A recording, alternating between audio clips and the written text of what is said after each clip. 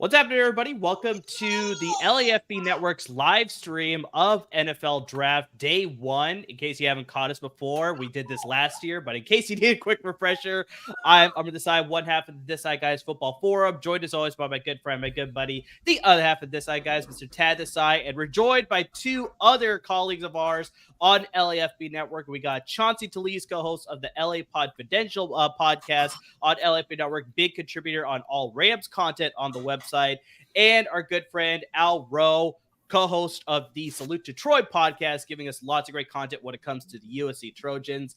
Fellas, it's a lot of excitement happening around round one. It's getting a lot of, big promotion as the years has gone on. There's no NBA playoffs happening today. There's no MLB games going on. This is getting all the focus today. So, it's a lot of excitement. How are we all feeling? Let's go around the horn here. Tad, how are you doing, man? Hey, it's Christmas in April. This is my favorite day of the year. I've often said that. Boys, I hope you're all enjoying your pancakes. I haven't reached the cursing stage quite yet. How do you not understand that reference? How dare you? It's draft day. Anyway, but no, I'm super excited. I have a source in college coaching rankings. Exactly. The baby agrees with me. And he said that he thought this draft was overrated. And normally I don't fight him on stuff. I fought him on that. This is one of the most talented drafts I've seen in my entire life. You are going to hear, hey, that's a good pick. You're going to hear that reaction a lot as well. And I think that really you were going to hear that was a great pick. So many times today, you're going to be sick of it by pick 32 because I cannot wait to see what happens here. I think we're going to see at least probably 4 quarterbacks go in the top 8, possibly 5, and just a boatload of crazy trades. We already have rumors of a potential contender still trading into the top 10, which I really hope doesn't happen, but I'm sure we'll get into that later. Yeah, should be a lot of fun. Lots of trades sure to happen. Lots of rumors circulating as well. Let's get to the next man here. Coach Rowe, we got a second guest with you on your screen here. So what's happening now? What's up, I wore a Cardinal shirt with a bear because we all know it's about to happen in a couple of minutes here. There you go. I'm doing good. One thing I just want to know is, Chauncey, where's my trophy? Are you taking care of it? Yes, it's sitting on my desk. Is that my desk where you left it? And the nameplate just arrived yesterday, by the way. It sure did. I dust it every day. It every day so it's warm for you and clean. There we go. This is kind of a fun draft because we know the first top 5 picks already. Unless the trade Hang on, do we? We do. I read a report yesterday this morning that the Patriots may be taking JJ at 3. Sure, man. Well, I should say this.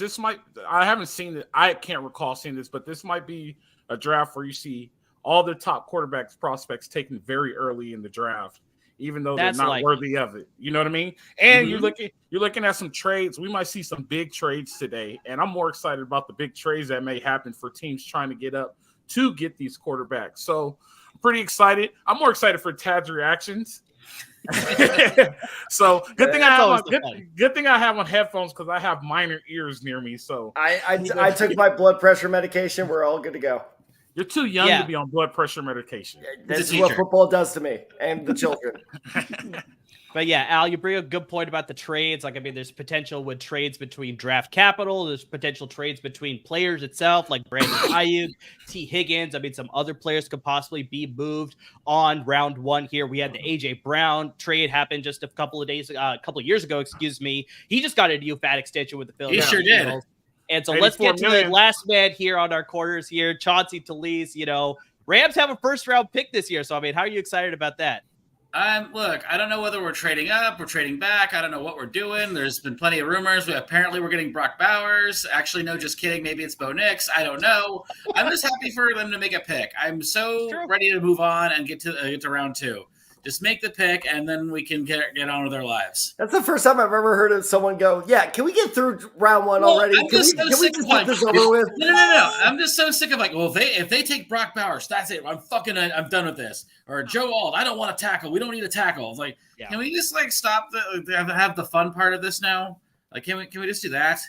Hey, I'm just excited because I actually have a bet with a friend that Bo Nix will go before Michael Penix for $30. So I have a fair amount of money riding on this. Very interesting. Real quick. Do you bet $30 with your friend, but you will only bet $5 with me? Yeah, I'm a cheapskate. What else is new? But Amir, I mean, Tad makes a lot of bets too, so that's the thing it's unhealthy. You know what? I'll take over hosting for a quick second. How do you feel about tonight's draft? Well, I can't speak for somebody else here, trying to make some comments here, but sure to be lots of excitement. I think you guys covered it all pretty well. I think we got a lot of, prospects that may go higher than they probably need to be, but I mean, that's part of the fun of the first round. I mean, just like you see prospects that go probably that you didn't think would go this round. I'm pretty sure we're bound to see at least probably 2 to 3 different trades, whether it's involving teams moving up, whether it's, like I mentioned, possible players being involved in trades as well. But just, it's a lot of excitement. I think I agree with Chauncey as well. It's nice to actually finally get some names going to teams now instead of just a lot of hypotheticals here as far as like this team may do this, this team may do this team may do this. So it's going to be a lot of fun. We should be kicking off pretty soon here. But guys, so everybody who's tuning in, watching, on the various social media platforms that we have, we got on YouTube, Facebook, Twitter. I mean, we got a lot of platforms covered. Make sure you're interacting with us. We're seeing a lot of great comments coming in. But as we're going along here, please don't be afraid to ask any questions about, what you think your team will do. What do you think about certain prospects being drafted to certain teams? I mean, just anything and everything, guys. We're here to give you analysis as it's going on. It should be a ton of fun as we go through the entire day one. And I mean, it's no secret. It's very similar to last year, guys, where it's like we had Bryce Young pretty much penciled in at number 1 to the Carolina Panthers last year. They're going to draw it out. They're probably going to take all 10 minutes just like this year, with Caleb Williams most likely being penciled in here. But I mean, is there, I'm going to throw it out there. Is there a chance that somebody else besides Caleb Williams can be drafted here? Like, I mean, What are your guys' No. Yes. No. Okay. There is a chance. Let's go around the horn here. Let's start with the USC guy. Let's go with Al here first. So what do you think? Is there a chance that somebody else besides Caleb Williams can get drafted number 1 overall? Yes, there is a chance. You know what I mean? Like there's always there's a chance. Just there is a chance, but just think about was that not Baker Mayfield year? Was it Baker Mayfield year when he ended up going? Who was that went first, and the other quarterback was supposed to go first? I can't think of him right now, but that happened. No, it wasn't Darnold. I don't even remember what team. Nope, it doesn't matter. But there's still there's a chance. Like you never know what these guys are thinking. Now, if you put percentages on it, it's like 5%, right? But there's a chance. So there's always a chance. Okay, fair. Chauncey, if you had to put that percentage as far as how high of a percent you think is somebody else besides Caleb Williams, what do you think you'd give that percent at? Let's see, 0.00 repeating bar percent. Like, seems accurate. We're in Lloyd Christmas territory. Yeah, that's fair. That's very fair for sure. And I mean, Tad, I guess just sort of to like set the point home here. I mean, just like, how likely do you think something crazy might happen? Could there be a trade? Like, I mean, maybe the Bears want to get more draft capital. They pull something very similar to what we saw last year, where they traded out of number 1 overall to give that to Carolina. So it's like, do you think that's, in the realm of possibility, or let's just not, continue with this conversation? It's Caleb Williams, and, no need to discuss anything else. No, I mean, it's not Caleb Williams. It's not a trade. The Bears are going to do what the Bears should have done from day one, which is select Tory Taylor. I'm so done with this joke. Seriously. I am so done with it. I have dealt with this for like the past month, and I'm so sorry. It's my last chance to do it. It's my last chance to do it. Until next year's punter, whoever that is, that's exactly what you're going to do. Insert new punter. That is your joke written in your script. That's like, insert new punter joke here. That's exactly what it is with you. So it's just like, God, I'm going to miss Tory Taylor so much. If he's a 49er, I'm going to laugh so hard. And you guys are probably going to take him in the 3rd round, which is the best part. Oh, don't even put that on me right now. Let me ask you this question, Amar. How do you feel that Brandon Ayuk is on the trading block? We were talking about that right before we went live. He's such a vital part to the 49ers offense. Like, how do you think he feels, and how does that make you feel, you being a 49ers fan? So you phrased it as 2 different questions, so I'll address the first one here. So how do you think he feels? So that is Brandon Ayuk. So obviously when you set a, good mark, going over 1,000 yards, being a primary focus of that passing offense, you obviously feel like you should be getting paid. And obviously you see the numbers that Amon-Ra St. Brown just got from the Detroit Lions. Now, as of today, we got the numbers from A.J. Brown as well. So it's like, if you think you're a high caliber receiver, he's a former first round pick himself. So just like, I think he warrants getting paid that extra money. So whether that's here with San Francisco or whether that's somewhere else, I think he obviously warrants that's like, I should be paid in sort of a certain, level in those, in that same vein as both of those receivers as well. So I can understand that he wants to get paid, and maybe whether that's here in San Francisco, maybe it's somewhere else. I don't know about that. How does that make me feel as a Niners fan?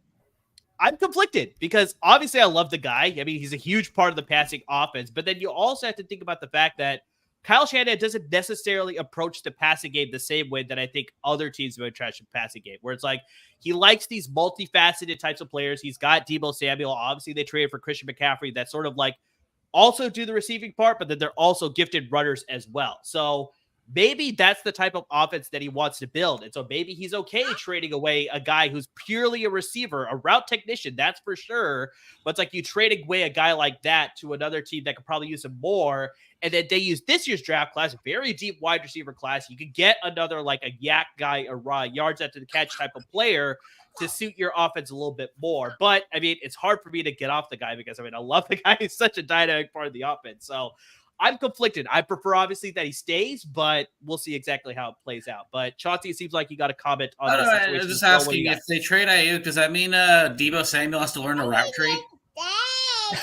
That's the thing that I worry about too, because he is not a traditional wide receiver. He is the guy who could sort of get into it and get after the play and just be that type of all-around weapon. But just, yeah, exactly like you said, Chauncey, he doesn't really know a route tree. So it's like you wonder whether that's the part that's going to have to develop. And really quick, guys, as much as I love this conversation, I could talk about Niners football all day long here, but we are obviously covering the draft. The Bears are officially on the clock. We're about 8.5 minutes away from actually making a selection. So hopefully they'll end the drama here and they'll take Caleb Williams. I know we sort of entertained the idea that like, maybe somebody else will go here, but I really doubt it. And yeah, it's looking most likely that the Bears will be looking at their new franchise caller here. Speaking of franchise caller, I really want to quickly get your thoughts here about, the former Chicago Bears quarterback, Justin Fields, who was traded to the Pittsburgh Steelers, and his option was not picked up by the Pittsburgh Steelers. So do you think that's more of a sign that they really want to push him to see how he does and competes with Russell Wilson, or is he not in their future plans? So Pat, I'll push that question to you. What do you think about that whole the Steelers not picking up Justin Fields' option? No, I think it's a sign they don't want to pay $20 million to a guy they don't know is the future. I think that's fair too. I thought that was a logical move. That makes sense. We don't know what we have yet. I think that is the biggest sign of the Steelers not picking up his option. And they don't even know if he's going to be their starter yet. Shout out to my friend Matt, who's a Bears fan, as we were kind of talking about this, because the Bears, and this is something interesting to watch with them at number 9, their draft capital next year is not all that good. They only have about 4 or 5 picks next year. It's, if I'm not mistaken, it's a 4th round pick if Justin Fields plays 51% or more of snaps. It's either a 3rd or 4th round pick. I believe it's a 4th round pick. If he plays 51% of the snaps for the Steelers next year. If he doesn't, it diverts to a 6th round pick, which, let's be real, is just an absolute shot in the dark kind of who cares type of pick. So I think that I don't quite know how they're going to play this. And the fact that they kind of already said that Russ is going to be their starter shows that I think that it's going to be a fair competition out there. So, no, I think that it's just kind of like we don't want to tie ourselves to him for another year if he's not our guy, and we just let him walk. So, I don't think that's indicative of anything. But, let's get to the team on the clock right now. And I swear to God, they're going to be assholes and push this whole 10 minutes. As you were giving your analysis, Tag, great analysis for sure. But we saw Caleb Williams actually answer a phone call as opposed to just texting. So maybe GM Brian Poles actually called him and said that, yes, we are officially taking it with the pick here. So maybe it's coming crystal clear here. But yeah, we still have about, 6 minutes left until they actually. Or they're calling him saying that we're not going to take him. We're going with Jayden Daniels. Oh my God. That would be absolutely insane. That would be, madness for sure. That would Chauncey, unfortunately we weren't able to do your draft podcast before you were actually, out here in South Carolina. But one of your questions that you had to me was who would throw the first chaos grenade in the first round? That would be the definition of a chaos grenade if the Bears don't take Caleb Williams. Like, I mean, that would be absolute madness. Like we talked about teams possibly wanting to trade up into the first round. Like, that would 100% be the case. But, yeah, I think just like we went around the table here, I really doubt it's going to be anybody besides Caleb Williams. But, yeah, jokes aside, like, I mean, it's looking like it's most likely going to be Caleb Williams here. But, yeah, would be pure insanity if it doesn't end up being him for sure. So I'm interested in hearing from you guys. What do you think the odds were that Caleb Williams goes first overall? Is this one of your quizzes that we're going to go through? No, I mean, it's kind of a quiz. It's a general question, I guess. What, negative 450? I don't know. Nothing great. Negative 450. Okay, Chauncey? Minus 10,000. Oh, Chauncey nailed it. Wow. Oh, shit, really? Wow. I was going to say 5,000, but yeah, 10,000, that's pretty, Get this. I swear to God, this is true. That was only the second, like, highest, or I guess lowest probability, whatever. That was only the second craziest bet of the night I saw. The first one is Caleb Williams not or demanding a trade from the Bears and not playing for them on draft night is minus 50 or plus 15,000. Excuse me. That's pretty big. That'd be great. Do you think Adele tells them to hold on? I think Adele tells them to hold on. Why I think though? he tells them to hold on. Thank God. Build up the suspense and he keep them on longer. Entertainment, yeah. To stop the suspense, the pick is officially in, so I think we eventually will see Roger Goodell run up. He's still sitting down. And it's straight. But Al, I really don't doubt that's like, obviously this is a TV program. They have to direct that. So it's like they need to, fill the time with getting analysis about Caleb Williams and also the Bears and their situation. And, we just had renderings about their new, $5 billion potential stadium in Chicago, right? So it's like, maybe they have to talk about all that before Caleb Williams actually gets selected. So it's like, I bet you that maybe this is part of it where it's like they're intentionally told to draw it out. It's like, okay, we know he's not going first. He's not going first. But it's like, yes, let's extend it here. Let's, get some TV time here. Give you guys. Even Caleb Williams is bored. I'm pretty sure he is. He's like, let's get this over with and move on. I don't know. That what I just saw looked kind of weird. We might get shocked here. I'm just saying. No, stop. We're gonna start playing the zipper on his suit in a minute. Bring back the baby. He was more entertaining. Oh, wow. The baby's still there. Still there. But the computer screens just went out, so he's trying to figure out what happened. But can you guys still see me? There you go. I mean, the Bears are cheering, so they must know they've done something. Yeah, exactly. That would actually You know what? If the Bears do something crazy, that would be the funniest aspect of this. Is the Detroit Lions fans would go absolutely nuts. That is true. We are in Detroit for the draft, so yeah, that's for sure something that could be case there for sure. So but yeah, guys, if you're tuning in, please send us your questions. And yeah, you may see people jump on, jump off. So it's like, don't be, afraid to sort of, just send us your questions here. But yeah, we should be coming up with the selection here pretty shortly. We got Roger Dill at the podium. And yes, it is official. Caleb Williams is now a member of the Chicago Bears. Yeah, I think like we talked about it before we got here. I mean, it seemed like it was the foregone conclusion that he was going to be the pick here. I like the zipper coat. Like that's an interesting look. I was wondering about that actually. I thought that was interesting. That's some Jesse Gemstone shit. With the crosses too at the top of the corner. Yeah, that's interesting. Yeah. But yeah, for sure. I mean, we were talking about it here before the pick actually happened. This was a foregone conclusion. Caleb Williams to Chicago Bears being the new signal caller. I mean, we had Keenan Allen, a new member of the Chicago Bears. He was at his pro day. So just like all the cards were lining up that this was going to be the pick. And I mean, Al, you're obviously the resident here, covering all things Trojans. I mean, you famously came on our podcast and you said that Caleb Williams should not be a top 15 pick. So I mean, just like, as we've got here now, and he's officially number one about that take. Do you still stand by that? No, do not talk your way out of that. You said that. Do not make me find the video proof. I have let me ask you this question. The first question I'm going to ask you was Keenan Allen on that team? Yes or no? At the time, You're right. Keenan Allen was not on that team at the time. They started making moves, and they're trying to build a team around him. This is my thinking behind it. Normally, when you're the first overall pick, you go to the worst team in the NFL, who's probably ended up being the worst team the previous year. And he just needed support around him because we saw what he did with a bad team in college, right? So he was making a lateral move with just more money. That was my reasoning behind it. It wasn't because of and I always said, Tad decide, it wasn't because of talent. It's because of who he needs around him to help him succeed. That's what I said. So that's why I said that take. I was looking out for the best interests of my guy. But he's going first overall. He has a loaded team. Hopefully they make the line better. And I wish him nothing but the best. All right. Fair. Tad. I am throwing an absolute grenade of a question right now into the comments. Chauncey, I mean, obviously we have the pick in here. Like, I mean, just what are your thoughts? Like, I mean, how do you feel about the Bears now going forward with Caleb Williams now officially a member of the team? I mean, just like, yeah, how do you feel? First of all, it's about damn time. Like, true. Like, thank God we can all just stop this now.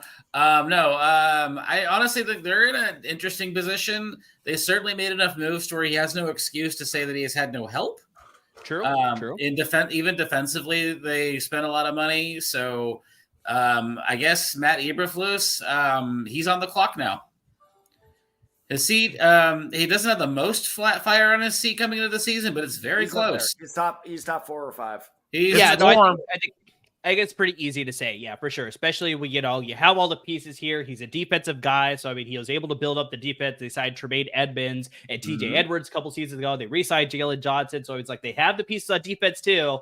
Now your offense is pretty complete as well. So it's like, yeah, if you're not contending at least for the division title and possibly a wild card spot, I agree with Chauncey. Like, yeah, his hot seat level is pretty high for sure. I wouldn't say it's the highest either. But yeah, it's definitely pretty close to being Freddie Lowndes going down the hill. If you read, Red Dragon, anybody? Nah. No. I'm 4 months away from 30. I still have time. Red Dragon references. My book people will get that one. Al, get out of here. Al, you're not allowed to participate in the comments. Get out. Well, fine. YouTube Freddie Lowndes Red Dragon. You should get the clip. And rolling down the hill on a flaming wheelchair. But see, that was my biggest worry, right? You're talking about the head coach being on the hot seat, right? Now we're going to and Amir, you could relate. Are they going to Alex Smith him? And are they going to Alex Smith him? Is he going to have 5 coordinators in 5 years? And all of a sudden, everybody like, I knew he was a bust, but he had to learn 5 now. Like, who'd they hire? I forgot. Who'd they hire? Because Eberflus did the thing where he had to clear out his entire offensive staff in order to save his job. Yeah, Shane Waldron is their current offensive coordinator. Yeah. Okay. And then who's their defensive coordinator? Just Eric Washington. Jesus. Oh, okay. You are good. Well, are we going to be talking about head coach Shane Waldron by this time next year? It could be. Well, no, not by this time. We may be talking about interim, but I don't think he's going to land the job. But no, we actually talked about this on the podcast. And again, shout out to my friend Max. If I don't shout him out at least 5 times, I'm going to hear about it. He got shout out to Max. Matt's before he gets mad at me about that. No, he got really mad at me because we talked about this on an episode of the podcast about 2 months ago or maybe about a month ago, where the Bears making all these great moves in the offseason. None of the moves they've made I've really disagreed with, but are they raising expectations almost too high for Caleb Williams and almost too high for the franchise in general, where if you're not in the playoff race by like week 7 or 8, all of a sudden is Eberflus fired just because it's like, what the hell, man? I thought we were supposed to be like, this was our savior season.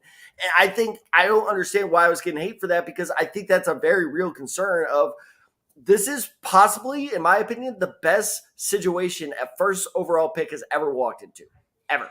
But they also have to be realistic about the division that they're in, right? The Lions aren't. We know Chicago Bear fans realistic.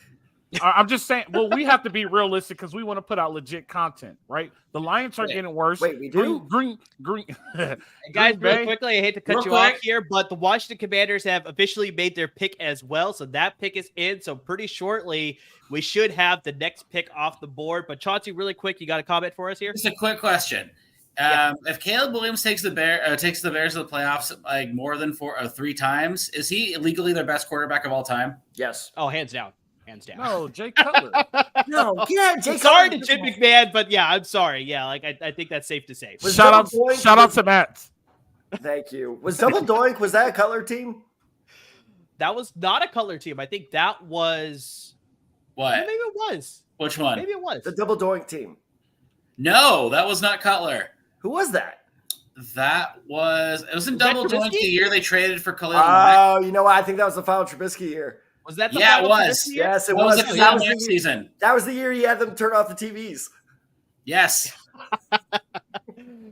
Oh gosh. All right, so All let's right, move here we on. go. Unfortunately, Bears got a lot of the attention here, but now we got the Commanders on the clock here. And so it's like most people were pegging Jayden Daniels to be the next, leader of their franchise and lead a new regime, obviously, with the selling of, Dan Snyder finally selling a team to Josh Harris and the team there with Magic Johnson as well. So I mean, is that the logical pick here? I mean, there's a lot of potential as far as like maybe it's Drake Maye, but it's like it seems like quarterback is the pick here. No kidding.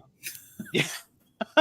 They need a new signal caller here to sort of lead the team here. And so, yeah, we should be getting this pick pretty shortly here. It's already in. You guys are way behind. I guess maybe I'm a little bit behind too. But yeah, officially, we do have the next quarterback for the Washington Commanders. Nice. That is Jayden Daniels out of LSU. And I mean, a lot of people pegged the former Heisman winner here for the last season to be the pick here, even though it seemed like he was ruffled by some feathers by their appearance there at Washington. Like maybe he was pretty upset with what was going on there, but seems like they got their guy there. He's going to be led by Cliff Kingsbury, and we'll see how that sort of like running and playing aspect that he had with, Kyler Murray back in Arizona, whether that's going to translate here to Arizona.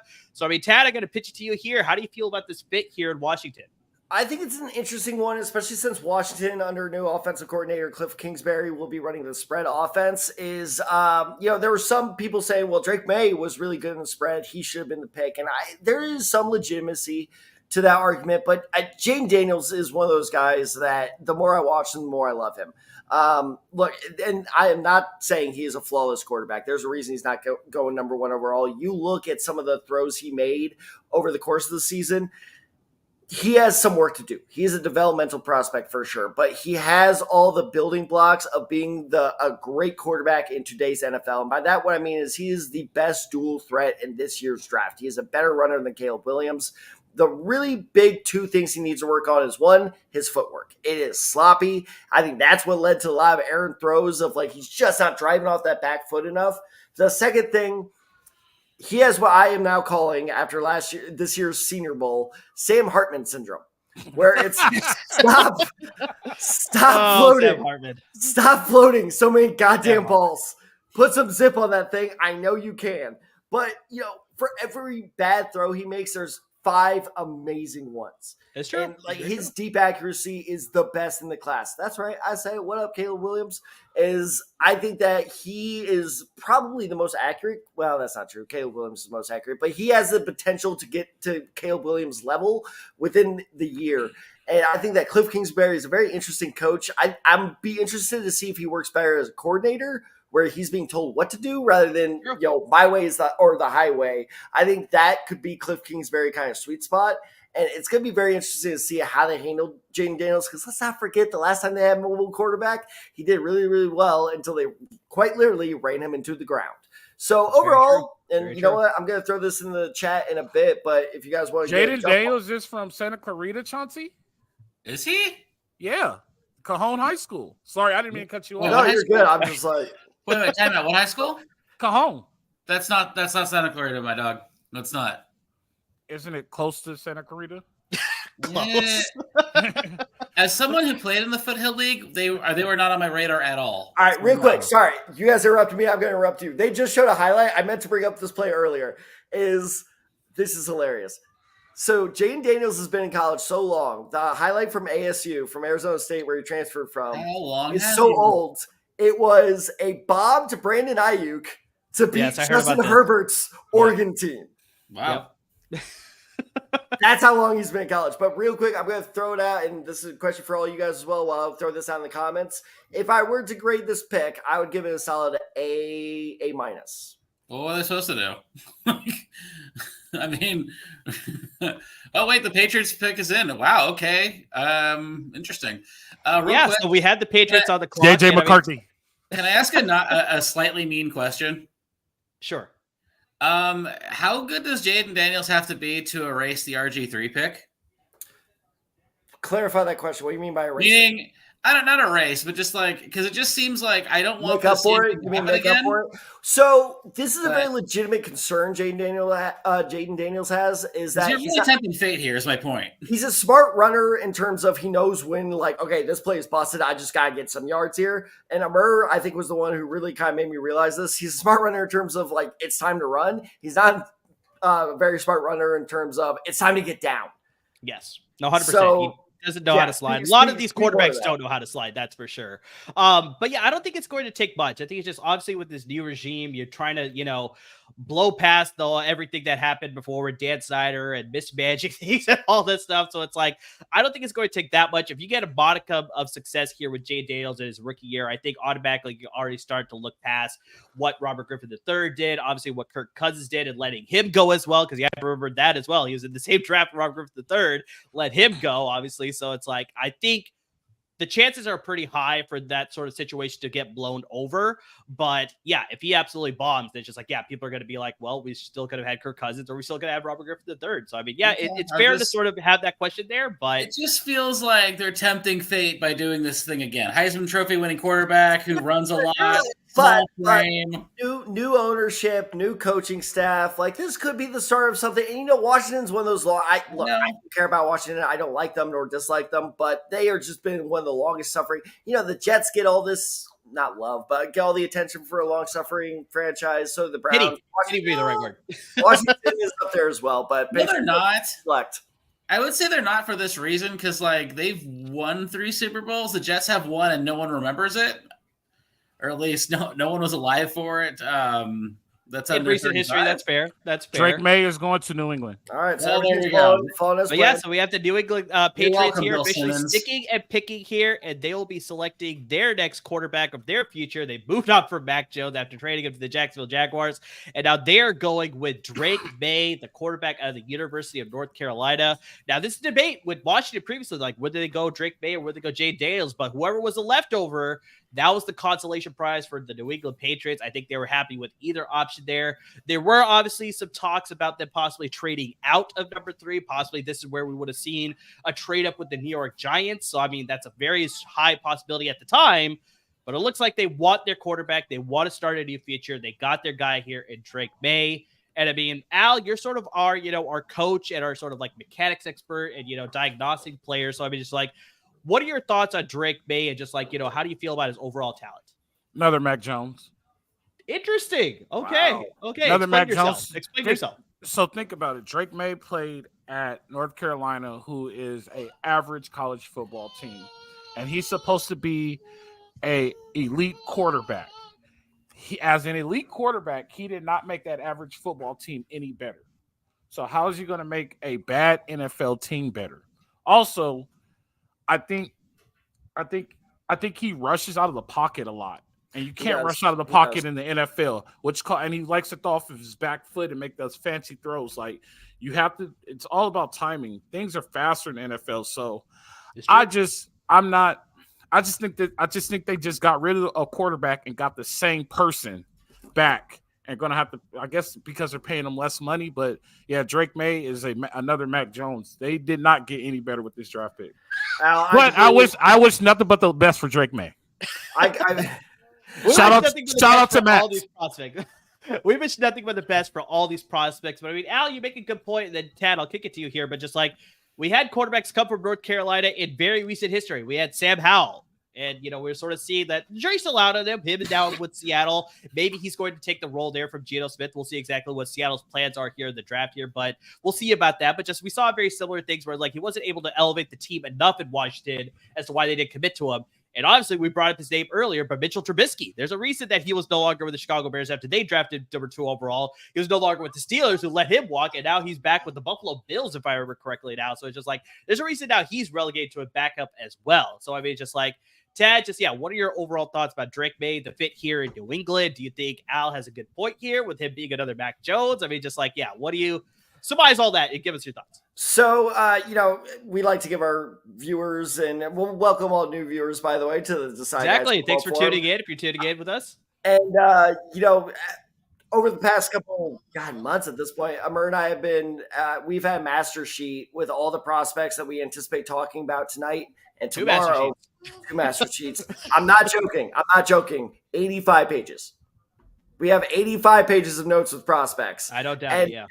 I will just read our Drake Maye notes. And so I said, overall, blah, blah, blah. My last things was, he can't stay calm under pressure, doesn't make his progressions well enough to make me a true believer. Of the big three, he's the bust. This is now Amr's notes. Yes, there's some issues with his accuracy at times, and he needs to work on his progression. So, when Al was like, no, he panics, we both agreed. All three of us agree. Chauncey, I'm sure would agree if you were here, RIP. But I think that for now. But I think that it's just, I used to be a big believer in Drake Maye. I will own this take because I'm like, Al, I actually own a bad take. Is, right before. Wow. Your kid's calling you out. But all I'm going to say is Aiden Hutchinson. All I'm going to say is Kayvon Thibodeau. Trash. What about Kenny? Go ahead, finish. I knew someone was going to bring up. I hate you. Really quick, Tad, before you continue with your pick, the Arizona Cardinals have stuck in and picked. I mean, this was also a potential possible move, but then trying to get more draft capital here. But I mean, most likely, most people had pegged here that Marvin Harrison Jr. would be the pick here. We have to wait and see what the actual pick is, but Arizona officially has their pick in. But yeah, Tad, go ahead with your Drake Maye take. Well, I mean, just that, look, I was a big believer in him. At one point, I said he was better than Caleb Williams. After the first 2-3 months of this past college football season, I very quickly moved off that take and said, hey, knee-jerk reaction. I think there's some promise there for him. It'll be interesting to see how this, because I'm blanking on his name, but the former Browns quarterbacks coach, I want to say, is now the Patriots offensive coordinator. So he's coming from a very good offensive system. It will be interesting. I think that's important too, because coming from a Brown system that didn't put too much pressure on a quarterback. Alex Van Pelt, that is the offensive coordinator with the New England Patriots right now. So he is coming from a system that put more emphasis on the running game. So maybe that takes more pressure off the rookie running back. But oh man, never mind. I was going to bring up a question from a viewer, but as long as it's not the player, we'll do that in a bit. Exactly. So yeah, we have Roger Goodell walking up to the podium here. So like we sort of talked about, I mean, very much we all pegged Caleb Williams to go number 1 overall to the Chicago Bears. A lot of people pegged Marvin Harrison Jr. would be the pick here to the Arizona Cardinals. We're going to wait and see exactly what the pick is here for sure. But I mean, they need to make an upgrade. It is. Okay. Marvin Harrison Jr. is officially a member of the Arizona Cardinals. I was just about to say, with the DeAndre Hopkins obviously being a member of the Tennessee Titans, they traded Marquise Hollywood Brown to the Kansas City Chiefs. They had a hole in their receiver room. I mean, it's currently led before the Marvin Harrison Jr. pick, currently led by Michael Wilson, Chris Moore, Greg Dortch, Zach Pascal. That's not exactly a receiver room that Zach Pascal's still playing. Zach Pascal's indeed still playing. God. So, yeah, that doesn't exactly excite me all that much. So, yeah, you get a guy in Marvin Harrison Jr. here who's instantly going to upgrade the receiver room there for the Arizona Cardinals. Now, Tad, before you get to your thoughts here, I really want to bring up a question here that we had from our comments here, because this was a potential fit here. And I want to raise this question here from the YouTube comments. Silly Fun Guy. Well, first of all, fantastic YouTube name like that. Oh, as well. That's what it was. When do you think Joe Alt goes? And honestly, Arizona could have been in play because they need some help on their offensive line. They took Paris Johnson Jr. last year with that trade down to just trade back up to number 6. So I was like, they got one side, but they need to figure out the other side. So I mean, this was a potential fit here. So Tad, before you go to your Marvin Harrison take, what do you think about Joe Alt? Do you think that he's going to go somewhere in the top 5? I currently had him pegged based on our mock draft that he would go to the Los Angeles Chargers there at number 5. There's a lot of people saying that he might go later than that. But yeah, do you think he's a top 5, top 10, or do you think he slips out? I think he's a top 10 talent for sure. Top 5 talent, but he's just slipping because, the run on quarterbacks. Sure. He's going to go in the next 3 picks. He should go number 5, but now here's the interesting thing is here are the current odds or the pre-draft odds for who will be the favorite to go number 5. It was +2, I'll go 3-1, +350 for Joe Alt. Not bad odds, right? plus 250 for JJ McCarthy. I think that's factoring in. Because remember, this is not who goes to the Chargers. It goes who goes number 5. So I think that's factoring in a potential trade here. And then the favorite actually is plus 225 for JC Latham. And there have been rumors flying around all day that Latham is shooting up boards. So look, if Vegas is telling you that he is the current favorite, I think it may happen. And it does make sense. Look, I love Joe Alt, but he's not the most athletic tackle. Actually, one of my notes on him, which I will get to when he gets drafted, is that in fact his feet are actually a little slower than people think. He's very susceptible to speed rushers. Harbaugh, is it Jim or John? I always get them mixed up. Jim Harbaugh. Yes. It's both J's too. It's not fair. But anyway, John to the AFC, man. Come on. Shut up. Anyway, so point being is they're both in the AFC. You're right. They're both now in the AFC. You're absolutely correct. I was thinking back to the SFA. So you're absolutely right, Al. Thank you, Al. Good backup, baby. Shout out to Matt. But the Latham thing, we'll get to that if it happens. But I don't see him falling past Tennessee. I think Tennessee, despite needing a receiver, had they not signed Calvin Ridley, I think that would be a receiver, absolutely. But with Calvin Ridley, that kind of put a Band-Aid on that need, and now tackle is their biggest need by far. So if he doesn't go to the Chargers, Giants, or Titans, it's nothing. Now, the interesting thing is going to be the Giants. Do they go quarterback if McCarthy is not taken here from a trade-up? I don't know. How great would that be, by the way, if the Chargers took McCarthy? Would be interesting, but I don't think this is a great pick for this kid. For Harrison Jr.? For Marvin Harrison Jr. Okay, real quick. I want to talk about that real quick because I was watching Harrison Jr. tape last night. I noticed something interesting. I kind of noticed the first couple watch-alongs. Marvin Harrison's his biggest production comes from when he is playing in the middle of the field against linebackers and slot corners. When he goes against number 1 corners, he's actually kind of average, which shocked me. I don't know why it finally clicked for me the night before the draft, and it kind of kept me up till 3 a.m. because I'm like, how am I just not realizing this? And I got a slight glimpse into the life of a GM, and that is a miserable existence. But I kept watching, and again, not that he did badly, but there was one particular play against Michigan, because remember, he almost went back to Ohio State, or no, he did go back to Ohio State to beat Michigan. So that loss was extra hurtful, where he cuts across the middle. The Michigan corner kind of gets a little physical with him, gets in front of him, and intercepts a pass. And it just kind of hit me like he's kind of human against actual press coverage corner play. And so I'm not saying he's bad. I'm not saying he's a bust, but I think the expectations for him are so sky high. And yes, I'm doing this because they both went to the same school and they both have a similar play style. I see Chris Olave in him. I expect that level of talent. I don't think he's a generational talent at wide receiver. Well, he's in a bad position. He had the leverage to fight his pick. When are we going to get to a point to where we're going to say the Cardinals are just a bad franchise? Buddy, we got there about 5 years ago. People aren't Josh Rosen is exactly when we got there. I hear what you're saying, but he has no quarterback. He has no receivers to help him. He doesn't have an O-line. He had the leverage because of his dad and his dad's quarterback to say, I'm not going to Arizona. I want to go somewhere better. And he should have used that leverage. Out of all the people in the draft who should have picked where they wanted to go, should have been Marvin Harrison Jr. because he had that leverage. It's okay. They're going to get Shedeur Sanders next year. Oh, wait, he's not on Deion's list. Well, speaking about places that are better, I mean, we are LAFB Network, so we definitely need to focus on here at number 5. Now, we have the Los Angeles Chargers on the clock. We talked about Jim Harbaugh being the new head coach there, coming over from Michigan, bringing over his former offensive coordinator, Greg Roman, to lead the team here. So, I mean, just guys, what do you think is going to be the pick here? We talked about Joe Alt. We talked about them having a hole at receiver as well with, sorry, Tab, but Quentin Johnson did not look all that great. He's going to rebound. We'll see he is going to rebound. We'll see what happens in this coming year, but outside of that, they don't really have a lot of help with the trade of Keenan Allen to the Chicago Bears. Mike Williams is now a member of the New York Jets as well. So I mean, it's the receiver room took a bit of a hit as well. So they could use some receiver help as well. Maybe they're going to address the defense. I mean, they got a lot of different directions that they could go here. So Al, what do you think is the best move that they should go? What position do you think is the strongest need for them for the Chargers here at number 5?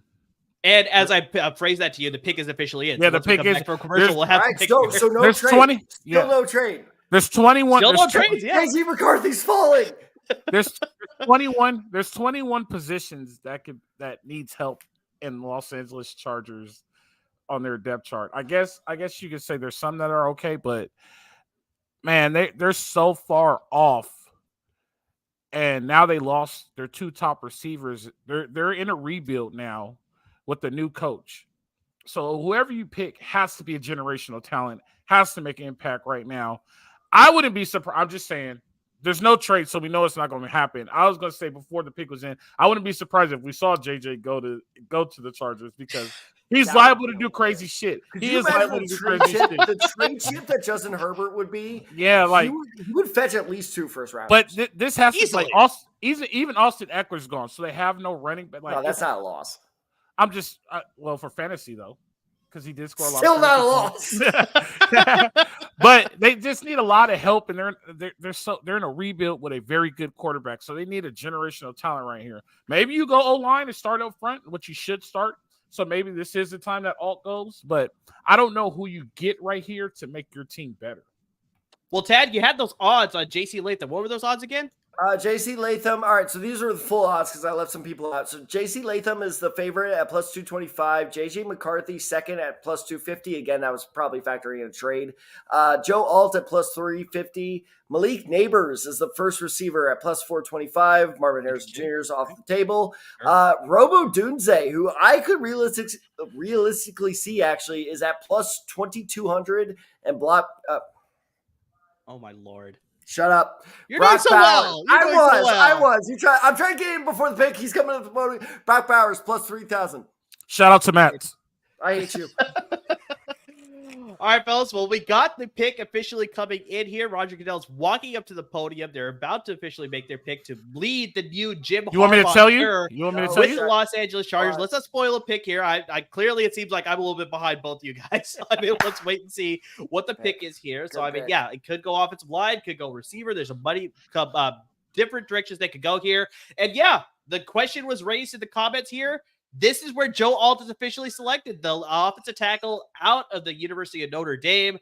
I mean, this seems like a home run pick for Jim Harbaugh. He wants to upgrade that offensive line. He wants to emphasize the run game. That's definitely what he did at Michigan. That's what he did in San Francisco. That's what he did in Stanford. This is his MO when it comes to running his offense, is establishing a good running game. They signed J.K. Dobbins. Hopefully use him as a reclamation project. They signed Gus Edwards, both former Ravens running backs. So that's interesting. Maybe that's that Greg Roman connection, possibly as to why they signed both of those guys. But they want to emphasize the run game for sure. So it's like, I think that they're okay. Maybe they'll address the receiver position a little bit later, but yeah, it makes a ton of sense as to why they wanted to upgrade the offensive line here. You get a blue chip prospect in Joe Alt. So I mean, Tad, now with the pick officially in here, what are your thoughts about Joe Alt being a member of the Los Angeles Chargers? So it's funny, one of our commenters, WL, I'll go ahead and show you for a second, goes, I rated this pick a B, safe pick. But you know what? Like Al was saying is... And maybe you don't need to get that crazy. Maybe sometimes the safe pick is the right pick. If you're heading into a rebuild, safe pick sometimes is the smartest option. And look, Joe Alt was the one true elite tackle in this year's class. Now, with that said, I'm going to go over all of his positives first.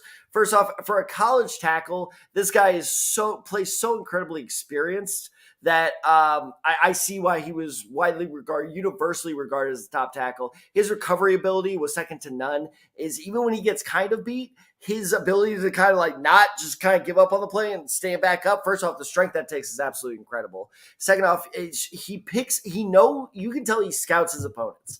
He knows, okay, this guy's a speed guy. This is how I have to approach him. You see him back off the line a little bit more. That is just a level of intelligence that you don't normally see in college offensive linemen. On top of that, his hands are constantly moving. He constantly bats the guy back, even if he knows, because again, he scouts very well. Even if he knows, okay, I'm not going to be able to physically beat this guy, but at least I can stall. I can stall him, which is really good.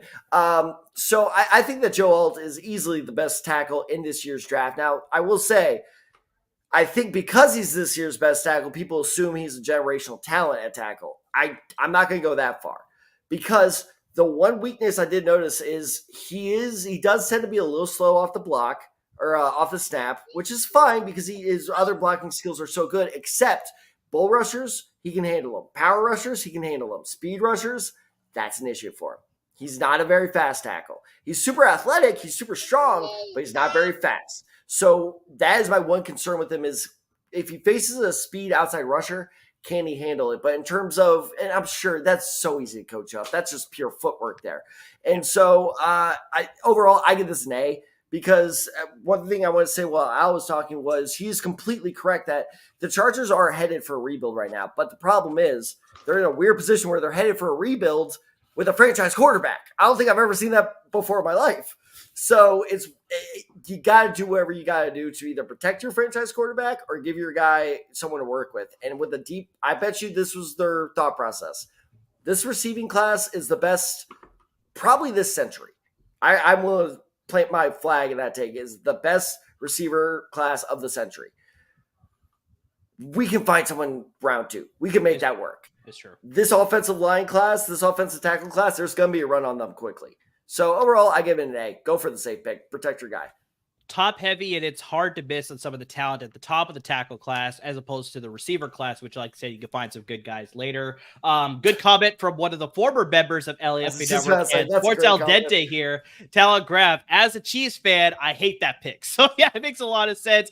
Going to be a hard time for George Karlaftis, Chris Jones to get some pass rush with Joe Alt, now member of the Los Angeles Chargers there. So, Chauncey, welcome back. We just had Joe Alt go to the Los Angeles Chargers. Do you have any quick thoughts on that fit there?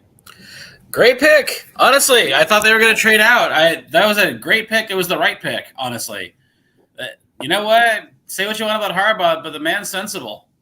All right, real quick. The Giants are coming up.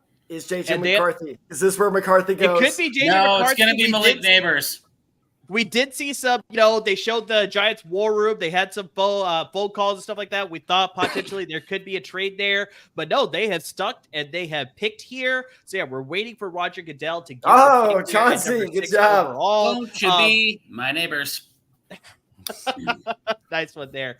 But yeah, it looks like the upgrade to the wide receiver room is happening there for the New York Giants, giving Daniel Jones or whoever the quarterback is there going to be for the New York Giants an upgrade at the receiver position. Malik Neighbors is officially a member of the New York Giants. A lot of people peg this guy, in that same tier as, Marvin Harrison Jr. Same thing with Rome Odunze. Maybe there's a lot of people that said that maybe he's a notch below that.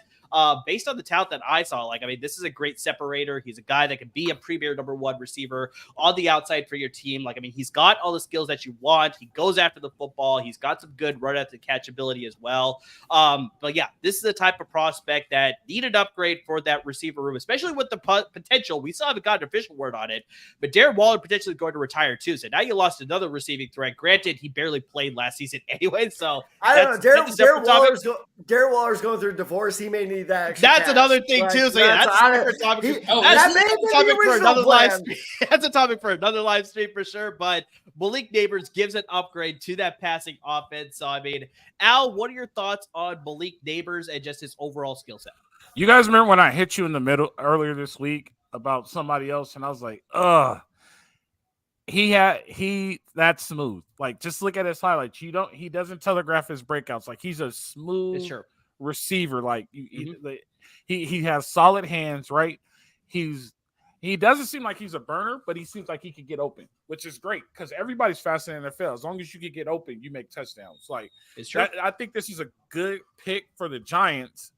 Our only problem is Giants ain't got no quarterback.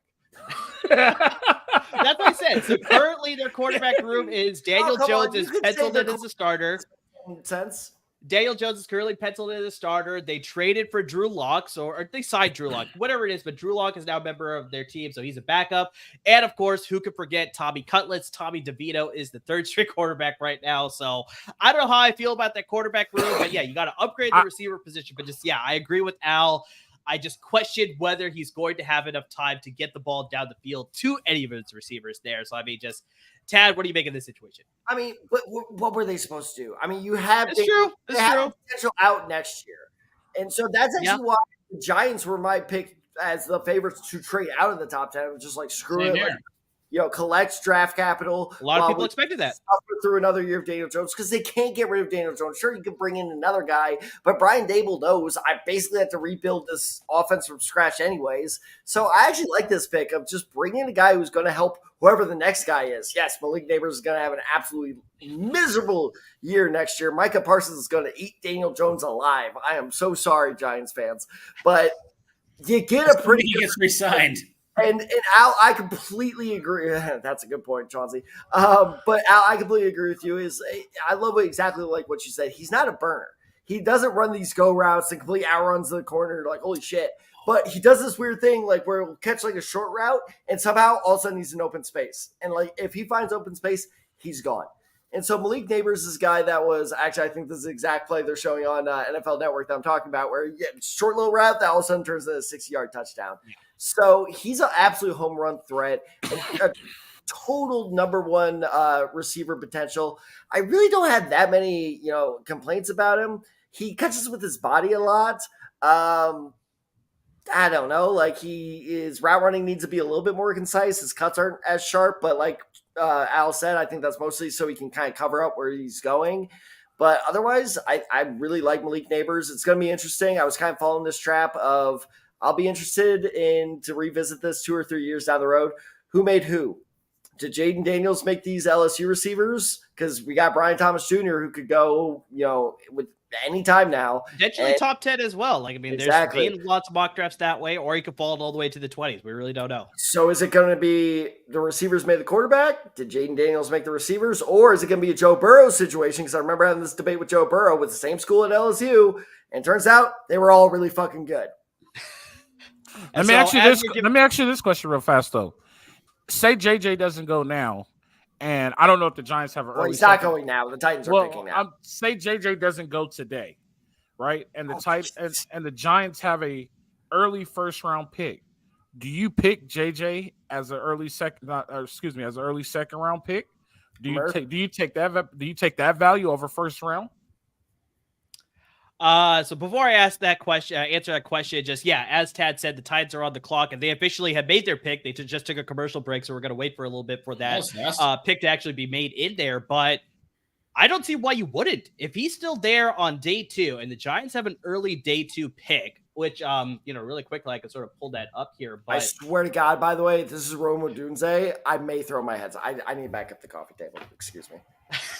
Hey, Tad, shout out to Matt.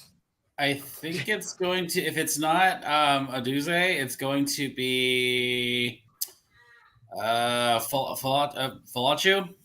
Talise Fu. No, Fautanu.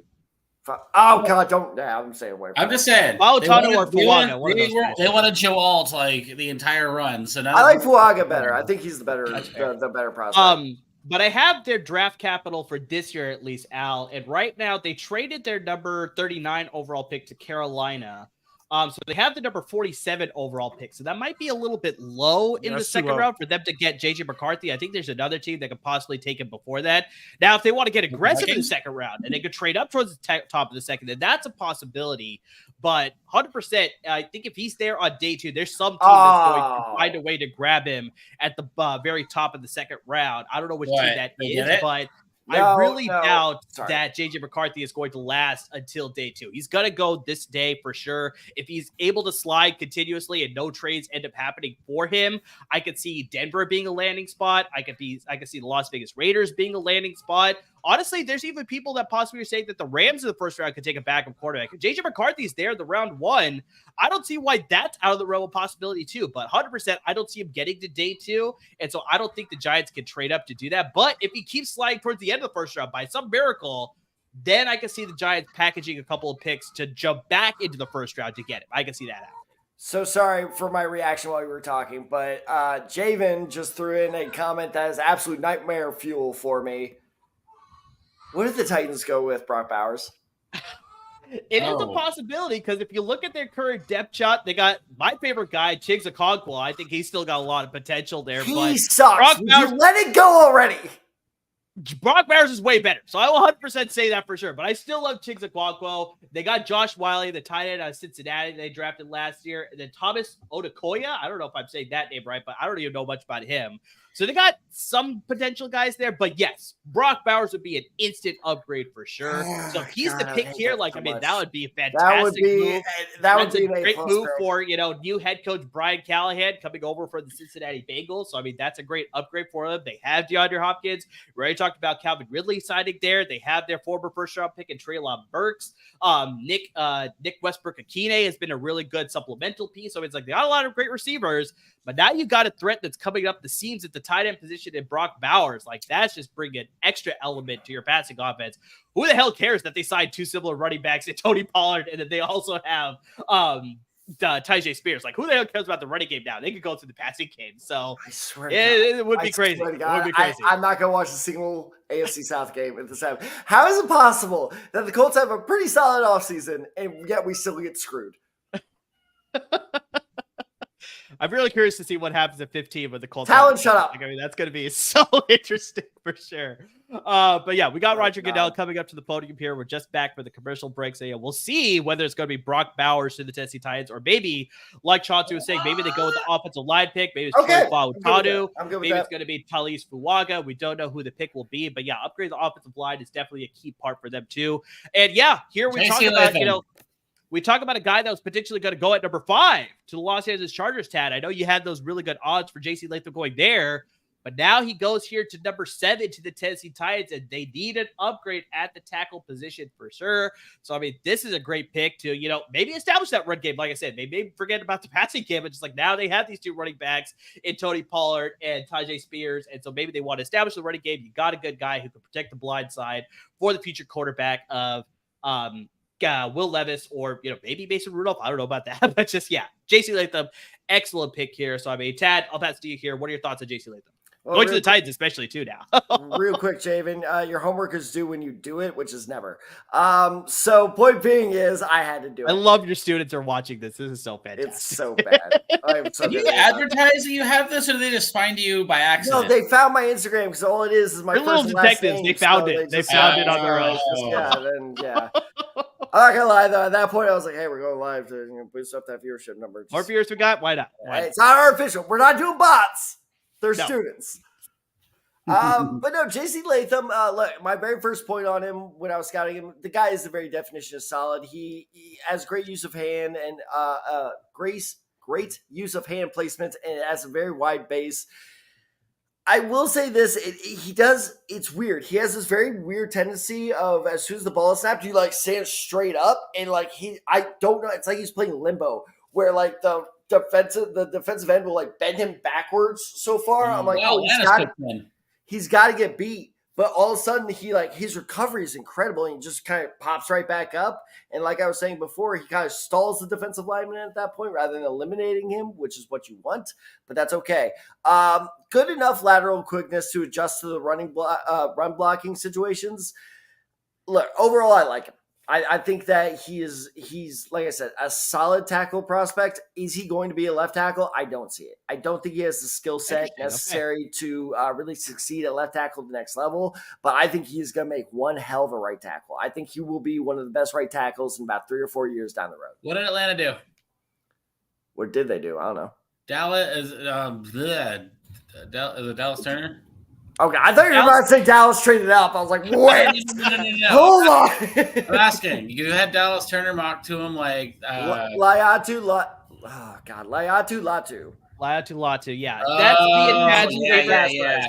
Me and Tad have Laiatu Latu as our favorite pass rusher this year, but I mean, one of the big things that I think we talked about was just scouts, I think, will be too hesitant to draft him because of the medical issues that he had at Washington, forced to sort of, quote unquote, medically retire. So I could see Dallas Turner being the pick here, going to a big prospect school in Alabama. They produced a lot of great defensive edge rushers for sure. We obviously got Will Anderson last year, going number 3 overall after Houston traded up to get him. So it's like I could see a very similar situation here where Atlanta goes with the, quote unquote, safer prospect with Dallas Turner in Atlanta. But yeah, if it were my pick, I 100% love Latu more. I would love him to go. I'm interrupting you. Are you saying that Dallas Turner is the safer prospect? In Scouts' eyes, for sure, because Are he went to you a bigger school. insane? I'm saying it. He is. No, that's crazy, dude. Dallas Turner. Look, I like Dallas Turner. I'm a Dallas Turner defender. We had this argument on the podcast a couple weeks ago. Dallas Turner is a pure potential pick.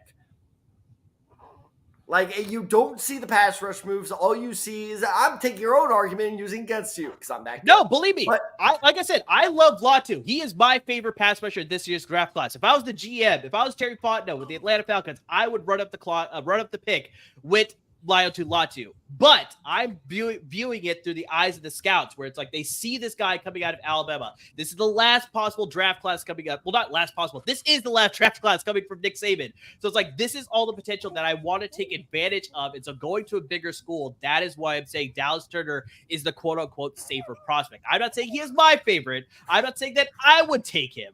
I'm just saying that that's what Atlanta's probably going to do. I would just look at it from an investment standpoint, though. As well as Latu played, and as much as he went through, the injuries are always going to be his red flag. They're always going to be his red flag. I can go and take Dallas Turner, who did not medically retire and played supposedly in a better conference, and I don't have to worry about an injury popping up on me again before I invest this money. He's a safer pick. He's a safer pick. No, he's not. You look at what Latu's got in his pass rush arsenal. He has so many moves. You just see that experience working there. I know. He was perfectly healthy last year. Dallas Turner, meanwhile, is like, I'm gonna run him over, and it's like, you're not fucking Thomas the Engine Truck or whatever. But we're not saying he had to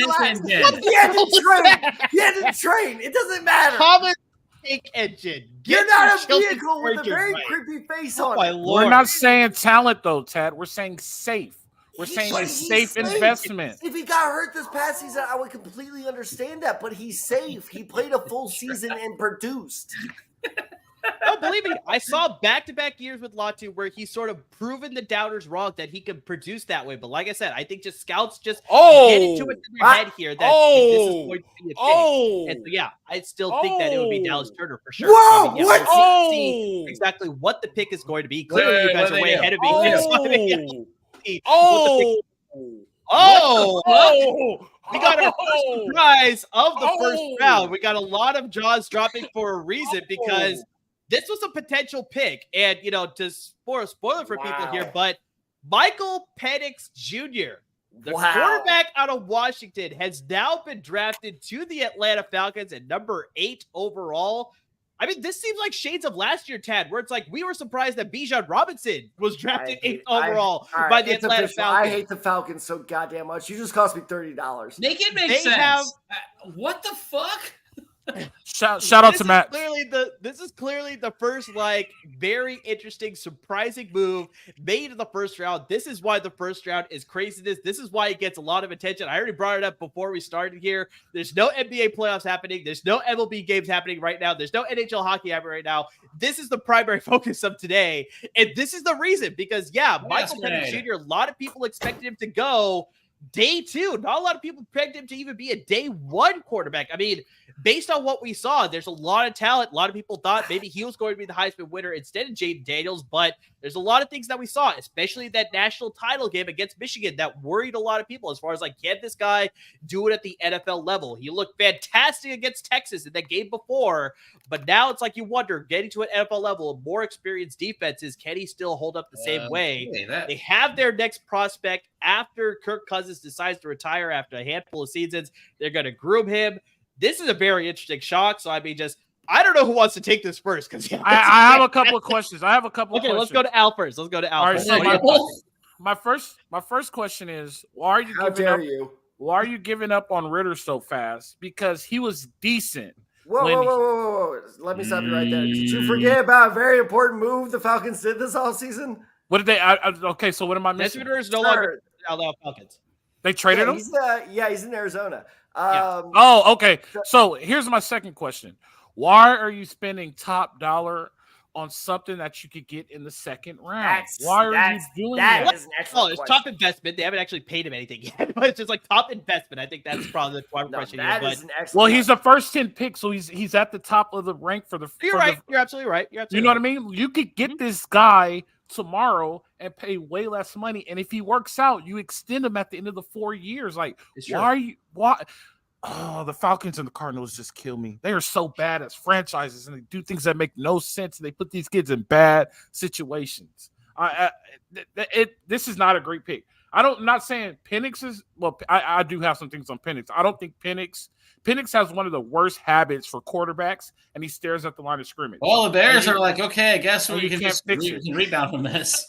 Yeah, exactly. Sorry to cut you guys off here, but yeah, just like Chauncey said, the pick is in for the Chicago Bears because clearly somebody has fallen right in their lap with that Michael Penix Jr. pick, so they can get any of the pass rushers that they want. There's still a lot of great offensive linemen as well. They could go receiver with Malik Neighbors or Roma Dunze. They have a lot of fantastic offensive. Not Neighbors. The Bears could be an early winners of the first round based on how they handled this number 9 overall pick. But just, let's really quickly, before the pick actually gets official with the Bears here, let's continue this Michael Penix Jr. talk. Because Tad, I'll pass it to you here. Now, Chauncey, I want to hear your thoughts here. Okay. How do you feel about that? Because clearly you dropped an F-bomb on it. That was fantastic. Well, I don't understand it. Because, look, I don't watch a lot of film, or let's say any film, and I don't really watch college football. However, I am well aware that he's, as it says on ESPN, he's torn his ACL twice and had injuries to his shoulders. And I think he's 2 years younger than me. Yeah. Well, I will say, Chauncey, that is the case with a lot of prospects this year with the COVID year. Why get a project at 10? I don't get it. Why get a project at 10? Atlanta's supposed to be in win now mode. Wouldn't you want to get, I don't know, someone He's not a project. He's 24. That's my other, but I know, but legally he's a project at this point because he's not starting. No. Shout out to Matt. Kirk Cousins isn't going to be able to be there for day one. What the hell are they doing?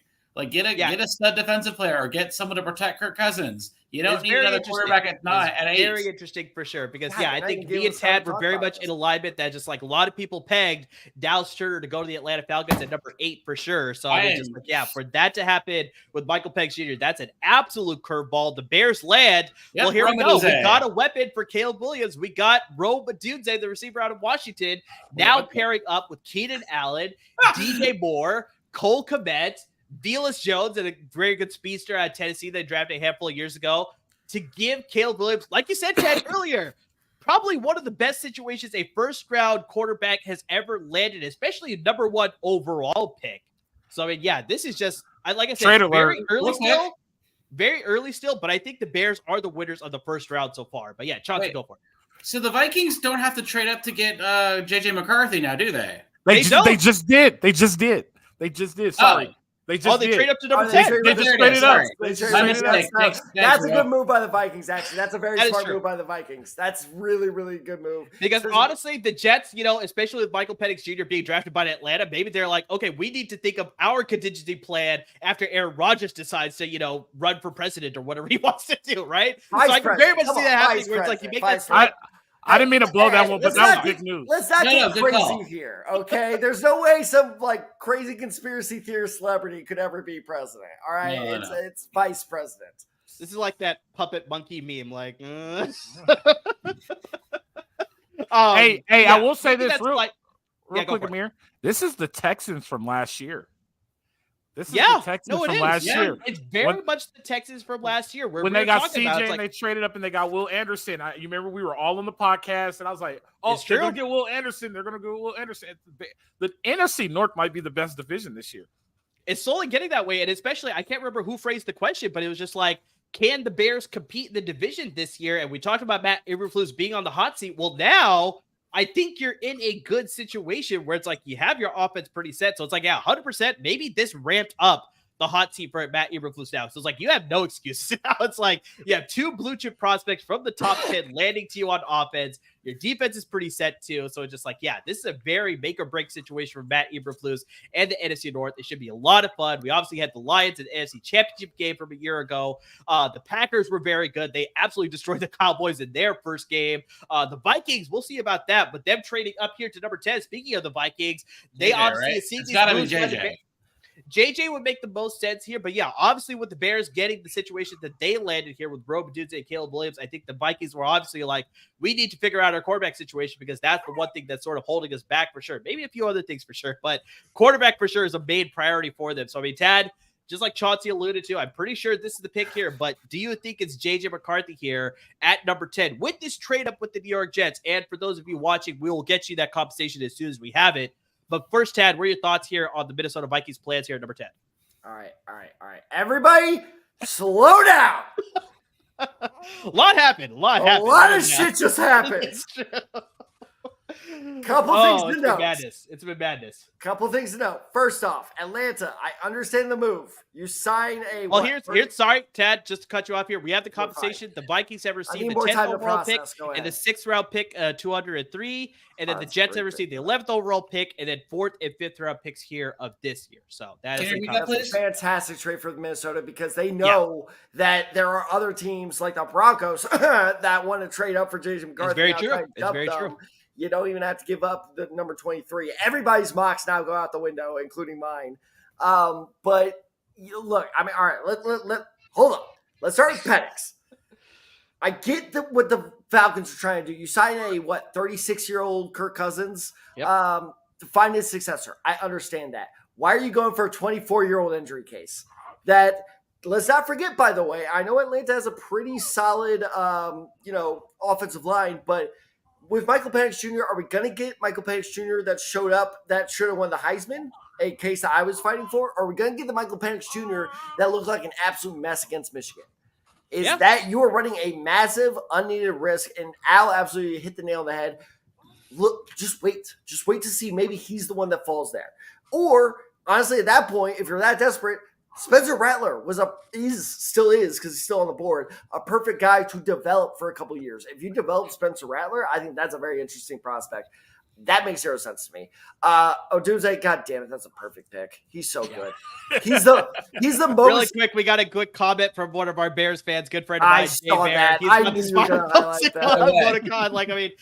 100%. If I'm a Bears fan, I'm excited right now. But Odunze is the most consistent receiver in this year's draft over Marvin Harrison Jr. You knew what you were going to get from him. Is he a clear-cut number one receiver in the future? I don't know. I'm not going to say no, but the Bears don't need that because they had such good offseason. They just need a guy just in case Keenan Allen goes down. But Odunze, the contested catches he was making, the one thing that really surprised me when I was watching his tape, because you always heard that throughout the season, even if you weren't watching Washington. Why do I do this to myself? Is it's hard for me because Washington's on the West Coast and they're on at like midnight Central Time. So I always knew. Get on the West Coast, the best coast. Yeah. I always knew he could make contested catches, but the one thing that surprised me is I thought it was kind of like, just run a go route, jump up and grab it. His route running is so crisp. He can create great separation without, drawing unnecessary flags from contact. Rome Odunze is honestly probably my favorite receiver in this year's draft. No. And I think that the Bears have absolutely nailed it. It's very frustrating, especially because here's what's going to happen. It's going to be McCarthy here at 10, and then it's going to be Brock Bowers then at 11. And the Colts, without doing a damn thing, are screwed yet again. I hate my life. I'm beginning to think Arthur Blank making Home Depot a success was an accident. This is incredible. Yeah, he might have just fallen into some luck. Honestly. Did he inherit Home Depot? I don't understand it because, I don't understand he can make that much money and then be this stupid. Well, so let me ask you this: is it the same Falcons GM as last year? Yeah, it's the same GM, Terry Fontenot. So okay, it's not Arthur Blank's fault. It's this idiot GM. Get him out of the way. Well, all right. Hold on. Let's hold on because we're all doing the knee jerk things. We all had the exact same reaction to Bijan Robinson at the time, it was Bijan Robinson at the time.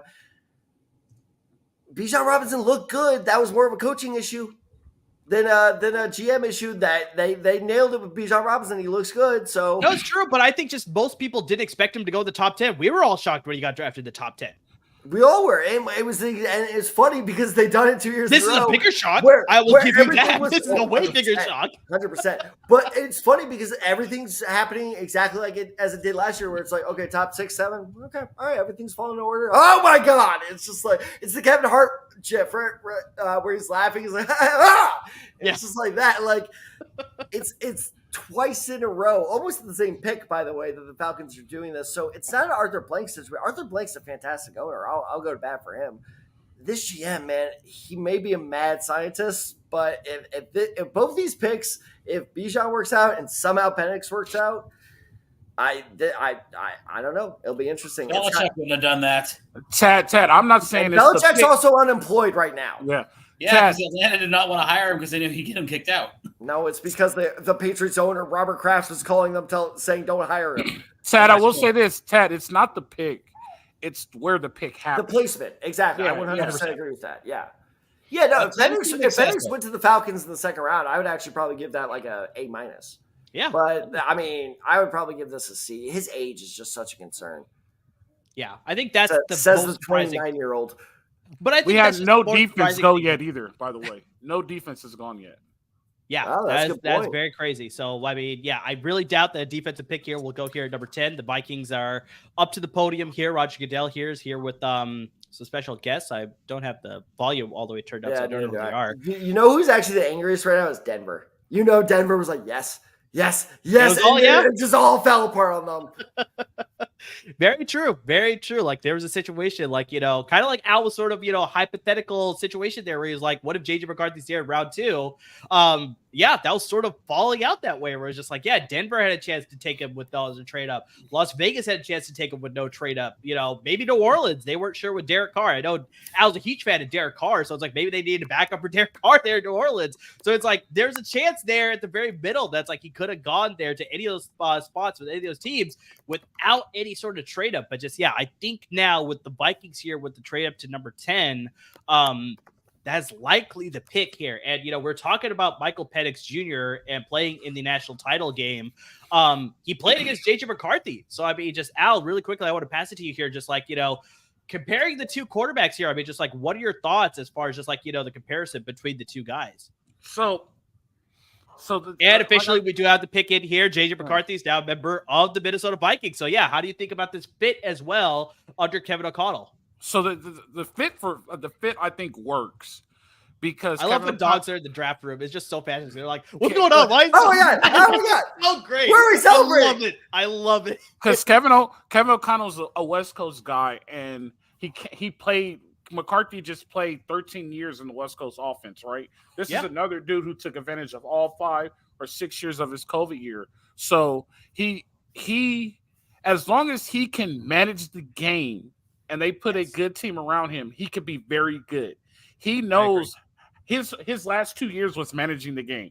He didn't have to do anything great. And I think that's his biggest attribute. Just manage the game.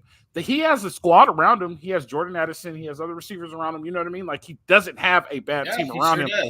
Just manage the game and don't make any mistakes and let everybody else do everything else, and we'll be okay. Now, can it get him to the promised land? I don't think so. Can it keep Kevin O'Connell's job? Yes. I agree. And really quick, Tad, before you get your comments in here, I want to share this comment by WL. Don't know Minnesota draft picks, but JJ, this high feels wrong. And I completely agree with this because we talked about this. We got a comment in our Instagram a handful of weeks ago that was just like, does JJ McCarthy go in the top 10? And I think one of us answered, it was like, will he go in the top 10? Yes. Should he go in the top 10? Absolutely not. And I think it's just 100% like when they brought that graphic up, Tad. I don't know if you saw it. I pointed here, but their player comp for him. Hence the fist bump. Alex Smith. We're right. It said Alex Smith. And that's exactly what I wrote in my notes as well. Everything that Al laid out, where just like he's a perfect manager. He plays within the system. He's not going to cost you any sort of turnovers. He's going to he's going to be good. He's just not going to be great or exceptional. The things that you really want with a quarterback.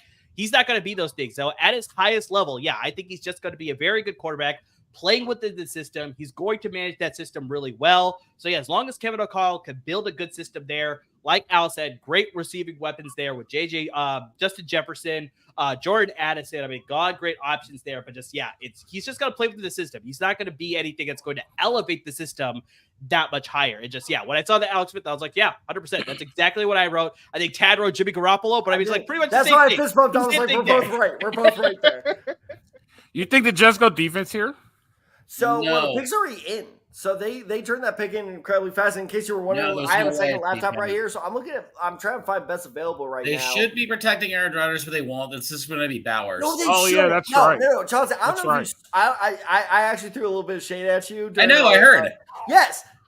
Why would they go tackle? This is a roster built to win now. Well, here's my They don't have an offensive line.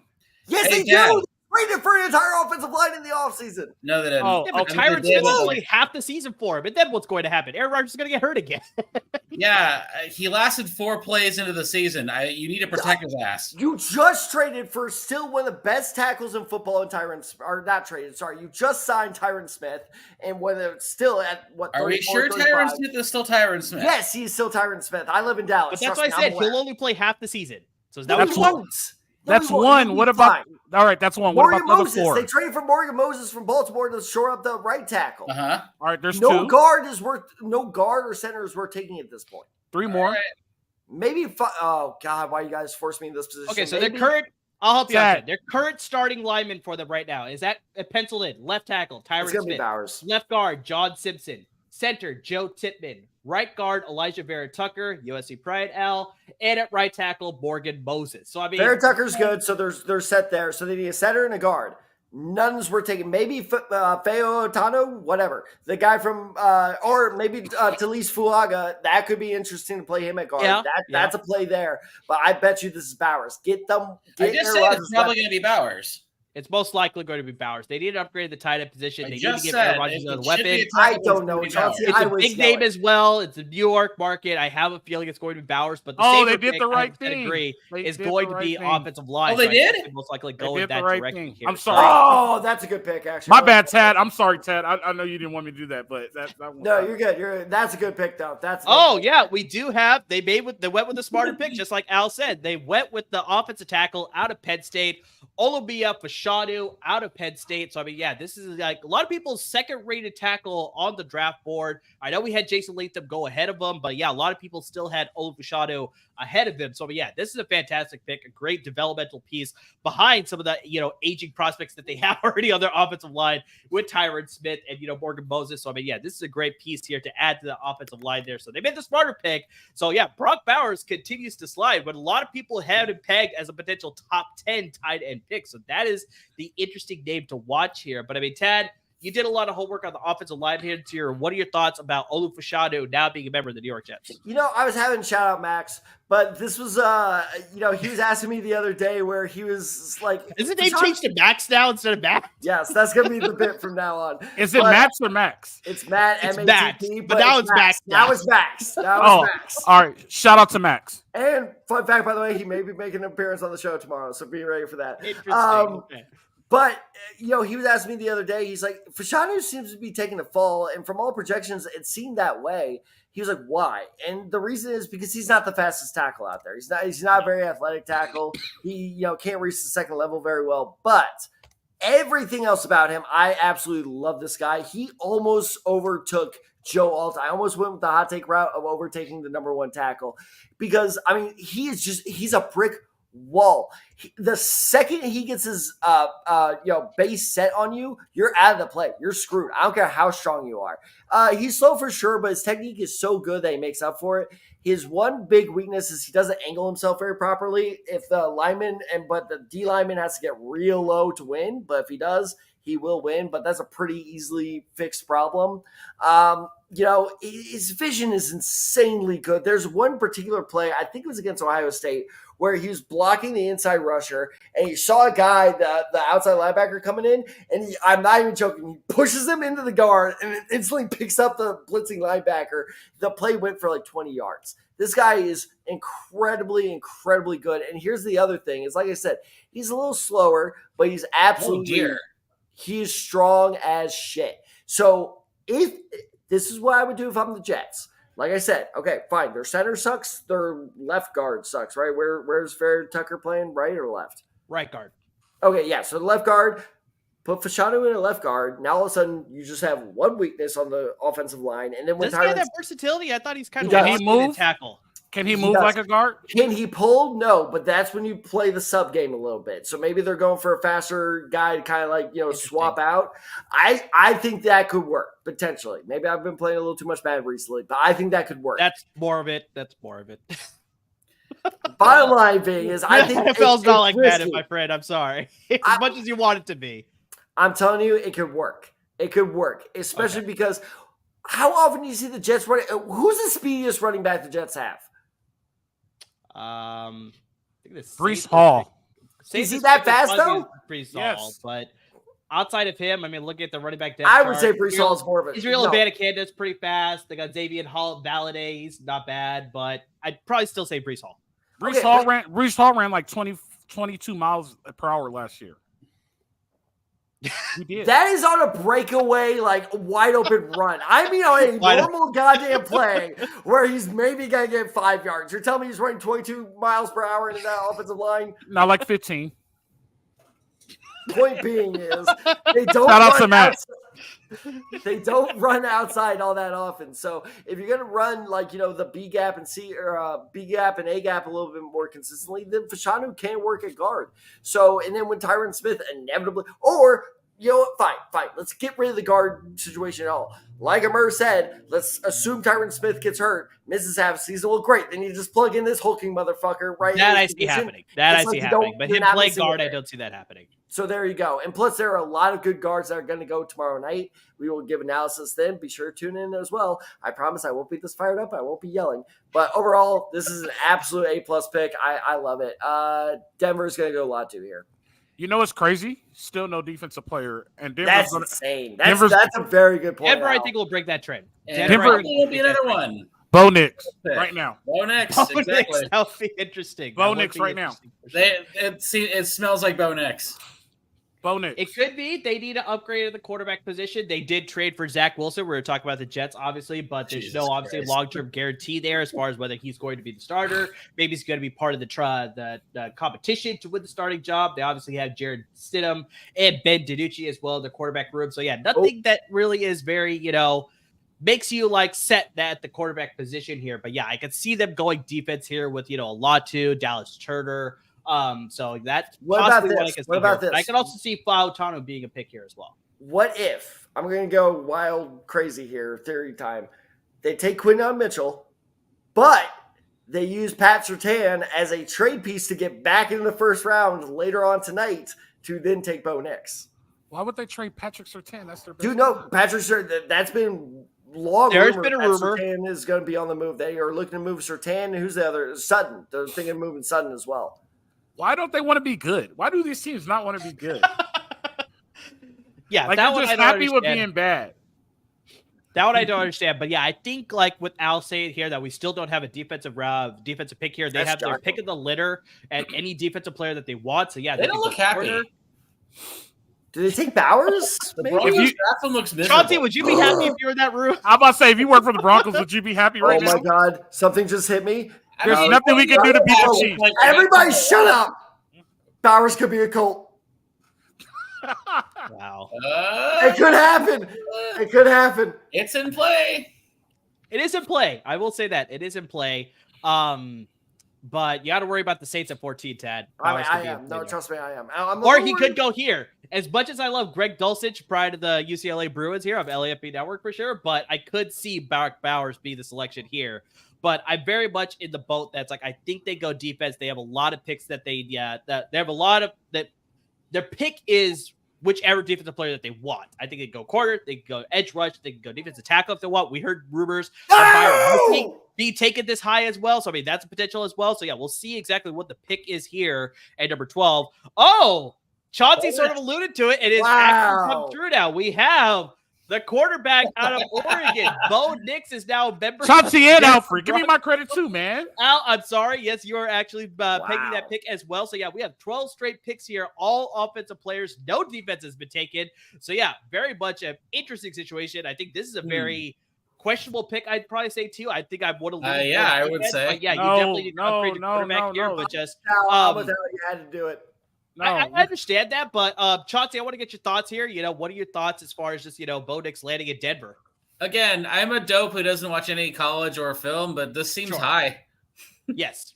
No, I agree seems with that. high. I think very similarly, I think it's just a lot of people predicted Bo Nix would be a bottom of the first, probably. That was a ceiling in my eyes.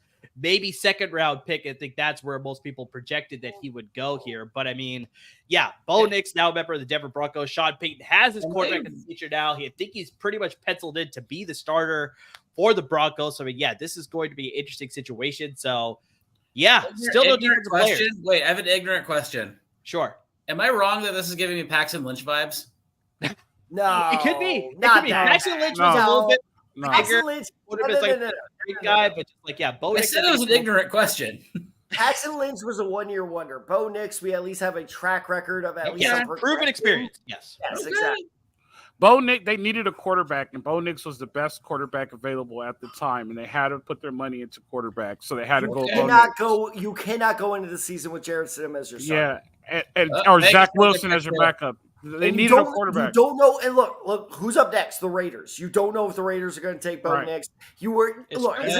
Is this too early for Bo Nix? 100%. But yes. It's one of those positions. Your hand is forced. You have to go for it. You have to do it. You had to do it. Shit, the Raiders picks are already in. Well, clearly some pick landed in the laps of the Las Vegas Raiders because their pick came in very quickly, and I mean, just sort of. Real quick, could you imagine Latu and Max Crosby?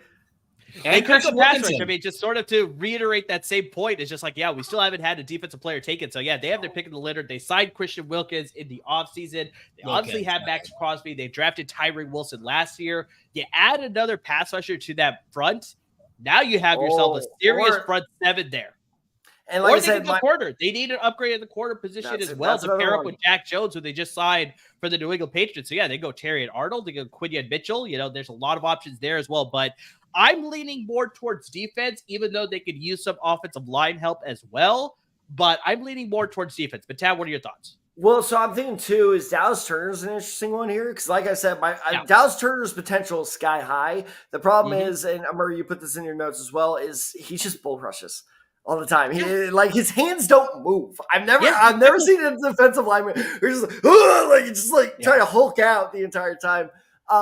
What better guy for him to learn behind than Max Crosby, a late round draft pick who had to develop some sneaky good moves in order to get where he is now, which is one of the best pass rushers in football. So Dallas Turner behind Max Crosby is going to be interesting. Also, is this draft moving incredibly fast? It's moving pretty quickly. I think, the way that's falling out, teams are able to sort of make picks that sort of land in their laps, i.e. the Las Vegas Raiders. So, we'll see what the pick is here. But, I think Dallas Turner would be a good pick. But, I 100% think it's going to be a defensive pick here at number 13 overall. So, we got the Roger Goodell coming up here to see who the pick is going to be. But, we'll see who it's actually going to be.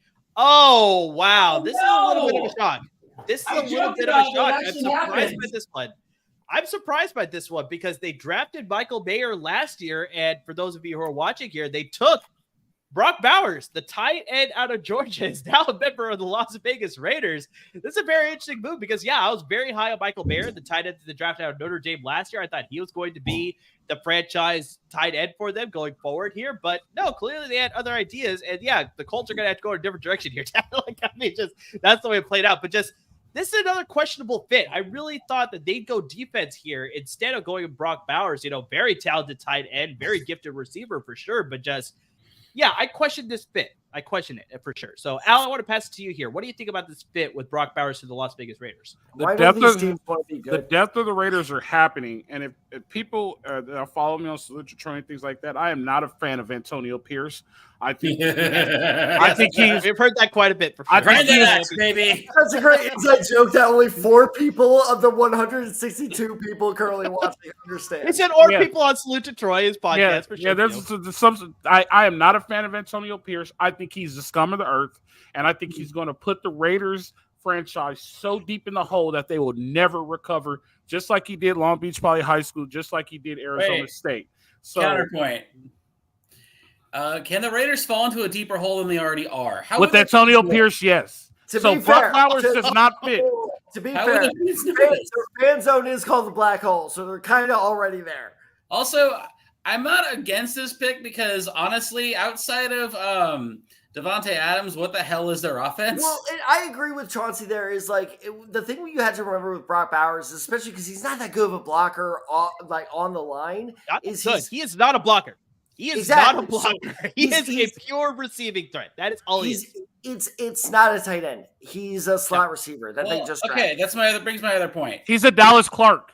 They get their no, exactly. Dallas Clark. Dallas Clark can block. Dallas Clark can block. Exactly. He's a Dalton Kincaid. This He's is their version of trying to copy the Chiefs. I know it's not the same. That's exactly what it is. That's a very good illusion. I like that. The same type of player twice a year almost, and this is their way of trying to counter that. I understand the pick. Also, I love Coach Rowe going into Tom Petty mode. I love it. I just don't. I don't like people who succeed off of failure. Like that's just you're not a good human being.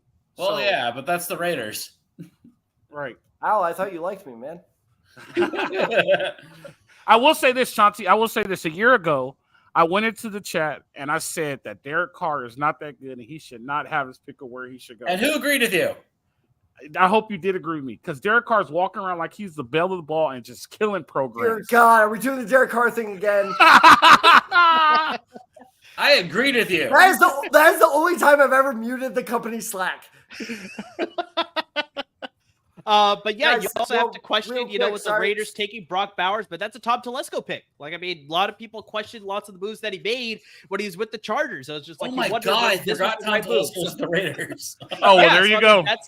So that's something that you have to bring into sort of, question here too, as far as just like, yeah, was that the smartest move? Well, okay, Tom Telesco is leading your team as far as making GM decisions there. So kind of makes a good point there for sure. So sorry, I was interrupting you, Amr, there, but I'm going back right now. I'm trying to do like on the fly research of the last time we went this many straight offensive players. Yeah, I'm currently in 2013, and there's been a defensive player taking the top 6 of the last 10 years worth of drafts. This may be a historical run on offense. What's the latest defensive player has gone first? Or, you know what I mean? Sorry, say that again. What's the latest a defensive player was actually selected in the draft? Like, Amr, you might look that. Just look up a 2023 draft for me real quick. Cause I'm all the way back in 2011 now. 2023 draft? Like what's the latest one has gone by round one? All right, so up the 2023 draft. We had Will Essen Jr. go number 3 overall. I legit just dropped my whole green screen right now. I hope nobody saw that. I don't know. I'm too busy.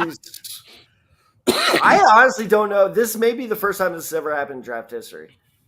If you're watching probably the main broadcast at LAFB Network at ESPN, they probably have way better researchers than we do, so they probably have that stat for you already. But unfortunately, we are, kind of have to MacGyver this to potentially find that sort of. Yeah, I had to go get my iPad because it was making my camera freeze. So I'm watching on my iPad. This is crazy. Like the closest I've seen so far is the 2005 NFL draft where the Niners took Alex Smith, and after that it was Ronnie Brown, and then it was Braylon Edwards, and then it was Cedric Benson, and then it was Cadillac Williams, and 6 I don't remember. Come on! You can remember during the trivia episode when I'm trying to beat you. I thought it was Pac-Man Jones at 7. That's why. Pac-Man Jones. Okay. So, I mean, but the fact that I got to go back, 19 years? Almost 40 years, yeah. And this quarterback still in the top 6? Like, this is insane. How do you guys remember things like that? That's like really amazing. Al, we did an NFL draft trivia episode where I thought that was going to be the gotcha question with Amr, where I picked him out. I was like, who was the first pick in the 2005 draft? He's like, Alex Smith. I'm like, that's not the real question. Who went after him? And he nailed it. I'm like, I yelled out the answers in my car, by the way, when I was listening. Nice. Did you actually? God, you nerds. Well, like I said, when I watched that draft, the Niners had the number 1 overall pick, so I was looking at all those top prospects. So naturally, it all stuck in my head, sort of thing. So, but yeah, insane. Like I said, I'm an NFL nerd. I brought up the story at LA. I had a trivia question for you guys, but I'll bring it up here too. That I saw a moving truck with the name Zorn on it, and the first thing that came to my head was Jim Zorn. So I was just like, "This is how much of an NFL nerd I is." But Chauncey, let's hear your trivia here. All right. In 2010, 30 Rock did a live show the night of the draft. They did an East Coast one and a West Coast one. And to prove they were live, they announced the pick during the theme song. And this pick was the 49ers pick. Who was selected? Amr, you're not allowed to answer. You're not allowed. Nope. Okay. Nope. He's out. He's out because he knows this. It was the 49ers selected blah, blah, blah, blah, blah. That was the 30 Rock tune. Nice. All right. So 2010, Kaepernick was not a first round pick. I remember that. He was second round, right, Amr? Yes. That is correct. Okay. Out of Nevada. Thank you, Chauncey Amr. Oh God, 2010. So like 14 years ago, you're really gonna do this to me? Was that Crabtree? Nope. Damn it. Al, you gotta guess? Nope. All right, I remember who was it. Oh gosh, Anthony Davis was one of the Damn picks it! for the Out of Vikings. Rutgers. Out of Rutgers. But then they also made another pick in the first round, Mike That's Iapati. right. They had 2 picks. No, that's not even the right answer. Oh. Then I don't know what the answer is with the episode related. But those are the first round picks. 49ers selected wide receiver AJ Jenkins. Oh, out AJ Jenkins at what college? That was the 2011 draft then, because they took AJ Jenkins in 2011. You're right. No, 2011 was Alden Smith. 2012 was AJ Jenkins. 2012 was AJ Jenkins. Oh, that was the second live show. My bad. Hold on, I want to force Al to guess this. I was like 2010. I was like that. I know that answer for sure. I was like 2012. Sorry, I looked at the wrong live show. When it comes to You're all Niners, good. You're all good. when it comes to So Niners, really you quick, do not just want to test jump them. back to the draft here, we do have the New Orleans Saints. The pick is in, so we're waiting for them to Saints. actually come in here for the pick here. But I mean, Tad, what do you think would be the pick here? Like, what do you think is their immediate need? Oh man, probably edge rusher. I think this is Dallas Turner Latu right here because we talked about this on our latest mock draft that we recorded just 2 nights ago. Where look, Cameron Jordan's still good. I'm not saying he's washed, but he's just not quite the pass rusher he once was. And Wrong side of 30. Exactly. And so he's still an effective player, and the Saints finished 4th to last in sacks among the league last year, so they need to add some pass rush here. And the key thing is young pass rushers, because we always know that they're always in cap hell. So, yeah, getting a rookie pass rusher is always the smarter move here for sure. So, yeah, we have Roger Goodell at the podium. We should have the pick here within a handful of seconds. Okay. Here. Yeah, at number 14 overall. 14 picks of straight offense. Selecting. Wow. Yeah. Wow. I mean, we got Al already saying here. But Fuaga, the upgrade to their offensive line here. I know that there's been some rumblings that they're not too happy with Trevor Penning, their former first-round pick out of the University of Northern Iowa. And so, yeah, maybe this is an upgrade over Penning, or maybe they could use Fuaga at the guard position. I can see Fuaga shifting more to guard compared to Fashanu when you're trying to lay out that argument here. I can see Fuaga playing a guard position. But, yeah, this guy's just a nasty dude. Tad, I know you did all the scouting on offensive linemen, so I want to pass this here for you to talk about Fuaga, but I'm a huge fan of his. For him to go up 14 to the Saints, that's a bit of a good pick for them. Yeah, so if you're watching NFL Network, you're actually seeing all of his highlights from the Senior Bowl, which is the first time I heard of him. And so I looked him up, and I was maybe 2 minutes into watching his first game tape, and I'm like, okay, I love this. Keep your analysis short, Tab, because we have a fantastic team coming up here on 15. So it's going to be Quinn. It's going to be fun. It's going to be fun. So help me God, this is a pass rusher. I'm storming off the set again. But I think it's going to be. I think they're going to play him in left guard. Because I'm looking at the Saints depth chart right now. It's Nick Saldiveri. Saldiveri, yep. Mm-hmm. Yeah. That I've never heard of him. Maybe I'm wrong there, but I think that makes more sense. Because look, yes, Penning has been a disappointment for sure. I'm not going to say anything otherwise, but I think Fuaga just long-term is a better fit at guard. He's probably the most athletic tackle in this year's draft. I really mean that. He's not going to get beat by any speed or finesse rusher. Here's why I think he's a better fit at guard is because his technique needs a lot of work. He's super athletic. He is super aggressive. Here's the problem. This is what it looks like when he's pass blocking. It's like he's like the Matrix, but standing upright. It's insane. And so, like, his technique just needs so much work, but you can just tell he's such a natural athlete that, like, with some proper coaching, you can make it work. So, how big is he, Tat? He is, I can actually tell you, 6'6", 324 pounds. It's a big dude. I was going to say, big dude, but fast too. He's much more athletic. On him when I was watching Senior Bowl. He might need to move down. I just watched his highlights. He might need to move down. He can move down in terms of weight. No, down as far as go down to guard. I agree. I think he's better. So my very last point, guard more than tackle for sure. And my very last point on him is he's probably better at guard. And that I think that's part of the reason he slipped, because if his technique was better, he would be honestly up there with Joe Alt as like, shit, maybe we should take the super athletic guy or Joe Alt who's a little slower.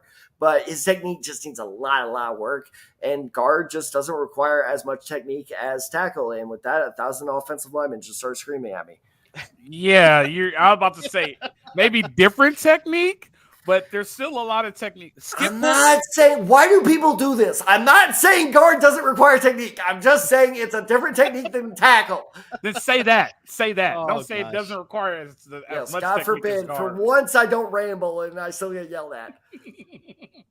I think you're gonna run that risk anytime. You didn't have to have that reaction. I mean, I'm sorry. you But say Dad, he's up for coaching, but he's going to New Orleans, so I wouldn't count on that. Real quick, by the way, the closest so far I've gotten to a just this run on offensive players is 1999. There were 6 straight picks without defensive player being taken. It was Tim Couch, Donovan McNabb, Akili Smith, Edgerrin James, Ricky Williams, Torrey Holt, and then Champ Bailey broke the streak at number 7. yeah, but that's number 7. You still have to go a lot further than This is historic. I'm pretty sure we're in historic territory here. Like, if this is not the first time it's happened, I'm pretty sure it's we're probably all the way back to like 1935, where like there were like way back there. Yeah, I'm pretty sure it's 15 safe to say fullbacks here, taken. Like that's probably where we're at. But Dad, let's get away from draft history and let's get to the team on the clock here. This is your team. Like, I mean, clearly, like we've been talking about it, and we're talking about this historic trend, but it's like the Colts could use help on defense, and I think they can get some upgrades all over some of the things that we were already laying out. Where it's like, yeah, I know you don't want them to take pass rusher, but they could use some pass rush help. They could definitely use. We can always use pass rush help because none of the guys we draft is actually good. Maybe Brian Thomas Jr. is a possibility to upgrade that receiver room. Add another piece for Anthony Richardson. But just like, what do you think is the most logical pick here? It's tough because I'm tempted. I'm very tempted. I'm so sick of us taking edge rushers. I thought Kwity Paye was the one. I thought Kwity Paye was finally the one to finally be like, finally, Jerry Hughes, that Jordan Warner. Who remembers that guy? Dad. Right? Dad. Right? Germany guy. Dad. They did it. Did what? The Colts made their pick. Okay. Do you know what it is? I do know what it is. Do not tell me. Your reaction is making me very scared, but don't tell Tad, me. I will tell you this. Hold on. Hold on. No, you hold on. This is my team. You hold on. You hold on. Don't make me go through this camera. Oh my gosh. I wouldn't mind Latu here. I think it's going to be Quinyon Mitchell. I'd be okay with both those picks. Okay. I'd be okay with both those picks. I will say this, Chris Ballard is a defense guy. He was a defense. If it's Byron Murphy, I wouldn't be surprised if he goes defense. Yeah, like I said, I mean, Dallas Turner, okay, risk, but I understand it. Latu, I would absolutely love it. Terry and Arnold, interesting fit, but also wouldn't mind it. Yeah. Quinyon Mitchell, I would love it. That's the guy I've been fighting for this entire time. So I always knew, despite the antics and everything, I always knew we were never getting. Oh, Dallas Turner, there you go. I'm messing with you. He wouldn't do that. I hate you so much. You know what? No, Chauncey. And look, I'm going to cover up Chauncey on my screen because I don't even want to see his reaction. You know, it'd be the most Colts move of all time if it's Jared Verse. Because I actually have Jared Verse. Somebody said Verse is going to the Saints. That was, I think, a lot of the possibilities there. They could use, like I said, the young pass rush help. But yeah, they went offensive line. Oh, they're going to take what the hell is this guy doing? The Colts definitely are on the clock. The pick is in, so we're waiting for Commissioner Goodell to come to the podium to announce the pick. Oh, please don't be top. Yeah, I think the safest pick would be to upgrade that secondary. I think, Tad, we've talked about this on the podcast before, where it's just like Quinyon Mitchell, he's just the most talented corner in this class. He's got the speed, he's got the coverage skills, he's got the aggressiveness and coming in to stop the run as well. So, I mean, there's just a lot of things that you like.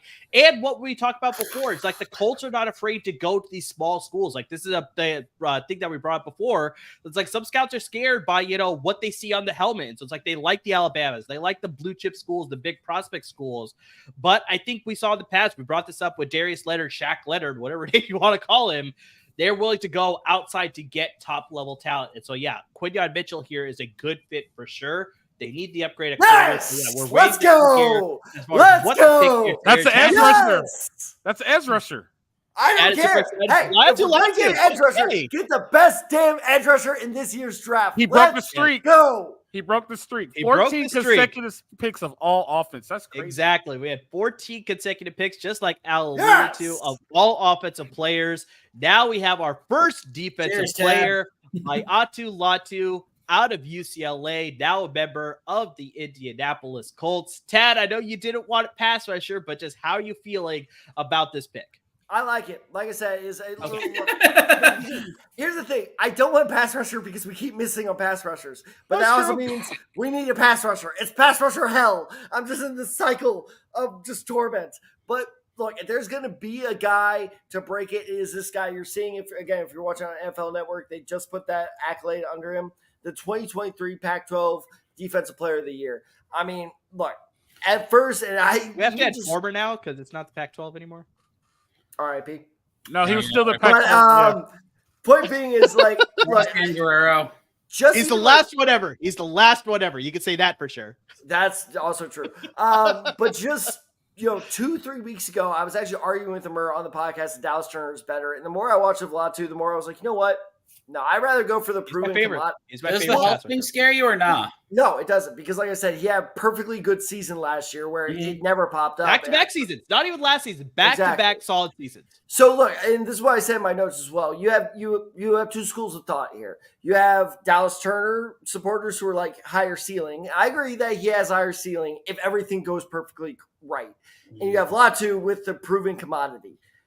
Well, just a couple days ago, I finally was like, you know what? I'd rather go with the evil you know, not the evil you don't.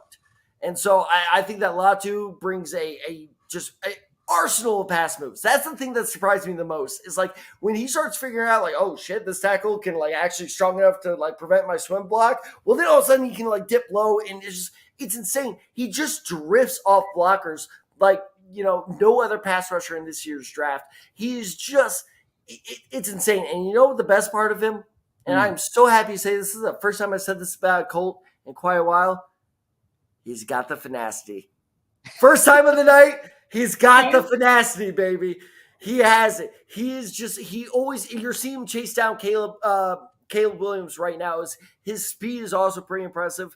Honestly, I like him better than I like Kwity Paye in that year's draft. And I'm not saying that with hindsight. Truly, at the time, I wasn't that happy with the Kwity Paye pick because I didn't really like him that much. But people were, oh, no, he's this athletic defensive end.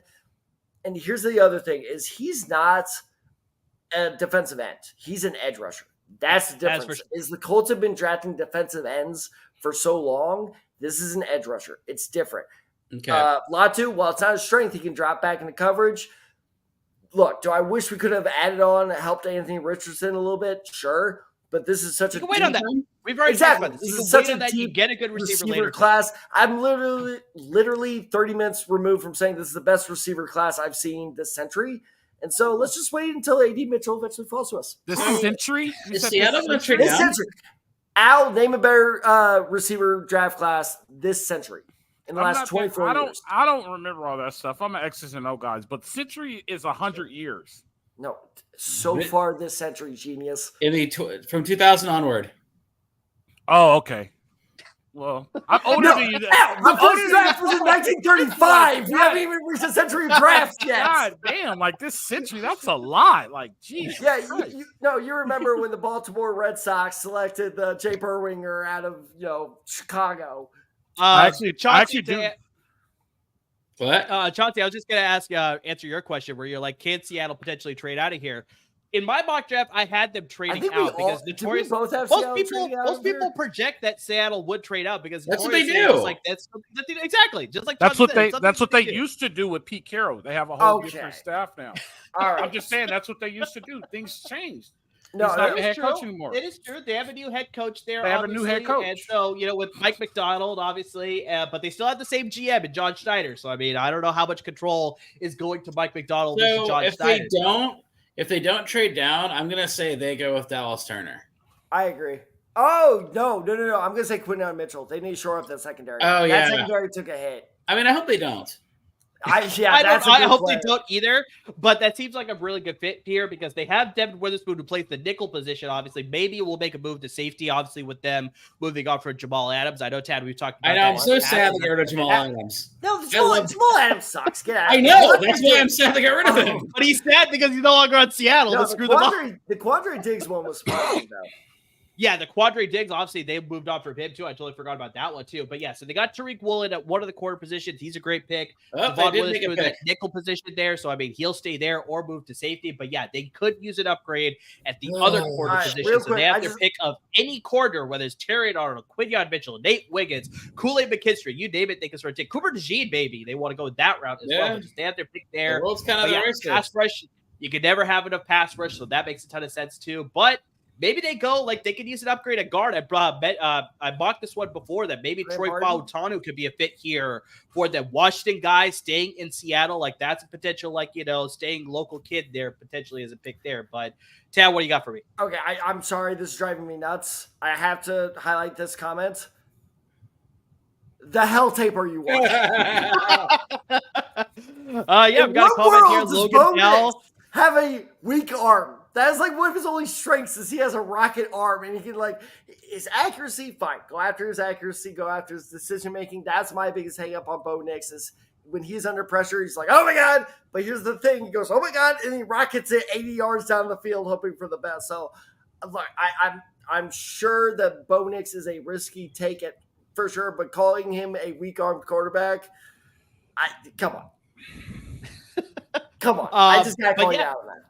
But yeah, we're at the halfway point of the first round here. The Seattle pick is officially in, so they have made a pick. But yeah, guys, make sure you're commenting, make sure you're tuning into us, and being part of the fun here. The Rams, if you're watching us from the LAFB Network stream there, the Rams version of the YouTube channel that we have, the Rams are on the clock and just a handful of picks here. So yeah, make sure you're tuning in for that. But we'd love to hear your comments as you're giving them here. Okay. A lot of great comments for a lot of people that we're sharing here. We're using that to add to our conversation here. So guys, don't be afraid to add your comments and questions as the draft is happening, because that's what we're here for, to give you sort of that instant analysis and reaction. So yeah, have some fun with us.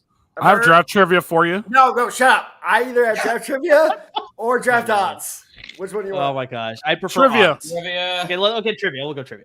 I'm like on solo. You know what? Let's do both. We'll do both because the odds are actually pretty quick. All right, This was one of the more interesting bets for me. A.D. Mitchell or Xavier Worthy? Who goes first? Hold on. The odds are A.D. Mitchell plus 200, Xavier Worthy minus 300. That shocked me, to be honest. It doesn't shock me that much. I think it's just like, once again, if you're a combine hero, then automatically you're obviously going to get rocketed up a lot higher like that. It's like you set a record at the 40-yard times, like automatically you're sort of entered. Even though I don't think he should be. I mean, Al, I think we had a conversation on the Slack that we're just like, we're not a huge fan of his skill set. That just like, I see a lot of John Ross in him. I was just like, when I was watching his tape and I was comparing it directly to John Ross, I was like, I saw too many similarities, and John Ross did not pan out all that well in the NFL. So it's like, maybe Xavier Worthy could be the exception to the rule, but I just didn't see it. And so yeah, hearing those odds, it doesn't surprise me that much. Here's the issue with Worthy, and I don't know if he's going to go today or not, but he telegraphs his routes, right? And if you look at his film, you'll see a lot of DBs like they're breaking on the ball, but they're just not there in time. But like in the NFL, they're going to do that. Like Worthy, he's real choppy out of his breaks, and I even hit up two of my friends who played in the NFL. One of them went to school with me at SC. I was like, a little bit. Look at me, Louie. There. Shut up. I was like, what? No, I wanted to get a legit. I wanted to get a legit analysis of when they both said the same thing. It was like when he's running curl, when his break is coming. Like he's really, really choppy in his breaks and out of his breaks. So I just don't think he's, like you said, he's a combine hero. He ran fast, but I mean, everybody runs fast in the NFL. What a thrill! What's up, man? I miss you. So I want to welcome in our newest guest here to the live stream hill, Will Decker, co-host of the Bruin Bible podcast, covering a lot of great Bruin content. We got the spring game happening this weekend, right, Will? So, I mean, he'll be covering all that with the Madman, or Mod, I should say, Jamal Modney. Come on, I know, man. But you came on a perfect time. That one. That was a crazy revelation that happened on the live show. But that was my first time hosting, and then they were all like, wait, what? And I'm like, oh, dear God, I did it wrong. Well, Will, you came in on perfect timing because we just had probably one of the best, in my eyes and Tad's eyes, the best pass rusher in this year's draft class. Laiatu Latu just taken by the Indianapolis Colts to Tad's Colts there. So you're the Bruins guy. What are your thoughts on him, and what do you think about that fit with the Colts?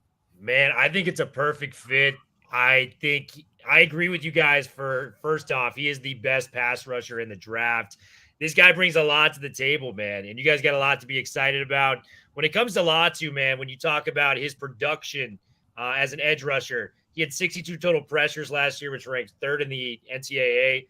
26.2% win percentage. That's 2nd in all of college football. Like that guy, he wins a lot at the point of attack. I see a lot of Max Crosby. Oh, that's tough. There's nobody better with the hands than Latu coming out of this draft. With he may not be that 4.5, 4.4 guy like a Dallas Turner or one of these dudes, but if you're getting the best version of Latu, you're getting an absolute dog. And my favorite stat when it comes to Latu, man, is he had the highest PFF grade of any edge rusher in their history. So higher than Nick and Joey Bosa, higher than Chase Young, higher than some of these guys like Jadeveon Clowney, some of these names that we've seen that have like taken the world by storm when it comes in. Latu was graded higher than all of these dudes. And, he had an outstanding junior year. He even topped it with his senior year performance. And this is a guy that shouldn't even be playing football right now. I think had he been able to be more medically cleared, this is an easy top 10 pick, man. So Latu going to the Colts, Tad's Colts at that, man, you guys got to be stoked on that one. I'm not just saying this because of UCLA. He's a baller. And I think even Rowe will agree with me on the Latu assumption that he's a stud. I'm not going to take. I'm so sorry. I said real quick. That made me so excited. I'm going to need to take a moment. I love it. But guys, we do have our next pick. The Seattle Seahawks have made their pick here at number 16. We thought they may go corner with this pick, but they actually went with the defensive tackle Byron Murphy, the second out of Texas. Will, you're the newer guy here. I've heard from all the other guys before, so I'd love to give you some talking time here. But just, what are your thoughts on Byron Murphy and his pick here for the Seahawks? He's my favorite defensive tackle in the draft, man. That's fair. He ran a 4.88 40 time. Oh, Will, I'm real sorry, but I have to cut you off here because we have a trade here. We sure do. I was trying to tell you. They traded up to number 17 from their 23 spot. And so I'm curious as to see what their pick is. But as we're waiting to figure out what the compensation is and what their pick is, Will, please go ahead with your Byron Murphy take. Dude, Murphy's a freaking stud, man. This guy, I think, was the best interior D lineman in the draft. No questions asked. I know Jerzon Newton from Illinois is a favorite of a lot of people. I preferred Murphy, 9.1 PFF grade. This guy ran a 4.88 40 time at 300 plus pounds. His win rate was in the 20 percentile when he's going against double teams, on a consistent basis at Texas. Late bloomer, but dude, you look at the production. There was no tape I enjoyed more than watching Murphy's at the college level on the interior defensive line. I hate it, man, because I'm a Niners fan at the end of the day. Seahawks, not a good player, man. That sucks. Believe me. I hate to say that, but it's true. Believe me. And Chauncey, as a Rams fan, I'm pretty sure he was upset with that pick as well. Upgrade the defensive tackle position. With Vikings traded up. They did. The Vikings that trade up to number 17. So, I'm curious to see what the move is here. They traded back with the Jacksonville Jaguars have now traded back there. So, they're going to pick at number 23. So, they were very quick. There's somebody that they wanted to jump after to get to. I'm wondering if this is a corner here because the corners have been sliding. It smells like very corner. interesting situation as they've been sliding this entire time, and we haven't seen one go yet. So, here we go, Amir. Here it comes. Amir, I have to correct you real quick. His name is Will the Thrill Decker. It's not just Will the Thrill. Yeah, I know. Will the Thrill Decker. Coach Rowe, man, that's my guy right fair. there. I love that is Coach fair Rowe. for sure. Will the Not Thrill, even USC, UCLA love could tear us apart, bro. That's my guy. Interesting. That is my guy. So the Vikings have gone with pass rush here, and they have selected Dallas Turner out of Alabama. So they traded up to get this guy. A lot of people had Dallas Turner as their favorite pass rusher on their respective position boards and big boards. I was a huge fan of Latu. He was my favorite rusher, but I think Dallas Turner would be a close second. He's got that athleticism. He's got that speed. He comes from a big school, obviously, in Alabama. We were talking about this earlier, the last of Nick Saban's draft class, so he's that type of guy here. Loving this pistachio green suit. This is fantastic here too. But it makes sense. They need to upgrade the pass rush here. And Chauncey, you got a quick question for me? What you got here? Yeah. So who's going to fall to my Rams at 19 then? That is where it gets interesting. Yeah. That's going to get interesting. Oh my Jared God! Still on the board there. Yeah, I know a lot of people had pegged that Jared Verse could be of those three pass rushers, just be the guy who ends up sliding. But if that lands in the situation there with the Los Angeles Rams, that's an excellent fit for them for sure. But Tad, you're just back here. I don't know if you saw, but the Vikings made a trade and they have now selected Dallas Turner. I did. So I was fading myself, calming down after Will's Latu taking it. I saw the Jags move back. I'm like, yes, keep it going. It was great. This is the best yeah. night ever. But no, the Jaguars trading back doesn't surprise me at all. Like I unfortunately mentioned this on the episode a couple nights ago where they did free agency in a very, very smart way this year. And really their only real big I didn't see their compensation. I assume did they get 23? They got 23. They got 23. So that makes 7 and a 2025 third and fourth. Yeah, that makes sense because at 23, their only real big weakness is their depth in the secondary is horrific. It's horrific because there is none. So you can trade back at 23, especially because, Murray, you and I talked about this a couple episodes ago. How many corners are going to go in the first round? Well, it's looking like we're hitting that under like pretty maybe heavy. 3? I really don't know. Yeah, very interesting. So it makes sense of like, look, someone talented is going to be there at 23. Let's collect some more picks. Unfortunately, it was a good move for the Jaguars, all joking aside. But, Minnesota really swinging for the fences today. So, yeah good for them. But, no, I mean, at this point, Dallas Turner. We have a pick. Like I said, the ceiling on Dallas Turner is so high that getting him at this point at 17, that is an A-plus pick in my opinion. Because if he busts, who's going to remember that you busted at 17? That is true. That is true. So, we got the Cincinnati Bengals now on the clock. A lot of people peg that they may go defense tackle, maybe taking Byron Murphy here, but Graham Barton, maybe they go Graham Barton's Newton. So, Will, you got some thoughts here? Yeah, well, we heard about T. Higgins and Trey Hendrickson requesting trades right now. True. Why not try to replicate one of those guys? Jared Verse on the board would be an easy slide in. I'm shocked he's still available. Do you like Jared Verse? What's up? Do you like Jared Verse? I do. I think his ceiling's really high. He switched from tight end to defensive end. He was a no-star recruit at tight end. He looks so natural, and he's just learning the position still at defensive end. He's got a long ways to go, but I like him a lot. And then can't forget T. Higgins. What about Brian Thomas Jr. here? I think that might be that might be the pick. That might be it. Burrow gets another LSU guy in there. I mean, with Chase, it makes a lot of sense. So. No, it's funny. And the reason I asked that is because I watched Jared Verse, and he's so weird because he would make like one play where I'm like, oh my God, I love this guy. But then the next like 6 plays, you just get lost in the offensive line. And I'm just like, why are you so hyped up again? And I was just like, I was so confused watching him. I'm just like, I don't know which way to feel about him. I think for me personally, he has the highest floor, if that makes sense, of Turner and Latu. Like, I know what I'm getting with him. He's a high motor player. You know, I like his technique. I think he's really good. Latu, I think, is the best player if you can guarantee me the health issues. Yeah. Dallas Turner has easily the best measurables, but the production wasn't really always there to match it. I know he had a good last year at Alabama. With Verse, weirdly, like I said, a guy still learning the defensive end position. I feel the most comfortable with him and him as a 3 technique out there on the right side. I just am a big fan of Verse at the end of the day. And Florida State was a damn good football team.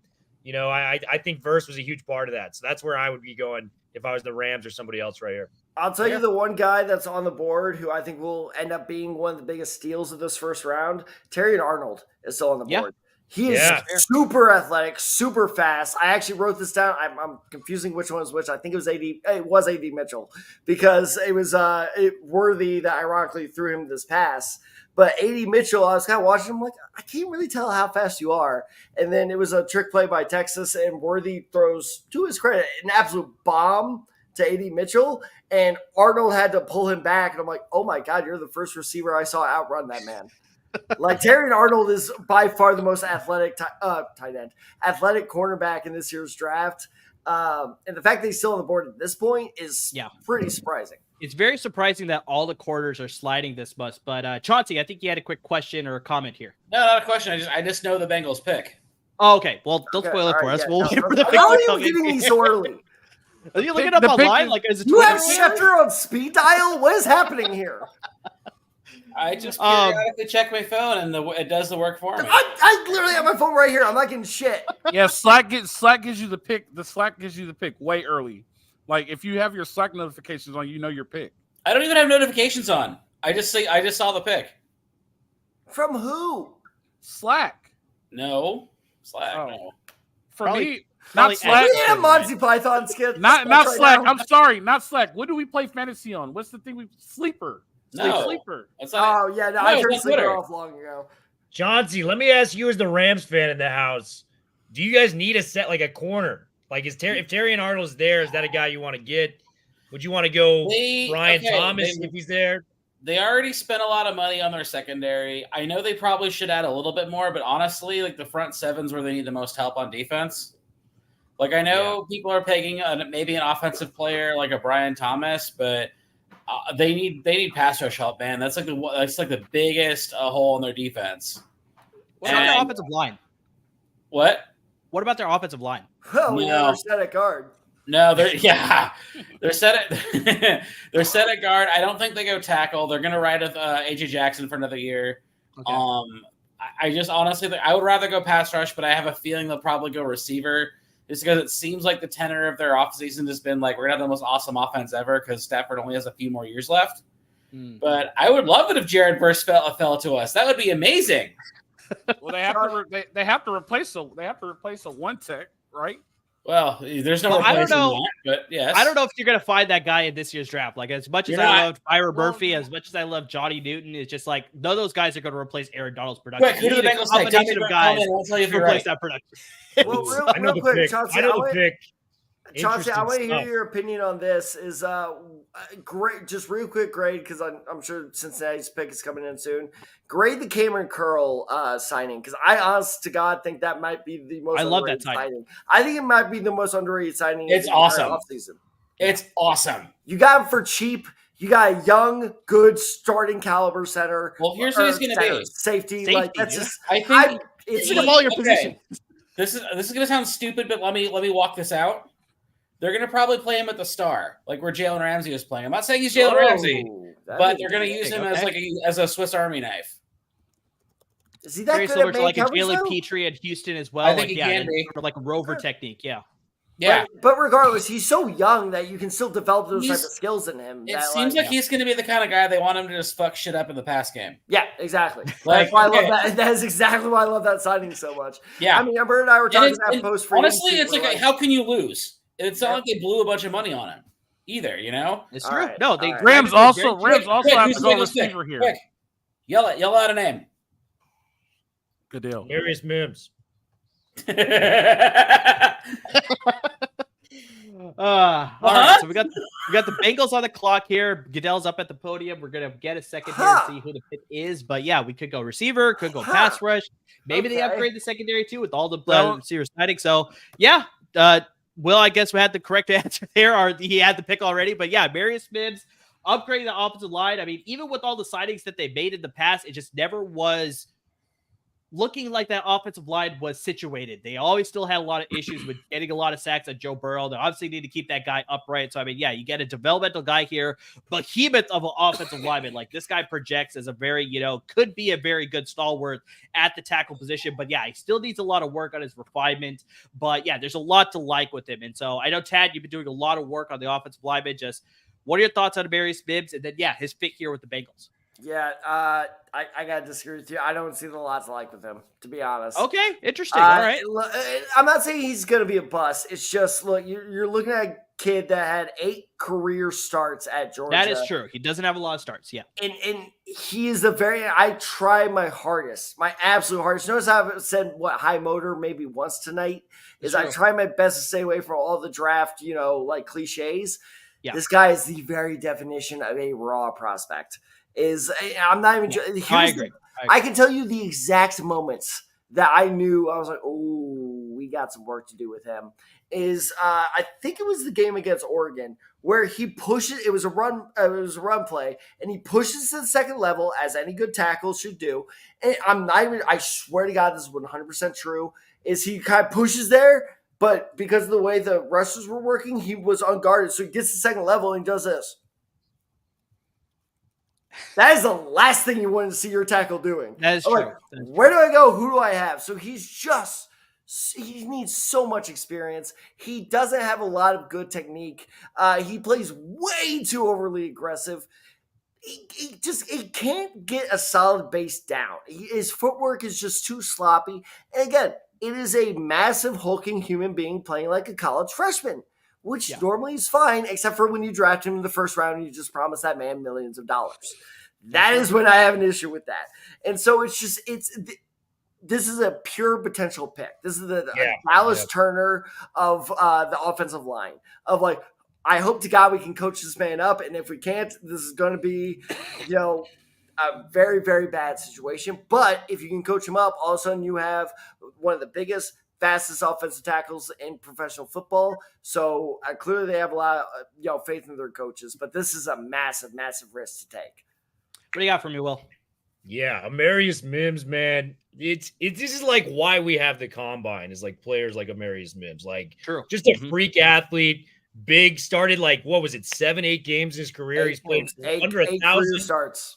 Under 1,000 career snaps, but you look at what he could develop into with good coaching. Man, I get it from a 1920 standpoint, but the production, I don't know if I would have gone that way. And Chauncey's shocked right now. I'm not. I'm gonna let you already Chauncey have the Rams go pick, for it, Chauncey. man. Don't Yeah, spoil I it gotta for us, go. but you already have to pick. What do you got for us, Chauncey? He says, Oh, let's dear, ride. oh, dear God. Oh, good Must be God. some excitement here. Must be some excitement here. I So, have beer in the fridge, so I've been putting that off to pick 25. I'm not going to say anything. I'm going to just reserve my reaction for when the pick happens. Okay, all right. gotta see But who yeah, it is. we're I seeing can't help here myself. on the broadcast here that, the Rams did Wait. like this football field on the beach. Chauncey. Like, this was very What? intriguing Chauncey, here. I for just sure. saw who it was. There you Well, go. okay. Well, don't spoil it for us, but real quick, I'm pulling up the Bengals depth chart right now. Was tackle that big of a need? That's another question I have as well. Well, I don't think Their they had line's been Okay, bad so both their forever. tackles Wait, are can old. I- Both their tackles are old. It's Trent, for those of our viewers, it's Trent Brown and Orlando Brown Jr., the Brown and Brown. It's like where I eat Chipotle. But it's okay, they're both old, but why would you take, if you're going to go tackle at that point? I can tell you why. Did your Sure. franchise quarterback finish the season last year? Thank you. That's the big thing. That's exactly what we I laid know. out. We're just I like, know okay, this is make the line's sure fault. you have insurance on So the you offensive pick line. a guy who's had 8 career starts. It's like, yeah, that's the guy who's going to protect. But Tad, you're okay. He's not going to be a backside tackle. He's a front side tackle. He's not going to protect Joe Burrow's back. All he has to do is be a front side seal guy. He doesn't have to do very much. You get what I'm saying? They didn't draft him as a left tackle. He's going to be a right tackle. He's going to be He a front didn't side draft him seal as a guy. starter is my point. He's not going to start this year. No. Well, that's their money to figure out. Yes. It seems like I That don't is know. fair. Seems like I think that They did that with Michael Penix, and the Cardinals did the same thing. Like we were all trashing them. So why are we trashing the Bengals? Because I think Brian Thomas Jr. would have been a way smarter pick. T. Higgins is gone. Take a defensive end here. Trey Henderson is gone. You are losing positions left and right, and this is what happens when you build up such a good roster like the Bengals. You can't pay everyone. People start leaving. Can I ask a stupid But you question? address a position you could address next year? Yeah, let's hear your stupid question, Chauncey. Did Tyler Boyd sign with anybody yet? Was that? Did Tyler Boyd sign with anybody yet? Nope. No, he's still a free agent. I think Okay, that's what I thought. if you miss out on that first wave, then usually what happens is that after the draft, that's when You're the second waiting wave for a is. training It's camp. Yeah. I was just like, I wasn't sure if he slipped to somebody and I missed it. Tyler No, Boyd's it's going to be good. mid-August signing. But yeah, we got the Rams. We got the Rams on the clock. They have officially made their pick here at number 19. So yeah, we're just waiting for Goodell to actually come up and make it, I guess, more official. I guess by actually reading out the name here. Right? We can do obviously some leaks out there, obviously online and stuff like that. But yeah, we should be getting a pick. Here Isn't in it just, next isn't it minute or crazy so. that the sun is down in Detroit, but the sun is like up at the beach in LA right now at the Rams I draft hate party? you guys so much. It's so It's crazy. 90 It's insane. I wouldn't It is know. I insane. wouldn't know. I'm on the other side of the country, unfortunately. That's true. You're on the opposite coast there. So Yeah. but yeah, we should be having the Rams pick here within Okay. a handful of Interesting. seconds here as far as who it's going to be. Hey, Will, Clearly, you everybody's got ahead your of me, boy. so yeah. You got your I boy. have to pick here. But yeah, Yeah, it man. actually worked. It landed out. It worked out the way that we were all expecting here. Jared Verse is now off the clock. He's a member of the Los Angeles Rams, joining the Ramily there. They could use the help there. Obviously, like we talked about with Aaron Donald retiring, you can't replace the guy with one person, but you add this guy, Jared Verse now. You add a couple more pieces, hopefully later in the draft. And just, now you're building some building blocks there to Yeah, I'm so sorry. make Before sure you you kick replace the it to production for someone, Aaron Donald. before you kick it to someone for analysis, I love the and I did this last year too. The NFL Network will always have one bullet point that just makes me crack up. The first bullet point on Jared Verse is just bully. That's what it looked like, though, on the tape that you see there. But yeah, guys, if you're watching us on YouTube, what are your thoughts as far as the Rams pick here? Do you like Jared Verse? Would you wish that they got a different direction here? So give us your reaction to the pick. We're happy to get all those comments from you in the LAFB channel here. But yeah, let's kick it to the Rams guy here. And then, Will, I got you right after. But Chauncey, now that we have the pick here, your thoughts on Jared Verse being officially a member of the Los Angeles Rams? It's a great team, Kent. We had a lot of hope. I'd like to thank Jesus and my special lady, Marge. We did it, baby! I love it. I love it. But Will, you got some thoughts here. You said that you liked a lot with Jared Verse here, but just, how do you like this fit now officially with the Los Angeles Rams? Yeah, dude, I hate this because I'm a Niners fan, as I mentioned. Yes! Give it to Believe me. me, I know it. I know it now. We got Byron Murphy in the division, and now pick. we got Jared Verse in the division as well. So yeah, this is rough. Verse is a great pick, man. I mean, he was among the best, pass rushers in college football last year. A lot of people said he would have been a first-round pick last year had he declared from that raw potential. He kind of matched up that raw potential with skill set. He had 11 sacks last year, won over 20% of his pass rush win rate. It was higher than Dallas Turner's last year. So you can say that he had a little bit better on that end, despite the lack of, physical tools that Dallas Turner did possess out of the pass rush position. I just know what I'm getting from Jared Verse, man. Like, this dude is a stud. I think he's going to complement that unit they got with Kobe Durant and Byron Young very well.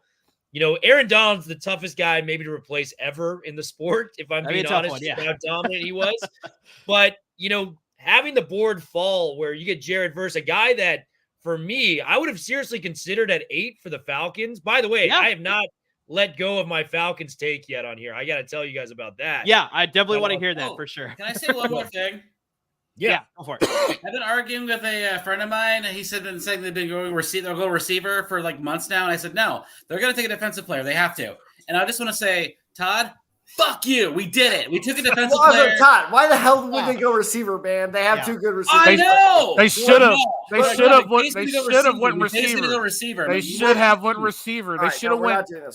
No, let's do it. They should have went tackle or they should have went receiver. They need a tackle and they need a receiver to take the top off. They what have receiver nobody. would they take here?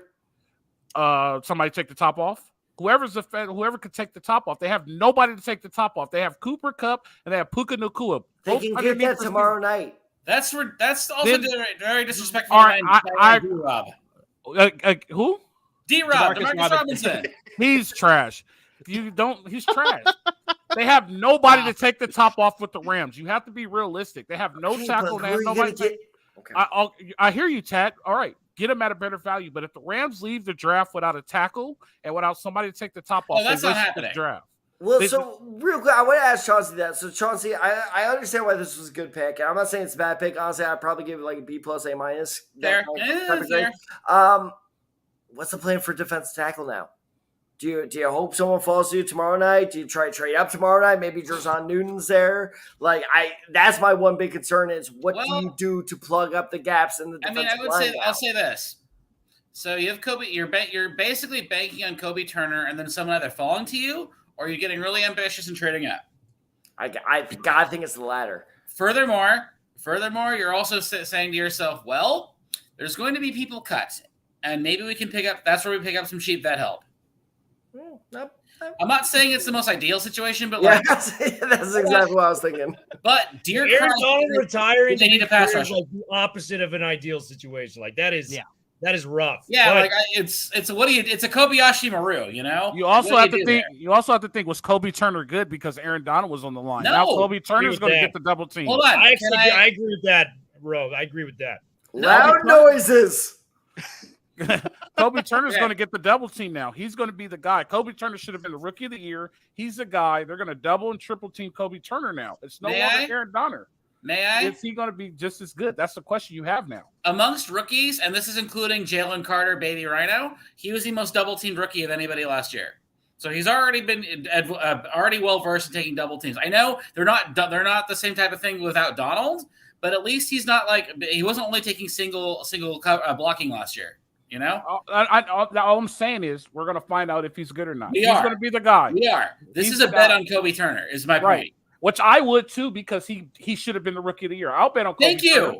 I would too. I'm not saying that I wouldn't, but we're going to find out real quick. Was he good because of Aaron Donald, or is he just good? That's all. But also, I will say, I do have a feeling there will be a lot of cuts, like come August, as there always are, and they're going to pick up a couple people, and maybe the pie in the sky situation. You pick up somebody, you pick up a bad team's good player, like not an Olive Von Miller, but like a similar situation, right? Like, but come October.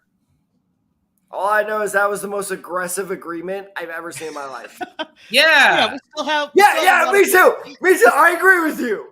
But we still have a lot of picks in the draft. I mean, there's still a lot of great defensive tackles that you can get on day 2 or day 3 potentially. Also you're banking on people falling too. Also, exactly. Yeah, you got Braden Fisk, you got Rook or Rororo, you got Dwayne Carter. I mean, there's a lot of great guys still out there. Jerzon Newton is definitely falling in the second round.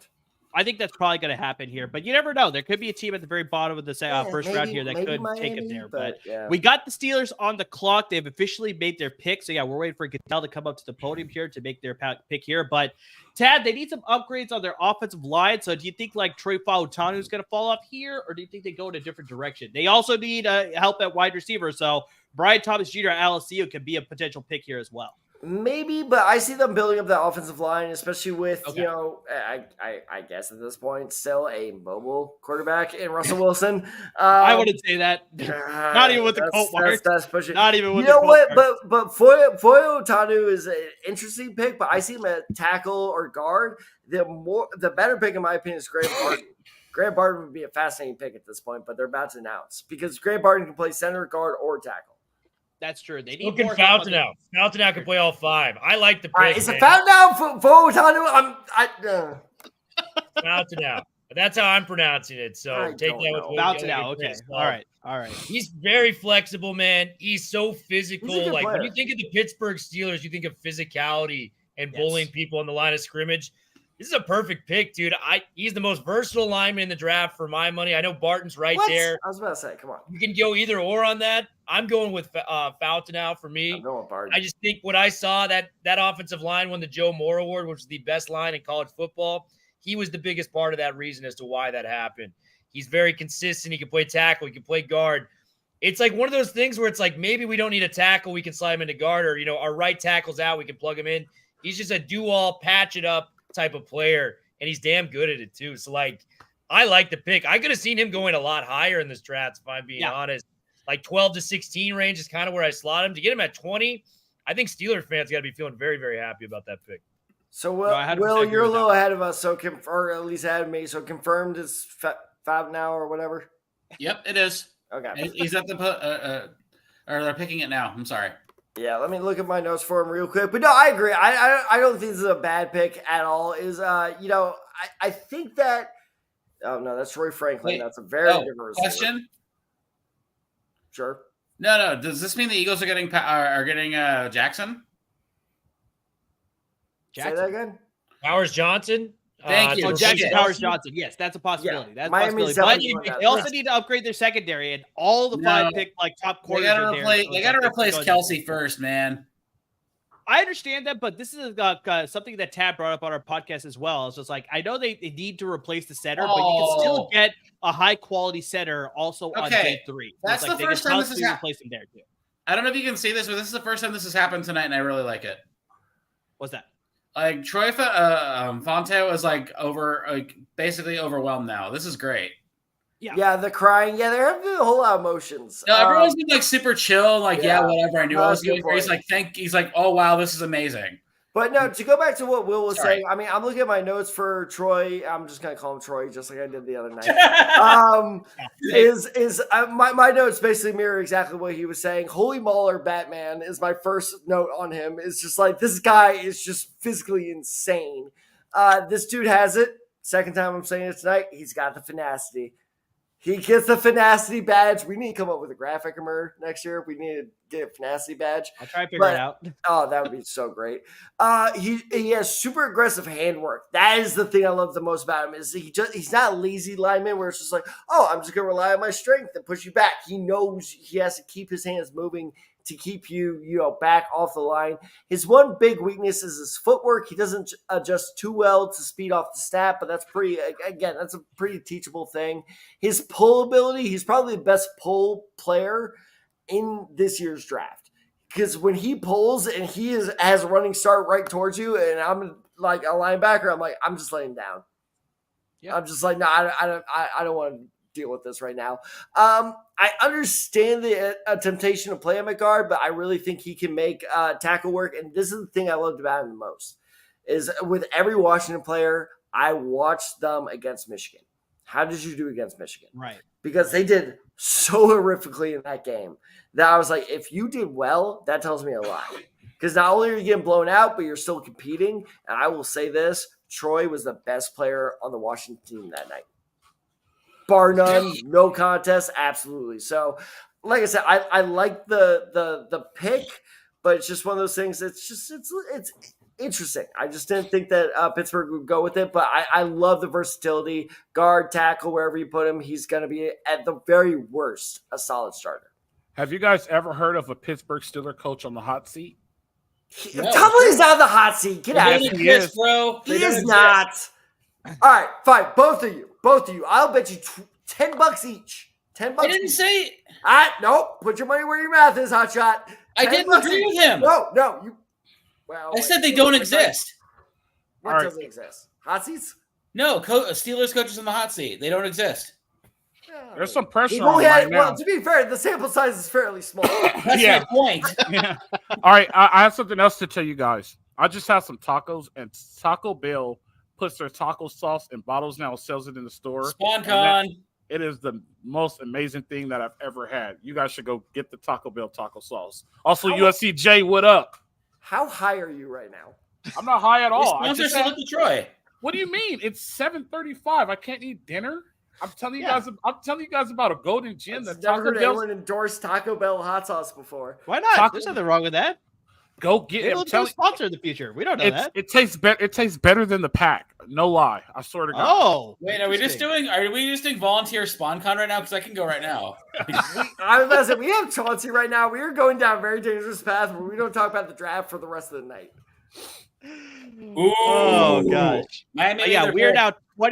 We're now 20 picks in, and we have the Miami Dolphins on the clock here at 21. The pick is in. We're just a commercial break here. But yeah, no spoilers here. We'll wait for the pick to finish. I feel like this is going way faster than last year. It is going way faster. Last year's draft was 4 hours. We're nearly half that. We're almost done with the first round. So wait, real quick. Will, I want to ask you, why is Quinyon Mitchell falling? Is the school on the helmet? Man, I think it's probably the small school thing would be my top, clarification. But to be fair, Sauce Gardner was a guy that didn't play Power 5 football. And I would argue he's been the best corner in the NFL for the last 2 years and what he's been able to put out there. Quinyon Mitchell excelled at everything in the draft. Unless if there's something I am not hearing, whether it's off the field or character issues, he was arguably the best player at the Senior Bowl. He tore up the combine.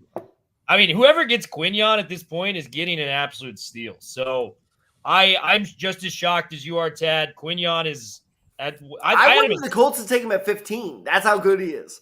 Listen, I love Terry and Arnold. I had him as my cornerback number one. I think Amir, you had him as number one. I love Quinyon Mitchell. So all three of us had him as. But I want to raise a different question, Will. Why do you think all the corners are sliding? Because we haven't seen one taken yet in the first round. And, a lot of people peg some of these corners to go in the middle picks, possibly a 12, possibly a 13, something around there. That's where we're going to see a domino effect. But yeah, as of right now, we haven't seen any corner taken at all.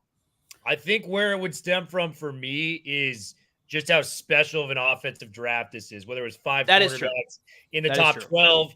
You had the 3 can't miss receivers, maybe the best tight end I've ever scouted in Brock Bowers. And then you got the line. Good. Right? Your Fashanos, your Fuagas, your Fountainaus. Like, you just got guys that are just, really like, this is the best tackle draft I've ever seen. The top 3 wide receivers are special.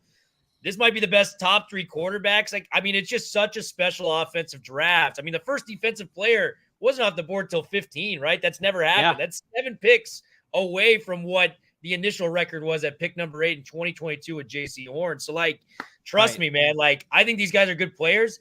Will got it. You hit the trigger. We was trying to figure it out. Will's a better researcher than I am. Let's look over it. Damn it. Will got it. Chauncey, you got a quick question? No, to piggyback off of Will's point, also I think a lot of teams did a lot of stuff with the secondary during the offseason, so that it mitigated the immediate need for corner. And that was my take for the running back position, because I feel like we had a very good free agent class for running backs. And so one of the bold predictions that I made in the podcast is like, I don't think a running back's going to get taken until round 3. Like, I think there's a possibility that, the running back class this year is really good, but I don't think there's anybody that's like a clear-cut favorite, like a Bijan Robinson, Jahmyr Gibbs from last year. So I could very much see a situation where a running back doesn't get taken until round 3. But we have the Dolphins here. They have officially made their pick here. We got Roger Goodell about to announce the pick here in just a handful of seconds. But maybe they're going to go an upgrade here, quarter here. Like, maybe we're going to see the first quarter here taken now. But no, it is not a quarter. We're going with the continued pass rush approach here. We got Chop Robinson, the edge rusher out of Penn State. He is now a member of the Miami that's a jacket. Yeah, that is a pretty snazzy jacket for sure. You know what I think so we continue to see quarters slide here in the draft here. And Al, I know you're munching on some tacos here, but I mean, just like, yeah, do you want to add into the conversation here as to why you think, quarters keep sliding, and what are your thoughts on Chop Robinson? Because I think we're becoming a passing, not becoming, like the NFL is a passing league now. We are, yeah. We are a passers league. When you really think about it, like think about not the teams that are going home, not the teams that are at home in January. Think about the teams that are playing in early December and January. All their secondaries are pretty solidified. You know what I mean? Right. Like but when you think about it, like you got to get to the quarterback. You got to disrupt that quarterback. You got to disrupt that timing. So those are I think a lot of people are putting a lot of attention on disrupting the quarterback because their secondary is pretty much set. That's just my opinion. I could be dead ass wrong. No, you're right. And to honestly, it's sort of like the great correction, right? Like we have with the passing league, we're going to emphasize on disrupting the pass. Like it sounds stupid and simple, but that's the idea. Like get as many guys up front that can can disrupt the pass as much as you can. And the secondary, if you build it great, you're the Chiefs.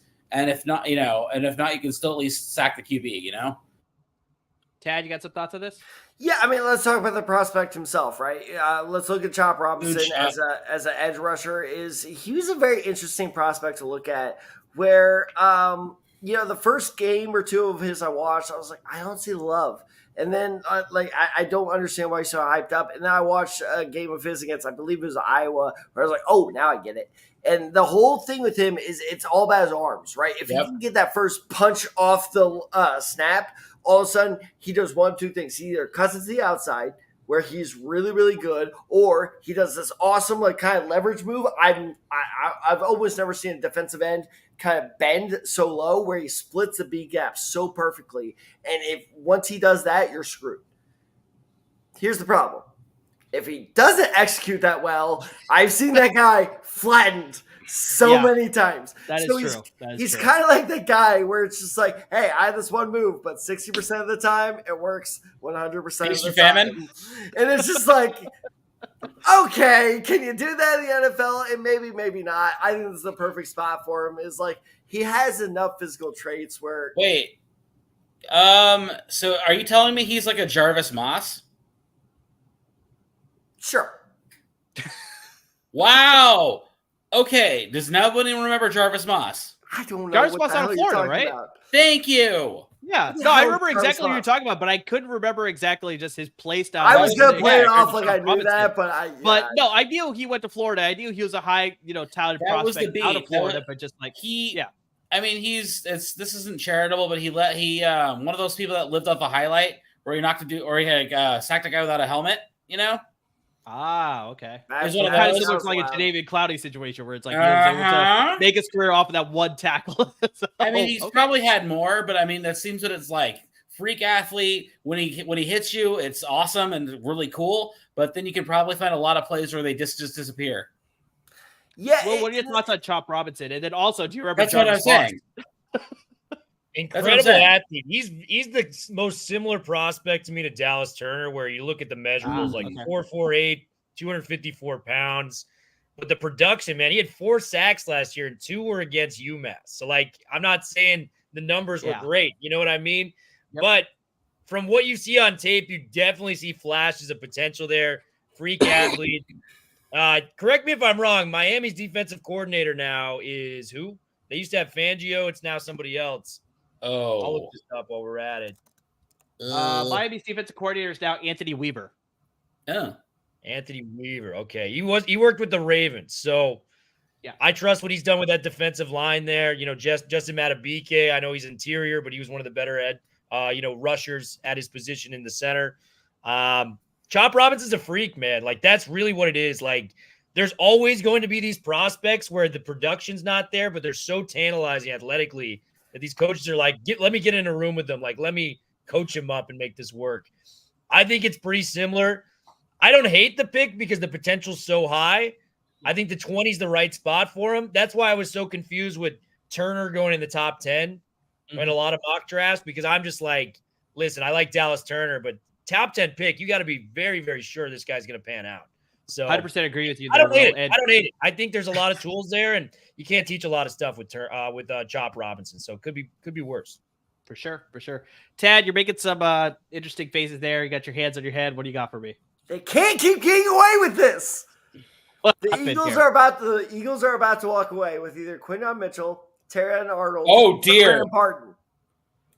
Graham Barton is going to be Kelsey's successor, or Jackson Powers Johnson. Either way, yeah. Jackson Powers Johnson. They have their choice there. Ben Powers Jackson, or Ben Riley. They fixed the weakest part of their roster with two of the top corners in this year's draft. How? How is that possible? That's just the way the draft is shaped out. How we gonna have it, man? It's crazy. It's crazy because, yeah, obviously none of us projected that Michael Penix Jr. would go at number 8. Why am I yelling? Bo Nix and JJ McCarthy both going in the top 15. So, I mean, like, you got that interesting aspect as well. So, I mean, lots of these picks are sliding. And so, like, yeah, they sort of have free reign to go with either the corner position or, yeah, upgrade the interior of the offensive line because all those prospects are still there. So, I mean, just like, yeah, the Eagles they're benefiting from the way that the first round is playing out. And that's sort of, lots of these teams at the very bottom half of the first round, we could see a team trade up into the bottom half of the first round with the way the draft is shaking out. Like, don't put that past anybody either. So that's a possibility. But yeah, Eagles sort of have their pick of the litter to upgrade their team either on the offensive line or maybe in the secondary. So yeah, very curious to see what they do here for sure. Notice how fast that quarterback market dried up, by the way. It did. Can I just talk about Penix? That is the most confusing pick I've ever seen. As a they signed Cousins. Yeah, I get it though. Find Cousins' successor, but get him in the second round then. Exactly. You just signed this guy to 4 years, $180 million. Oh dear God, I did not realize it was that much. 4 years, $180 million for Cousins. Listen, how much is guaranteed? I love Michael Penix. I am a fan of him. I think he was a surefire first-round pick. That situation makes no sense. And I think the NFL has got to start investigating what's going on with the Atlanta Falcons in terms of their alcohol. Draft. Alcohol is the answer. Running back in the top 10 last year. Yeah. I picked him in fantasy. Did not even use him for like 14 of the 17 games. It's true. Like Kyle Pitts, get that guy off an island, man. Like, that is a top 5 pick. Outside of Bowers, he was right there as like the top tight end I've ever scouted. They don't throw him the football. I love so much about Kyle Pitts, by the way. He was like, hey, I'll give you number 8. Just throw me some targets. And Kirk Cousins was like, no, I'm good. I mean, dude, you could have had Bowers or a Dunze there. I would have heard out if you drafted an offensive lineman to build it up for them. The Penix Jr. one, that's the most confusing pick, not only in this draft, maybe I've ever seen, period. He's a 24-year-old quarterback. Yeah. You're banking on waiting 4 years on paper when he's 28 to start. I've never seen anything like that. That is the most boneheaded draft pick I've ever seen in my life. I was there, Amer. I was in Nashville and I watched the pick live of Daniel Jones to the Giants, and everyone was like, what the hell is this? Right. This would be like if they drafted Daniel Jones and had a quarterback, nearly paid him $200 million under contract, and they just signed 6 weeks. Terrible. Horrible. Horrible. I have no thoughts. I think, Will, the antithesis of that pick, I think, is who landed here with the Philadelphia Eagles. Great segue. Quinton Mitchell out of Toledo is now a member of the Philadelphia Eagles. This is just a sensational fit. They could use it, upgrade their secondary. They got some older quarter members. They got Darius Slay and James Bradbury the fourth at the corner positions. But yeah, they definitely needed to upgrade. This is just a fantastic pick. All the way at 22. Like, this is insane. Al, I know you're an X's and O's guys. I don't know if you got a chance to look at this quarter class, but just I'm looking at his highlights right now. But just what do you think about this pick? I'm looking at his highlights that they put on ESPN. Al, tread carefully. I don't care how I'm gonna jump in the water. He's bad. What? Now! Interesting. All right, let's have this fight. All right, do it. The first highlight that they showed, he completely opened the gate. Time out. No. Hold on. I'm not interrupting your analysis. What game are you watching? I'm watching ESPN. It was against Miami, Ohio. Okay, keep going. The first highlight that they showed, he completely opened the gate.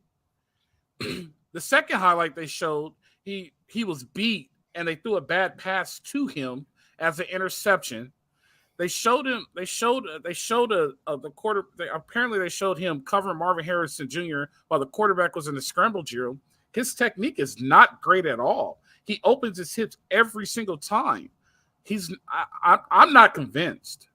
All right, just off the highlights that I saw, I'm not convinced. Fair enough. But that is actually funny that you say that, because that is one of my notes. Is like, he doesn't quite bite on the double moves, but he does kind of fall for them a little bit. But that's the thing, is once you watch more tape of his recovery speed is unquestionable.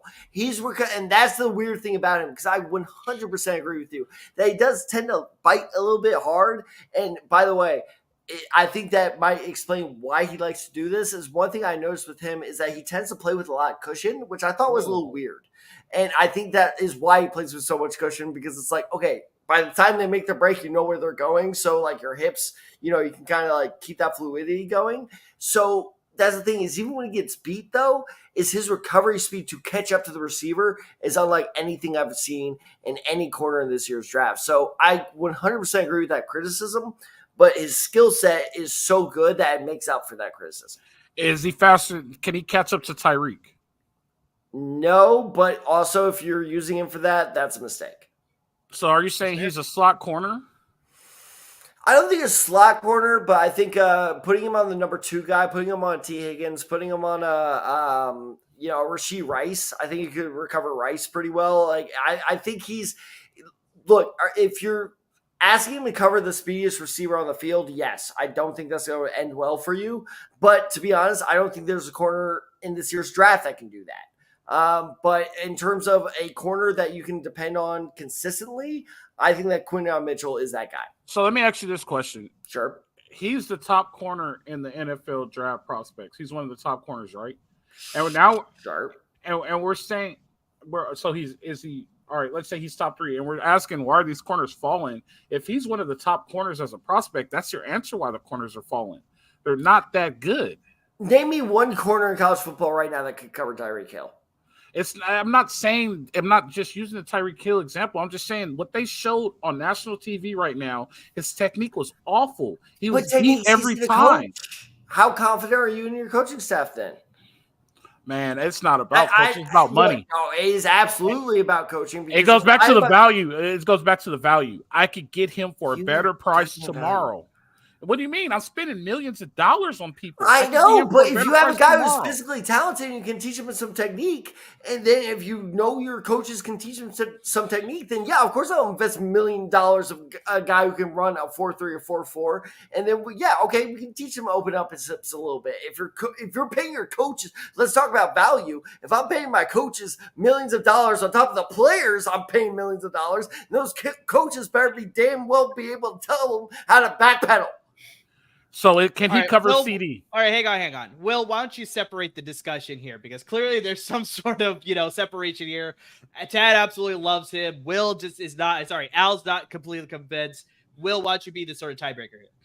Yeah, I do know Roe is my guy for a million years. That's my dog for life. I don't like where this is going. But what I will say on this is Quinyon Mitchell, to me, was a cornerback number 1, man. I saw it with my own eyes. He went to the Senior Bowl. He lined up against every big-name player that was there and dominated them.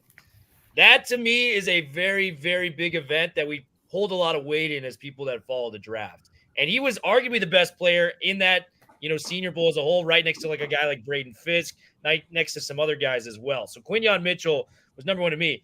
And then on top of that, you run a 4.3 340, 38.5 verts. Yes, I know he's at Toledo.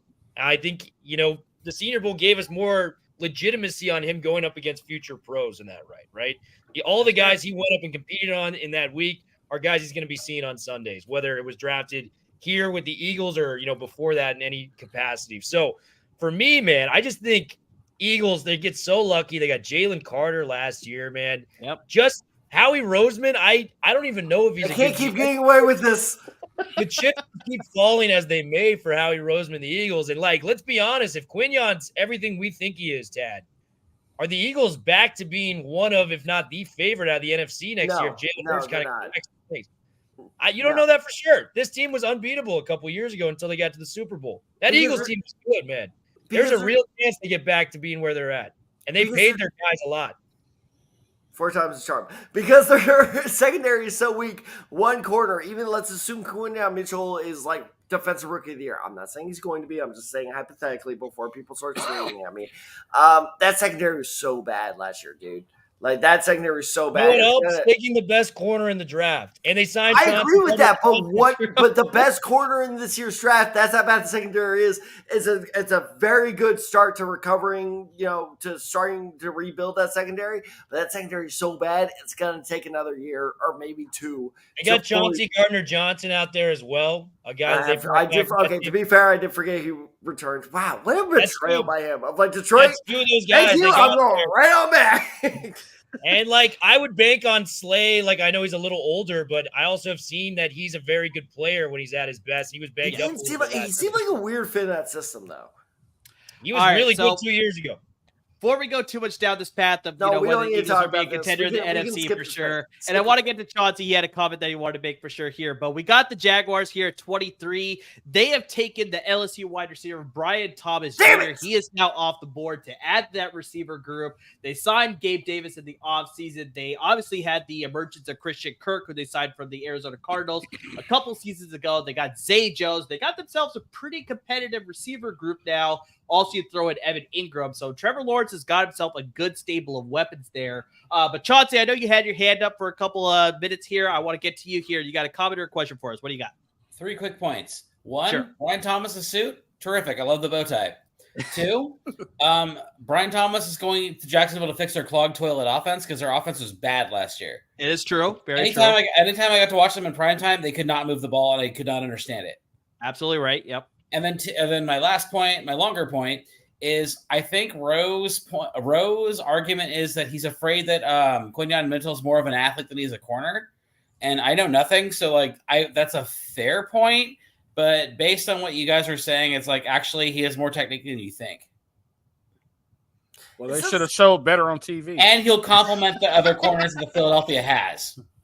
And it's not so much technique as it is, again, recovery speed. Because, his technique does need some work. It's just that he has the physical skill to make up for his slight lack of technique. It's highly coachable technique that he's missing. But it also seems like it's going to complement well while he's young with what they have right now. Exactly. So if you were asked to go to Arizona and be the primary corner, that seems like it'd be a problem, right? Right. But whereas if he's going into a system where he's not expected to be Champ Bailey day one. Exactly. But let's go to the Brian Thomas Jr. pick. And Amber, I'm going to be interested to hear your thoughts on this because I saw the same notes and our viewers know at this point that we're sharing a master doc where we see each other's notes, but I don't know what you're putting in there until you put it in there. You don't know what I'm putting in there until I put it in there. And we both put in the same thing here was the interesting thing about Brian Thomas Jr. is we both kind of put the same thing. A lot of his big plays came on go routes. Yeah. But the thing is, it wasn't really burn go routes. The safety was always on his heels. I'm not quite sure that's going to work at the NFL level of when safeties are much faster. Are you going to be able to burn the safeties like you did at LSU? Because he kind of lacks the top end speed. And so that worries me a little bit, especially with the team that just drafted him as in the Jacksonville Jaguars of can you replace, because they clearly did it as a Calvin Ridley replacement. So can he be that Calvin Ridley replacement? I'm not so sure. It depends on how they use him. Because I think Brian Thomas Jr. across the middle of the field is an absolute deadly weapon. But if you're using him as a sideline stretcher, I have my doubts. Yeah, also the big issue that I found was just at press coverage, he was pretty much useless. Like, I mean, physical quarters were able to limit whatever sort of, route that he was able to go into. And so, yeah, if he's relying purely on his speed, which isn't elite based on, what we're sort of seeing here on tape, it's good. It's not great. But just, yeah, if you're going to try and use him as that field stretcher in this offense, that's where, like you said, it's really going to be dependent on how they use him. Will, I'd love it. I think you might have a comment here, but unfortunately, your video keeps freezing here, so I wasn't sure whether you got a comment here on Brian Thomas Jr. I love the show and I love coming on here, but a field stretcher is exactly what Brian Thomas was on 20-plus yard throws. You think he can do that at the pro level? Tad, you came at me for interrupting me. Let me finish my point. 20-yard throws in 2023. This man had 15 catches for 670 yards and 12 touchdowns, leading NCAA football in all of those categories. You say he doesn't have top end speed. That guy at his size, which is like 6'3", 215, ran a 4.39 40 in the 40-yard dash. All right, hang on a second here. I do have some breaking news. The Detroit Lions had now traded up with the Dallas Cowboys, and they are officially on the clock here at 24, and their pick is in, so clearly somebody has fallen into their laps that they want to select. Will, I'd love to hear the rest of your Brian Thomas Jr. take, but just, this is wow. Okay, clearly the pick has been spoiled here. I'm still late to get to it here, but just like, what do you think the direction is here for the Lions? Like, I mean, like we talked about with all those quarters slipping, like, is that an upgrade that they need here? Maybe they need pass rush help to pair up with Aiden Hutchinson. I mean, that's a possibility too, but I mean, just like, there's a couple directions they can go here, but clearly there's somebody that they wanted. That's why they made this trade with the Dallas Cowboys. Yeah, I just saw who the pick was. I think Chauncey did too. I don't want to give too much away for the viewers out there, but that's a good trade for the Lions, though. So for those of you who don't know, the Lions gave away it's a first round swap, right? Yep. First round swap. Lions gave up a 7th, and the Cowboys gave them a 3rd, if I read that correctly, or is it the opposite? Hold on, it's Cowboys get the 29th and the 3rd for this year, yes. Okay, so the Cowboys got a 3rd, then the Lions got a 7th pick. And I know the Lions picked in. Man, who are they taking here? Don't spoil it. Yeah, no spoilers here. We're a little bit late, unfortunately, with all the different broadcasts that we all have here. I mentioned his suit earlier. Graham Barton? I mentioned his suit earlier. I feel more like it's going to be pass rush help. I don't know. I think it's Newton. I bet you it's Newton. You think it's gonna be Newton? That could be a good fit. So. That's for sure. That's possible. Because their depth at defensive tackle is terrible. You want to bet me $5, Ted? Nope. I lost 30 tonight. I'm good. Damn it! Oh gosh! Shout out to Matt. Fucking Atlanta, Max. Really quick, Will. Why don't you finish your take on Brian Thomas Jr.? Oh, bro. I mean, when I heard he's not a great deep threat, I can't get that through my mind because if you watch him on film. He was arguably the best deep threat there was in the draft. No. Yeah, man. I mean, the stats back that up, too, man. This guy caught more touchdowns than anybody in college football last year. Because the safeties were on his ass and they were all busy covering Malik Neighbors. 12 of them. Tad, you cut me off again, bro. Like, you gotta let me. You know what? I'm muting myself. Go ahead. Yes.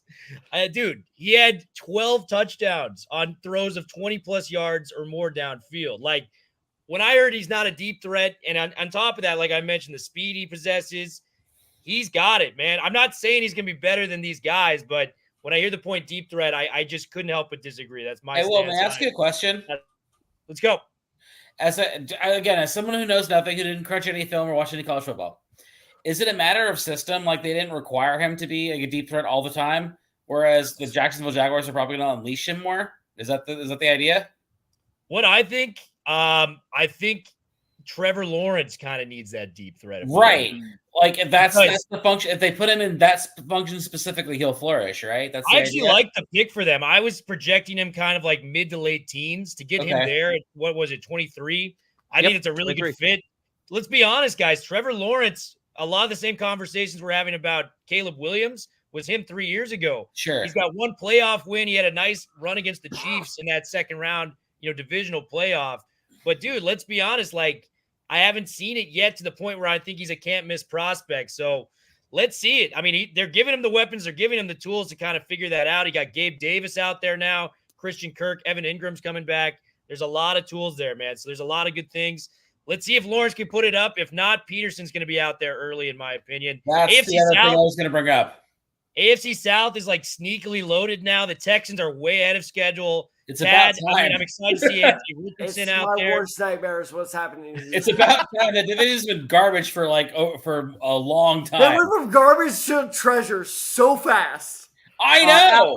Al, I couldn't see what you're trying to share on your phone there. What was that a picture of? It was a picture that said the first look of Kyler Murray and Marvin Harrison Jr. together. Kyler Murray is barely above the frame.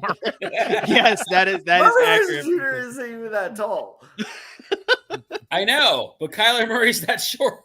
That is true. Yes, that is 100% true. So my son's almost taller than Kyler Murray. He's 1.5.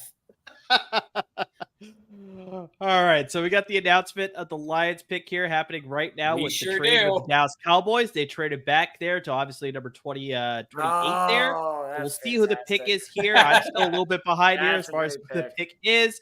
Looks like Terrion Arnold. Yeah, they need to upgrade at the secondary there. They need to upgrade at the quarter position.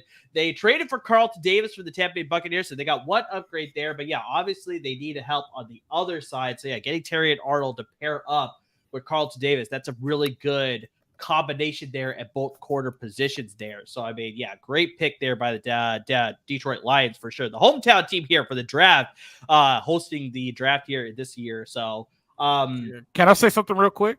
Yeah. Cordell. The Lions have a really, really cute girl as a cheerleader that they keep showing on ESPN. Easy. I'm just saying. Where's your wife right now? All right, where's this mic button? Where's this mic button? I'm 2 minutes, penalty box, go. Penalty box, 2 minutes. Wait. It's 10:04, 10:06. I'll let you out. You're muted. It's No, 8:05 here. So. No, you stop turning off your mute button. No. You go back to the penalty box. Chauncey, what do you got? No, I'm just gonna say, I don't know what Rose on, but I should have hit that comment on him, and I did not. Everybody's gonna turn to ESPN now. She was a I saw. No. There's no disagreement. I'm just like, I wasn't gonna say it, Brett Musburger. I didn't say it nice. Yeah, I think me and Tad are on the NFL Network broadcast. So yeah, I think we missed that. They were showing, I think, some high school kids, I think, on their respective teams. I think that's what we saw here. But yeah, okay. Also, apparently, according to All right, moving on. Terrion Arnold. So here are my scouting reports on Terrion Arnold. Is my biggest complaint with college corners is that they lack the hip fluidity. They can't really they don't have that turning direction to be able to keep up with a receiver that's really turning upfield. I do not have that complaint with Terrion Arnold. That is his strength, in fact. He is really, really good at turning upfield. Sorry. Okay, apparently we have a cow on set. This guy, he's really tough to fool with double moves. Like, he doesn't really bite on anything. I wonder why he was playing off the ball so much, because I'm not even joking. This is not exaggeration. I swear to God. Almost on every play, he was playing almost 15 yards off the receiver. But it's because if you can stretch the field with him, you can't get, that speedy receiver to really beat him.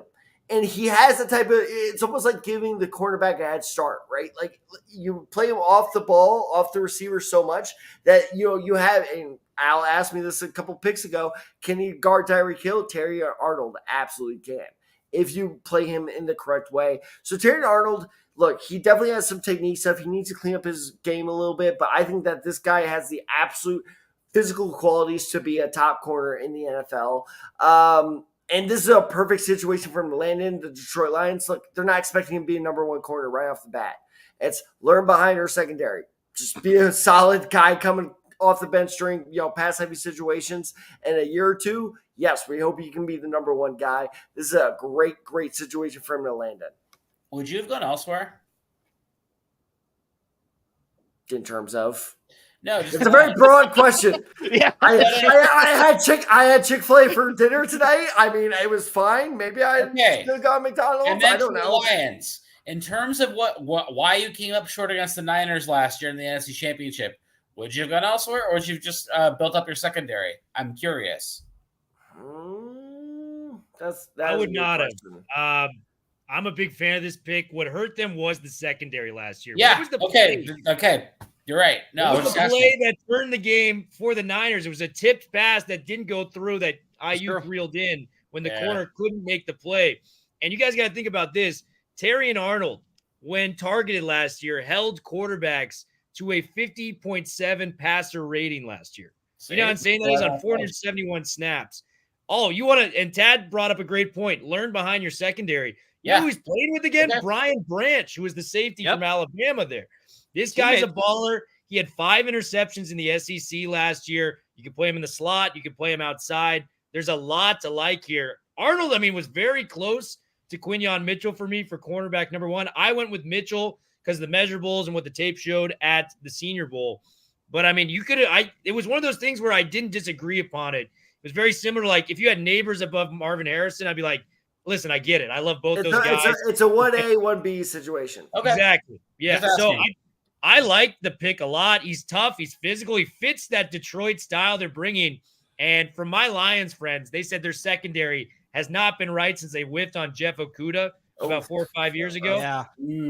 Getting Terry and Arnold's a great pick, and it fits the Dan Campbell mold, man. So and being America's team, bro. It's good stuff. I really like this comparison that NFL Network just threw out there. Is they just compared him to Jalen Johnson. That is a great comparison. Oh, okay. I actually really like that. They get that player too. That's a steal right here at 24. Al, I see you watching some tape. What are your thoughts there? Former round, Brad Holmgren, baby. Will is 100% correct that because what they showed is they showed him playing a lot in the slot, and he's very patient. And one thing I like about him is he stays on the back hip, so that's why he doesn't get hit with the double move like Tad said. He's aggressive, and the best thing I like about him is they showed a lot of highlights of him tackling. Okay. He's not afraid to go up there and tackle. I think he's better than the last guy that got picked, but that's just my opinion. But this dude is very good. My only flaw that I think he might have in the NFL is that in the NFL they're really good at looking off, and he may jump something too soon, and it might pop open. That's the only thing that I might have. But he's aggressive, and Will, you're 100% right. He fits in right with the Lions. He tackles. He's aggressive. He plays really good football. I think he's better than the kid. The who just picked up that corner. He should have. Terry Arnold should have won. Yeah, I don't hate it, man. I think he's a better fit for what Detroit is. Okay. Yeah, you're right. You're right. I agree with that. I agree with that. 100%. Yes. Yeah, you're right. I was just asking. That was just me being Keanu Reeves, just being devil's advocate. Also, but the thing is, like, even if he does buy that move, he almost instantly realizes his mistake, and then he has that speed to catch up to the receiver after he's made that mistake. Is this a test similar to Philly, where like he's going to compliment what the other guys do? It could be. It could be a situation like that. Hey, do you mind repeating that, Chauncey? No, is this going to be similar to Quinyon Mitchell? I love this kid. Where he's going to compliment the rest of what the rest of the corners do? Yeah, I think it's a perfect fit. Like I said, he's learning from a guy like Brian Branch, who was kind of his older brother at Alabama. He's a physical guy. He can play on both sides of the ball. He can play in the slot. He's just the most versatile corner where I think Quinyon Mitchell is legitimately like an outside corner.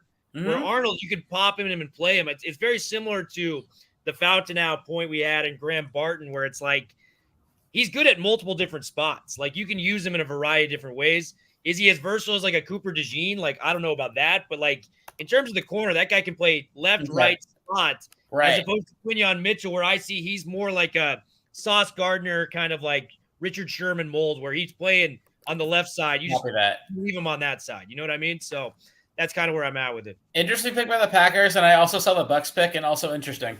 All right, so let's get to the let's go to the Packers pick here. They're NFC North. We're talking about the Lions here, the NFC North, rivals there. So they just went with Jordan Morgan, the tackle out of Arizona. They definitely needed an upgrade at the tackle position because David Bakhtiari is no longer a member of the Green Bay Packers because of just the injury history and they need to protect their now future quarterback there in Jordan Love. So very aggressive tackle there. Got a lot of things that I like about him here. But I know, Tad, you're a huge fan of Jordan Morgan. So why don't you speak about him a little bit here? Yeah, so I think that this is a fantastic pick for the Packers. You look at what their offensive line is looking like after the release of David Bakhtiari. This is an excellent pick right here, is because Jordan Morgan, for the most impressive thing about him is he tore his ACL in late 2022. He came back in 2023, showed no signs of it. His two best games of the season were off USC, which is top talent, and UCLA, where Latu,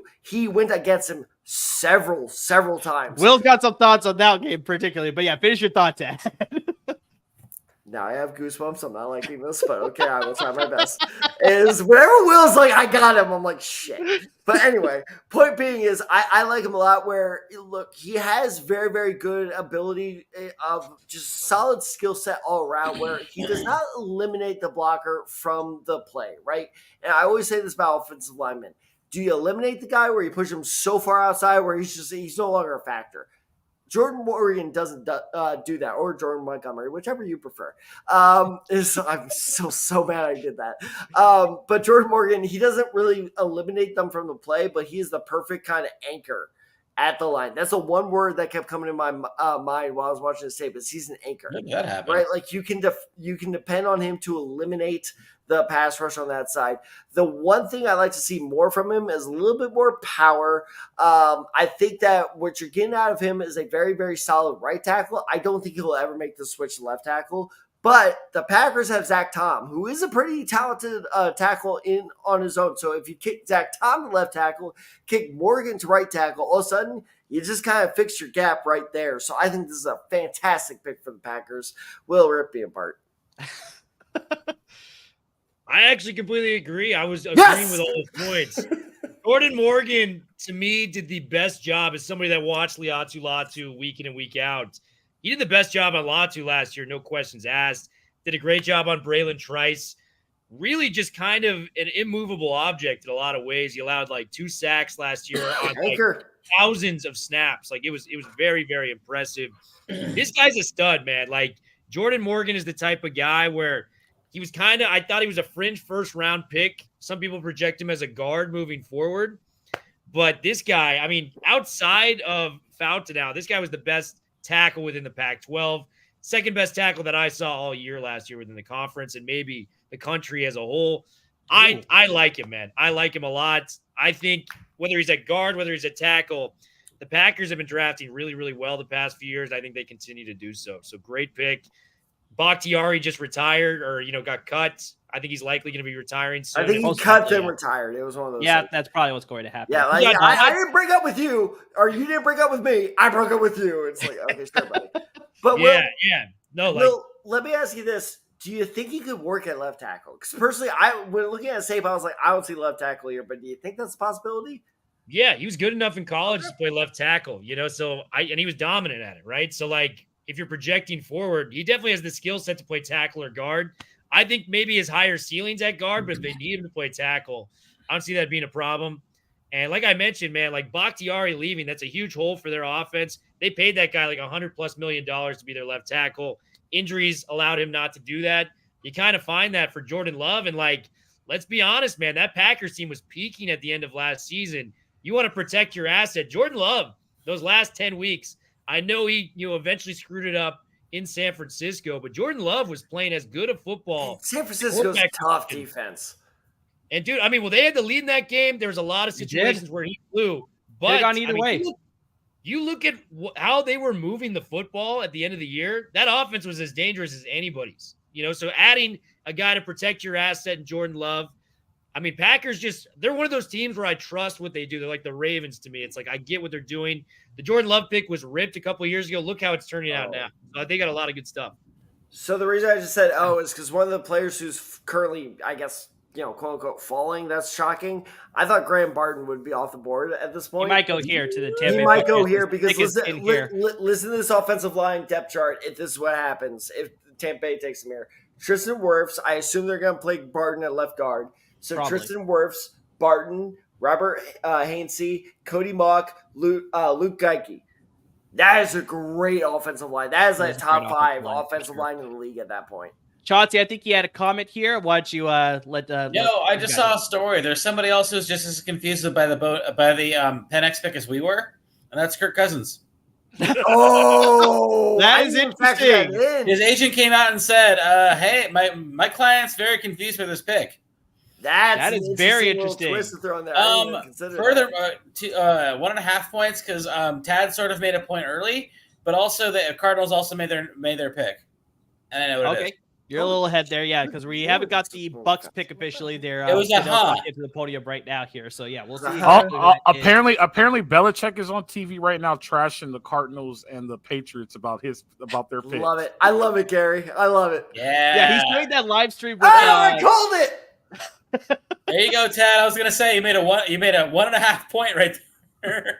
It's a fantastic fit for sure. Yeah, Graham Barton upgrades their interior line. I bet you play him you know what? They had to replace their center. They had to. Center or left guard, the way Tad sort of laid it out with their depth chart there. I mean, either way, they definitely get an upgrade the line there. So, yeah, I mean, it's just fantastic move there. Graham Barton sliding all the way there to 26 to the Buccaneers. Easy. I mean, that's just a fantastic pick for sure. But yeah, that is interesting. The Kirk Cousins not knowing what the pick is, like that is going to that's a storyline to watch this next couple of weeks or so to see how that all plays out for sure in Atlanta for them. Like I have massive side eye going to the Falcons right now. Yeah, this is a lot more surprising. It's like you could justify the Bijan Robinson last year, that pick there, number 8. Like, I mean, you could justify that one, but this one is just, it was a lot harder. It's just like, yeah, you did not need to make that upgrade this early at number 8 overall. Like, I mean, that was just so surprising. You want a mild spoiler? I mean, just, yeah. I don't know if you had any final thoughts just that Michael Penix pick all the way at number 8 there. But no, it's not on the Cardinals. So crazy. So crazy. No spoiler. Okay. No, I mean, just to double down on the Penix thing, I think it's the worst draft pick I've ever seen. Like, one of them. Whoa, ever at that position when you just paid your quarterback $180 million 6 weeks ago, for 4 years, ever. I'm actually with Will on this. I don't know. I'm with Will on this. I love Penix. It makes no sense. All right, Al. Give me a worst what's the worst draft pick? Name a worst pick? 1998, the Bengals decided to take Achilles Smith. Achilles Smith was bad. No. At least with that, let me say something. At least with that, they needed a quarterback, bro. Like they needed a quarterback. Did they whiff on the evaluation? Yes, 100%. Yeah. You don't just sign a franchise guy like that and then 6 weeks later double down and take a quarterback. Well, on top of that, the situation. Wow. The situation's completely different where, like, Achilles Smith was a top 5 pick, right? Where it's just like, you don't know who's going before you, after you, whatever. It's just like, okay, we like this guy. We got to get him. We don't know what's going to happen after. Yeah. The Falcons were set in the later half of this top 10 where it's like, okay, we kind of have a feel of how this draft is kind of playing out. And I'm so sorry, quarterback was your biggest need? Then why the hell did you pay Kirk Cousins all this money? And it's just like, okay, I understand finding his successor. Then go for, like what I said earlier, then go for Spencer Rattler. If Spencer Rattler fucking sucks, then you can move on with him with absolutely no extra money on the books. It just makes no sense. Meanwhile, you could shore up your defense, which has sucked since 2013 when Matt Ryan was a goddamn rookie. And then you can finally, John Abraham is the best pass rusher they've had this century. It's ridiculous. Okay. The Falcons completely messed up this. What makes it? I like this shit dude. in Atlanta. Someone call me this down. dude. Where's my blood pressure medication? What makes it the worst pick is even with those busts you're talking about, Achilles Smith, Jamarcus Russell, Ryan Leaf, wherever you may go with it, Zach Wilson. Rosen. They at least had a position where they were going to make that guy the franchise guy. Their evaluation was wrong on the pick, but it's like we're giving this guy the keys to the car. They thought at least this was the guy. He's going to get playing time early. It's going to make sense. Penix, you already have the guy. Like, help him out on defense, like Tad was saying. If you're going to go offense, help him on the line. There's Brock Bowers available. There's Rome Odunze available. You could give your guy more weapons to be successful.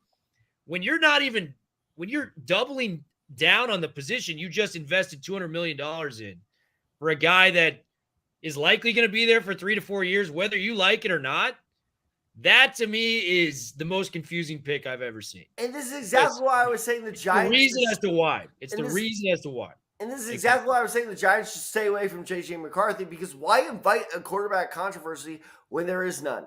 You know that first time where Kirk Cousins has a bad game, where he throws 3 picks because he's fucking 36 years old, he's going to have a bad game. Fans always love the backup quarterback. So, yeah, exactly. Getting for him for sure here. But, guys, really quickly, I know this is a fantastic conversation here. But, guys, we are down to the final 5 picks of the first round. We got the Bills on the clock now, then the Cowboys, the Ravens, the Niners, and then the Super Bowl champion Kansas City Chiefs. The Arizona Cardinals have just made their selection at number 27. They have gone with the edge rusher, Darius Robinson out of Missouri. Tad, this is a pick that I mocked many times. I thought it was going to happen at the top of the second round here, but I actually thought this fit would actually work here. They need the versatility on their defensive line. They need a lot of help across the board, but I think this is a guy that can satisfy the pass rush need, or if they want to bulk him up, they can use him at the D tackle spot here. So, Chauncey, I'm going to go to you first, and then Will, I got you right after. This is a very unscientific assessment of him, but his jacket looks like the carpet of a 90s movie theater. I like it. It was a fantastic jacket. I'm not going to lie. I dig it. Great. Yeah, this is a good look.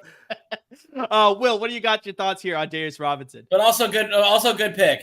Honestly, they need all the help they can get. But you're going to be very mad, Tad. Stud. Cardinals continue to pick really well. I like what they've done. I mean, Paris Johnson was a pick last year where you're like, I don't know, in the moment. He's turned out to be a very good tackle, promising tackle. You got Marvin Harrison Jr., who to me was the best player in the draft, the most sure thing, in my opinion, at any position. And then Darius Robinson, dude, just a football player. Oh, Will, I'm so sorry, but we actually just had a trade. I see this right now. Buffalo is traded back with Kansas City, so now they are on the clock. I bet you they're going to go receiver here or corner. So, I mean, this is a possibility here. Kansas City's getting a little aggressive with the way the draft is falling out. So, yeah, I'm curious to see who they're targeting here with this pick here at number 28. But, yeah, Will, go ahead and finish your take here on Darius Robinson. Yeah, guy's just a stud. You know, he didn't put up the biggest numbers at the combine, but this guy was in the SEC last year. And you talk to any opposing coach that went up against Darius Robinson, they had nothing but, you know, the utmost fear and respect for this guy as a pass rusher. I'm a huge fan of his, yeah. It's almost like there's guys, these are my favorite players too. It's not the combine freaks. It's the guys that are like, I just turn on film and this guy's like unblockable. It's that type of thing with Darius Robinson, man. And to his credit, he did put up a lot better numbers at his pro day than he did at the combine. 9 sacks last year, 42 pressures. Throw on the Florida tape from last year. I mean, this guy was a wrecking crew. Throw on the LSU tape, which has a lot of offensive linemen that are going to the pros. It's get me from point A to point B and just beat this, offensive tackle, offensive guard. And he is as good at that as almost Latu and some of these guys in this draft. So Robinson, great pick for the Cardinals. He's not going to blow you away with the metrics, but he's just a down in the dirt football dude that's going to get production for the Cardinals. He's for sure a big time front side defense end. He's not a pass rusher. He's going to set the edge for you and make the run go back the other way. He's not going to be on the backside going to get sacks. From what I saw, like he's a big, strong kid that can hold the tackle. Exactly what it is. Yep. He can hold the tackle at the point and make the ball go back the other way. That's what the first thing I was like. I like this kid. He's not going to be a backside guy. He's for sure front side. It's going to be hard to run at him. Like that. That's a great pick by the Cardinals. He might be the strongest defense edge rusher in this draft. Like his grown man strength when he puts his paws on you. Will, you might like this comparison because when I was watching his tape and exactly the way that Al laid it out, I could see a lot of Justin Smith from him. Very similar, just like Missouri as well, former Missouri guy as well. I could see him playing a very similar role with Arizona where it's like you lock up that side and now you let the other guys go in and get the cleanup, the tackles or whatever it is. That's how Aldon Smith became Aldon Smith for that brief time it was in the NFL or whatever, right? But I see a lot of Justin Smith in it. Yeah, well, I don't think he's so much of a pass rusher. I think he's a front side. And either was Justin stopper. Smith. He was guy, exactly the way you laid it out, where it's like he's going to take up and engage all the blocks and let somebody else come in and sweep in and take all the glory, essentially. Right. I mean, he still had 9 sacks last year in the SEC. He's a very productive player still. I do agree with the point of Rowe. I think he can give you kind of a combination of both. I think he can get home. I think he's a second half pass rusher because he seems to get stronger as the game goes longer. Okay. Exactly. That stamina is going to pay dividends. Yep. Those first reps, I'm kind of like, it takes him a while to warm up, but he's such a strong player, man. Like, and he's more deceptive than you think.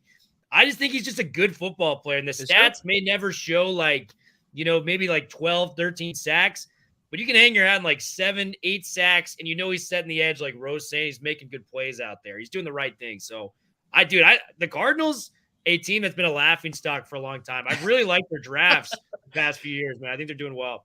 You missed what I said earlier, Will, about the Cardinals. I said if I was Marvin Harrison, I would have fought that. I would have not went to the Cardinals. But guys, like I mentioned, we got Kansas City on the clock, and they have the pick is in. What do you think they go here? Because like I said, there's still some pretty good quarters on the board. They do need to make it. It's 100%. They do need to make it a selection at receiver, obviously, with the question about whether Rashee Rice is going to be suspended, for 4 games, 6 games. Is he going to get suspended at all? We really have no idea about that. They had a lot of issues at the receiver position anyway. So even if Rashee Rice doesn't get suspended at all, just even once he's in the game, they need some additional help. The receiver. Oh, actually, I'm wrong. Could this be Cooper DeJean or Nate Wiggins to replace L'Jarius Like I Sneed? said, they could go quarter as well because they have a need there with L'Jarius Sneed, now a member of the Tennessee Titans. So it's like I know I we're just both thought fans it of was. It's gonna be great. It's gonna. If this is okay. Looks like Will's got the pick. He's not gonna spoil it for us, so I appreciate that. But I already said you're gonna be mad. I swear to God, if this is Nate Wiggins, I'm gonna lose my shit. Oh, I feel like whoever the pick is, you're gonna lose your shit, Dad, because just Kansas City is falling into a good situation where the way the draft played out. But this goes back to what I was talking about at the very beginning of round 1. I told people I'd be saying time after time, this is a great pick, this is a great pick, this is a great pick, because I'm looking at a list of first rounders right now who are gonna be selected tomorrow. Yeah, exactly. There's a lot of great talent that's going to happen on day 2. So yeah, Chiefs are getting a fantastic pick, whoever it is. We still don't have the pick yet here, but just they're benefiting for sure. And I'm pretty sure that compensation is not going to take a lot either. We're still waiting for that compensation, but just Will, what do you got? This fit, I'm not going to reveal who it is. It makes so much sense to look back on what the Chiefs were and how they got to where they're at. That's what I'll say. Okay. All right. Sounds good. So we should be getting this pick pretty soon. So it's a quarterback. Yeah, damn it, something insane. That just add more madness to the first round. How'd you know, dude? Spencer Rattler right here. To the Chiefs. Oh, my bad. I thought it was a kicker. Oh my gosh, Tory Taylor. No. That would be so happy if it was Tory Taylor. He's back. Will, really quick, do you have any insight on Tory Taylor? Because Tad has been seeing his. He is the best punter in this year's draft, man. Tory Taylor. I'll save it. I gotta get prepared for this pick. I've got some great. Okay, takes. all right, yeah, we're about to get the pick here. By Make a Wish winner. Looks like Justin, that's great that they're doing that here. That's a tight suit, by the way. That's a good looking suit. It is a good suit. Yeah. Whoa! All right, wait. Before anyone reacts, the odds once again of Xavier Worthy going before AD Mitchell. Nailed it. It happened. I figured that was going to happen, but they needed the Worthy. The minus 300 favorite wins out the bets. And we talked about it earlier. Unfortunately, Will, you were part of the live stream yet, but just we knew that as soon as you get a combine hero like Xavier Worthy, who, in case you missed it, he has now been selected by the Kansas City Chiefs here at 28, who they traded up to get on top of it. But as soon as you get a combine hero in Xavier Worthy, who sets a record at the 40-yard dash at the combine, it's automatically he's going to raise a couple notches on people's big boards as far as the draft boards as well. And maybe even a lot more than just a couple positions. But just I think you need that speed in this offense. They're missing, obviously, Tyreek Hill. They obviously had issues at the receiver position, which we laid out earlier. I know they traded for Marquise Brown, but I think this is more of a bigger, speed threat that they can add to that offense now. Patrick Mahomes can just air it out as much as he wants. Will, I know you had your thoughts on this before. You didn't want to spoil it before, but just, now that we have the official pick in here, Xavier Worthy to the Chiefs, what are your thoughts? Sorry, real quick, I'm going to interrupt Will. Is this the smallest offense in the NFL at this point? It could be. Good God. Even with Travis Kelce. Oh, yeah, the Cowboys got it. Will, go ahead. And when you think about how the Chiefs got started, it was Tyreek Hill was the real weapon that took that offense to a level that was we can't defend this anyway. Because you had Kelsey in the intermediate. He was so precise as a tight end. He was beating these linebackers, making plays. And Tyreek Hill, to me, to this day, is still, I will take him over any receiver in the game because I think he's a literal game breaker that we've never seen before in the NFL, where he is a threat to take it 80 yards to the house at any time. Listen, am I saying this guy's going to be Tyreek Hill? No, but he is the closest model to that, and this guy was an incredibly productive player since he arrived on college campuses in 2021. 196 receptions, that's sixth most over that span. 2,752 yards, that's third most in that span. And 25 touchdowns, fourth most. So he's been a top 5 receiver for the last 3 years within college football. Xavier Worthy, you pair that with the breathtaking speed, broke the 40-yard dash time. I think Andy Reid was there, with Brett Veach going, this is our Tyreek Hill replacement right here. It's true. The offense, let's be honest, the Chiefs still found a way to win the Super Bowl last year without the deep threat and the, extend the field type of plays with a guy like Tyreek Hill. They won it back-to-back years. Yeah. You bring back that element to that offense where this defense is at now with Trent McDuffie and Karlaftis. Chiefs, let's say this pick works out for them and they're healthy next year. What's holding me back from picking the Chiefs three-peat? I don't really know what it is. I hate it, man. You know what I feel about this, Amer, because we've had our issues with this, but it's a great pick for them if they want to get that offense back to what it used to look like. And they're tabbing Worthy as a successor as Tyreek Hill, which they never really found in the intermediate time span. So great pick. All right, so now we got the Cowboys on the clock, and they have made their pick here at number 29. Roger Goodell dropped his card, so we have a little bit of hesitation. Graham Barton would be an A+ pick here. But yeah, the Cowboys, they need a lot of help as well. They posted that statistic, which I love to see. They haven't reached the NFC Championship game since the mid-90s, so that's always fantastic to see. So I'm curious to see which direction they go. They could go with the pass rush. Maybe they go secondary as well. I know they got two guys there. But yeah, they upgrade the offensive line here. This makes a ton of sense. We talked about them having a hole there, Tad, at the offensive line position. Tyler Guyton, the tackle out of Oklahoma, has now been taken by the Dallas Cowboys to replace Tyron Smith, who they obviously signed with the New York Jets. And so, yeah, I'm curious to see, just Tad, what are your thoughts on Tyler Guyton and his fit here with the Dallas Cowboys? So he's a very interesting prospect. Well, first off, go Frogs, because originally he was a TCU Frog before he transferred over to Oklahoma. But he is, he's kind of an almost frustrating prospect where the promise is all there, where you see the power, you see the footwork kind of work there, but you can tell it's not quite polished enough. And I think he is a beneficiary of the fact that just so many teams need an offensive tackle right now. Yeah. If he could develop over the course of the next couple of years without any pressure, sure. Here's where I'm worried about him, is he is now being forced in a position where he has to replace arguably the best offensive tackle in Dallas Cowboys history in Tyron Smith. And some people may say, oh, no, he doesn't. Kick him into guard, let Tyler Smith stay at tackle. Here's the thing is I feel like that cup game at sports games where they do that. I feel like that's kind of what the Cowboys are doing an offensive line right now, which is like, let's move around. Let's see what works. It's not there, Tim. Whatever it's not works, there. exactly. So it's just like Guyton has that athleticism to kind of fill anything to do. But I do worry about a little bit too much pressure being put on him at once because he is a very promising developmental prospect. I'm just worried if he's brought along a little too fast. I don't know what you're talking about with footwork, Tad. They just showed him run outside zone and reach the defensive end and the outside linebacker in one Just play. wait until you watch him do a drive run block.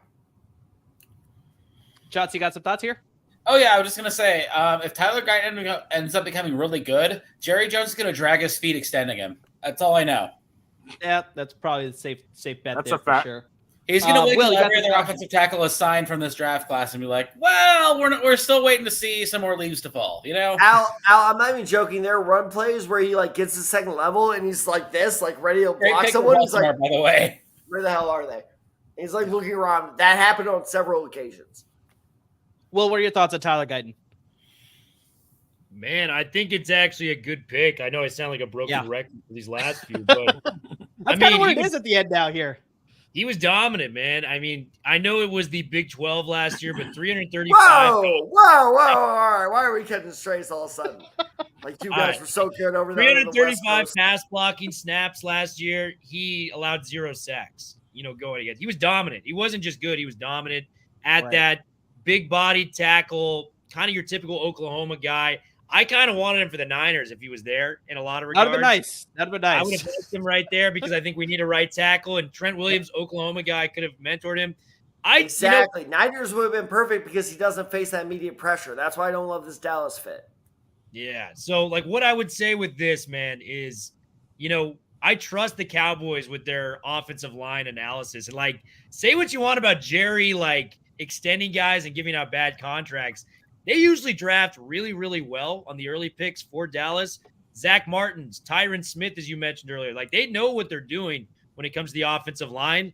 Guyton may not be a superstar at the position, but I think he's going to be a very, very solid option for them. And they love their Oklahoma guys. That's a good pick, man. I think it's a very solid pick. K1 starter. He's got a lot of upside potentially there, too. So, Cowboys, love him or hate him, they made a great pick. All right, let me clarify. I'm not saying he's a bust. Before I feel like I'm about to get ganged up on, so I'm doing a preemptive strike here. I'm not saying Ted, he's a I don't bust. think we need another take on Tyler Guyton. I do want to address a question that we have here in the comments here. Chargers great. I mean, they took Joe Alt there at number 5. Like, I mean, I'm pretty safe to say, like, this is an A for me. Like, I mean, what do you guys think as far as, a Chargers great here? So, Tad, I'll start with you, and then we'll go around the horn. Hey, like I said, either give your quarterback during, like I said before, a couple hours ago at this point, where you're in a weird position where you are rebuilding 100%, but you have a franchise quarterback. So you need, if you're not willing to get rid of him, which I don't blame them for, you need to either make sure you're not going to hurt him, or you give him somebody that he can throw to before he gets hurt. So clearly they went for the former option, and if you're going to go for the former option, go for the best one available, and they did that. So absolutely A plus pick. Al, how would you grade the Chargers pick at number 5? No, I think it was a solid pick. It's a pick, like we were saying. It was they rebuilding what they excuse me. They're rebuilding with a franchise quarterback, and if you're going to rebuild, you got to start up front. So you start right there, protect his backside with a left tackle. So that's perfect pick. Good job, Jim, John, whichever one of those J's Harbaughs it is. Will, how would you grade the Chargers pick? I give it an A if you know what Harbaugh's identity is, man. This guy, I know everyone wanted Malik Neighbors and wanted that to kind of happen. Harbaugh wins through dominating the line of scrimmage. He's always done that on both sides of the ball. He's a very physical team. He wants to get guys that fit his identity, and he's won everywhere he's gone. So you kind of want to follow his game plan as of now. He hasn't left up a reason to not follow that. Alt, for a lot of people, was the most easiest pick in the draft at the tackle position. Like, huge, consistent in the pass and run, very good feet, doesn't get moved back a lot. And, he's a really good run blocker too, where, to go on that last pick, Tyler Guyton, he's got a lot of work in the run game. I think he's a great pass blocker. He's got to learn a little bit more on the run blocking side of things. But with Joe Alt, man, like A minus, I think a lot of people are going to have that Neighbors in their back of their mind, and rightfully so. Like, they do need help at wide receiver. But knowing Harbaugh, you knew it was going to be a lineman. Anyone that didn't think otherwise than that just doesn't know Jim Harbaugh and his philosophy. So Joe Alt was a good pick. Really good pick. Chauncey, we're going to go 5 for 5. What was your grade on the Chargers pick at Joe Alt? Chauncey there? Yeah, I'm here. You can hear me. You guys froze. That was like a zombie movie right there. You were frozen and your head turned. I felt like I was in paranormal activity. I wasn't the one that dropped. My laptop was just on. So anyway, it's the Christmas story. It's A plus plus plus plus plus plus plus plus plus. Right. Like, you could not, if you were going to take a tackle, you could have asked for a better pick than Joe Alt. Honestly, like, good for Justin Herbert. This is as perfect a Chargers pick as you can get if you're going to go up front. All right, so Chris Koshik, I'm pretty sure I'm saying that last name right. I apologize if I did it, but yeah, you got 5 straight A grades, A plus in a couple heads there. Agreed or disagree? No, I 100% agree. I think that's 100% how you build that offensive line. The way that, the way Will sort of laid it out too, that's Jim Harbaugh's MO. You establish the running game, and then you establish the play action off of that. So and it was a low-key problem for them last year. Exactly. And so, yeah, I think you get that, very productive offensive tackle there in Joe Alt. And I think you upgrade the offensive line. Now you can really establish that running game that you want to do at the NFL level. So, yeah, 100% A grade for me, too. So, guys, we just had a pick here by the Baltimore Ravens. They can't keep getting away with this. Nate Wiggins, It's the corner criminal. out of Clemson, to upgrade their secondary there. He's going to be playing with the likes of Marlon Humphrey, Kyle Hamilton, Marcus Williams. God that's damn a great it. secondary there that the Baltimore Ravens have. Everybody's shaking their head, but they're shaking it because it's a very good pick. So Al, why don't I start with you? I mean, I don't know if you're watching any film here of Nate Wiggins. I did, and I just got a text from my boy. They said that Wiggins dude was chasing every single person. And the first highlight they showed on ESPN was a pass interference. Legit, that's what he said. No. Okay. No. Hey man, better friends. I'm just all I'm saying is I didn't dig in deep like you guys did, but we were talking about why is this DB class dropping? They're not very good. Like we're being realistic. They're not very good. Ridiculous. Like I'm just being honest. I'm going off of what I see. They may not be good back in 2004, but now they are good. They're not good. They're not good. Like their technique is not great. All right, looks like Will's got a big comment. Go ahead, Will. Go ahead, Will. We got now he's frozen. He's frozen like unfortunately, yeah. Black Power, No, Will. I just saw who the Niners picked. I'm just stoked. That's all it is. Oh, okay, nice. All right, yeah, I'm excited by the That's Niners. my reaction. That's my nonverbal reaction. No, but yeah, Will, your thoughts on Nate Wiggins? Really good. Would have considered him in this spot. Big, fast, tall corner. Just like the prototypical outside corner you would want in terms of a body type. He's got to be a little bit more aggressive with the tackling. I'd like to see that big body like put to work out there a little bit more. But for the most part, man, like I think him going to the Ravens is kind of like a perfect fit. Like I said earlier, like Ravens are one of those teams, like whoever they're drafting, I kind of like trust they've done their due diligence. They're going to hit a home run on it. I think Nate Wiggins at 30, who like had to go to the right situation to make it work. That's a place where I'm like, they got a dog and it's going to work out just fine for them. Yeah, it's crazy. They always end up with these guys towards the end of the first round, and you wonder who they're going to select at the end of the first round because all the other talent is taken at the beginning of the first round, but they find a way, exactly like you said, Will, where it's just like they do their due diligence and they end up with great prospects because then they can coach them up really well. But yes, let us get to the Niners because they're here at number 31. This is my team here. Oh, we finally got an appearance by Cap. This took pretty much 3.5 hours until he finally made an that's crazy. Amir, real quick. The last time the Ravens picked, I shouldn't say last time, but what was one of the best late picks that the Ravens made in the NFL draft? Lamar? There you go. Chauncey's right on Lamar. A trade up for Lamar. That is fair. But I still stand by my conviction that Lamar Jackson will never play in the Super Bowl. That's so annoying. I'm just going to say in advance. I'm doubling down on that. Yeah. I know. I can't believe it either, buddy. That's kind of believable. Multi-time MVP, like the guy has talent galore for sure, but I just don't think he has that extra level that you need to get your team to the Super Bowl. Just unfortunately, I just don't see that. So that's just my opinion. That's my opinion. And on top of everything else, the weakest game in Nate Wiggins, I won't say said Huggins, but the weakest game in Nate Wiggins, the weakest spot in Nate Wiggins' game is his press coverage it leaves a lot to be desired. But other than that, there's not a whole lot he needs to work on. And press coverage, I mean, again, he's not good, Tad. He is good, Al. He's absolutely good. It's 2v1 here. Buddy, you are really distracting me right now. It's not helping. Well, it's all right. We're about to get the Niners selection here. So, I mean, Will seemed like he was pretty excited about it. Nate Wiggins is good. What it is. Whoa! Yeah, I know. Who this pick is. I mean, there's a couple of possibilities as far as where they go. Ayuk is so gone. Ricky Pearsall, that is a very interesting pick for sure. So, I think, we were talking about this before the broadcast started about just, whether Brandon Ayuk was going to be on the trade block. I think with this selection, I think it's maybe leading in that direction. But, Will, you're a fellow 49er fan here. You were excited by this pick, but just, what are your thoughts about Pearsall's fit with the Niners? And then just, now the whole situation with Brandon Ayuk. And it's like, do you think he's now going to be a member of another team? So, I'm not going to lie, I got catfished on this. I thought it was a completely different player. So did I. Oh, interesting. I know. I was really mad. Cooper DeJean? Did you think it was Cooper DeJean? Because the whole Twitter was going nuts over Cooper DeJean. So I think because the potential is there to select it, but yeah. All right. Yo, Amber, kick it to me. Ricky Pearsall is the best route runner in the draft, is what I would say. Ricky Pearsall is a stud. I don't know if this means that they're moving off of, Ayuk or Debo. I think eventually they will. Ayuk is toast. Different receiver. I don't think so, man. Kyle Shanahan is a guy that he loves his receivers to be, picture perfect at route running. Like Ayuk was when they drafted him.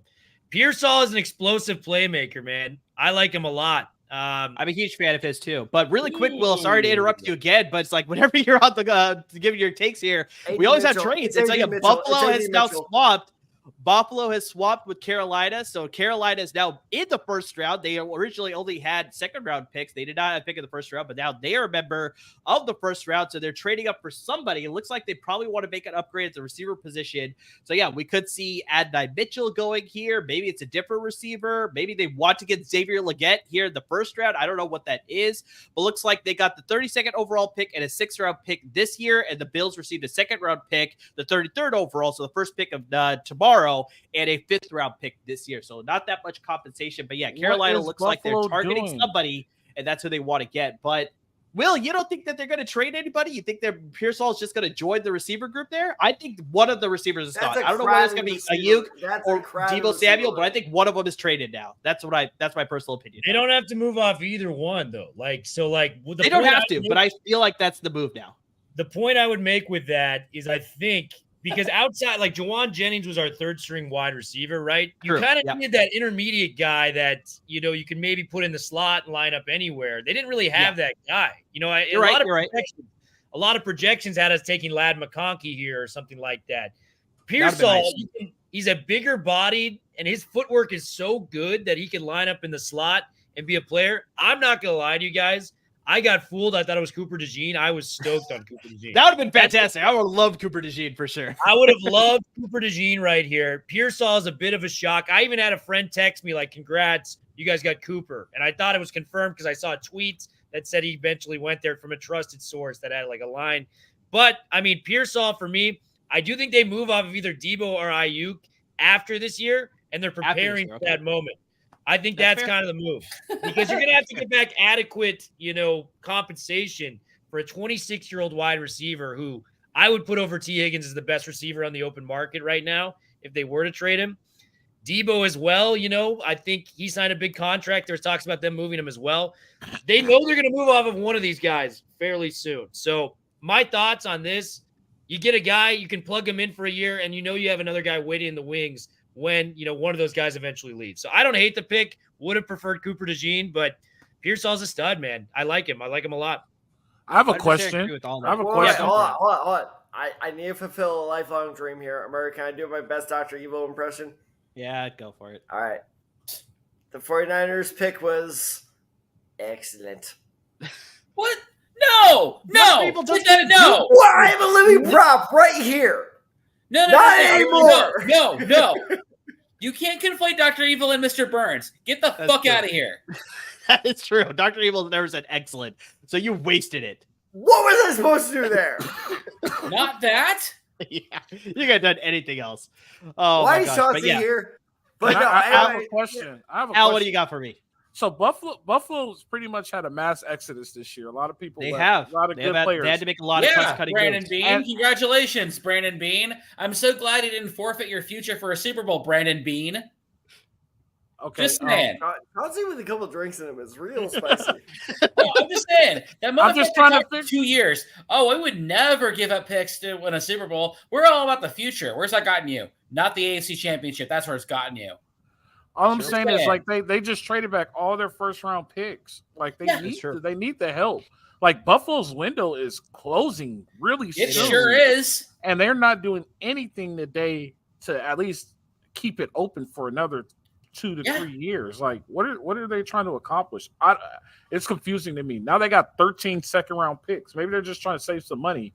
I think that's exactly it. No, I think that's exactly it. Is they're in such cap hell. Like, look, we all give the Saints crap for being in cap hell. The Bills are almost in just as bad a situation.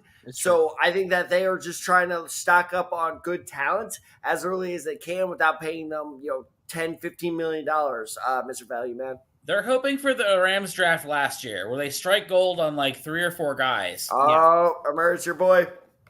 Oh, okay. Xavier Legette. See, I knew that they were a huge fan of his. They wanted to get the local guy. I thought they'd just stick at 33 and take Xavier Legette. But it looks like they wanted that trade up was stupid. Looks like they wanted that extra year on his contract. I figured that there would be one team that would trade up to do that. And so, Xavier Legette, I'm a huge fan of his. Big body guy, got a lot of speed as well. I think he'll fit in nicely with the receivers that they currently have there for sure, with Deontay Johnson, Adam Thielen, and then now Xavier Legette. So that's a pretty Is that the guy that went viral? Carolina Panthers doing something stupid. I don't understand that. Is that the guy that went viral? For the accent he had? Yeah, the accent. Yeah. He's a stud. I actually liked him more than Pearsall. I would have rather had Legette. I will say that. No, Legette's a pretty legit prospect for sure. But guys, that is it. Round 1 is in the books. We had a lot of fun. We had a lot of surprises for sure. A lot of shocks. I think that's definitely the case here. But I think the big thing that Tad has also laid out, that there's still a lot of fantastic talent that is available on day 2. So, we got guys like Jerzon Newton is still out there. Will, you brought up Cooper DeJean. He is still out there. Kool-Aid McKinstry is still out there. So, there's still a lot of fantastic talent that teams can get on day 2 that could end up being value picks because they were projected to possibly be first-round picks, but now they're going to be there on day 2. So, guys, if you tuned in, we appreciated it. We appreciate all the comments and the questions. But, hey, we're doing this again tomorrow. So, make sure you're tuning in for tomorrow's live stream as well. We'll be covering day 2, both rounds 2 and round 3. You may get some of the same guests that you're seeing on your screen right now. You may get some different guests as well. So, we're sure to have a lot of fun giving you our instant analysis and reactions here. So, really quick, let's go around the horn. Tad, what was the biggest shock of round 1? Oh, dear God, why would you throw that to me first? Actually, you know what? Thank you, because I get to take the easy answer. Michael Penix Jr. What fuck, man? That's fair. All right, Al, what was your biggest shock or reaction to round 1? That Buffalo traded out of the first round. They traded twice out of the first round not to help their franchise quarterback at least get to a AFC championship or to win a Super Bowl. Like, I'm really confused of what's going on with that.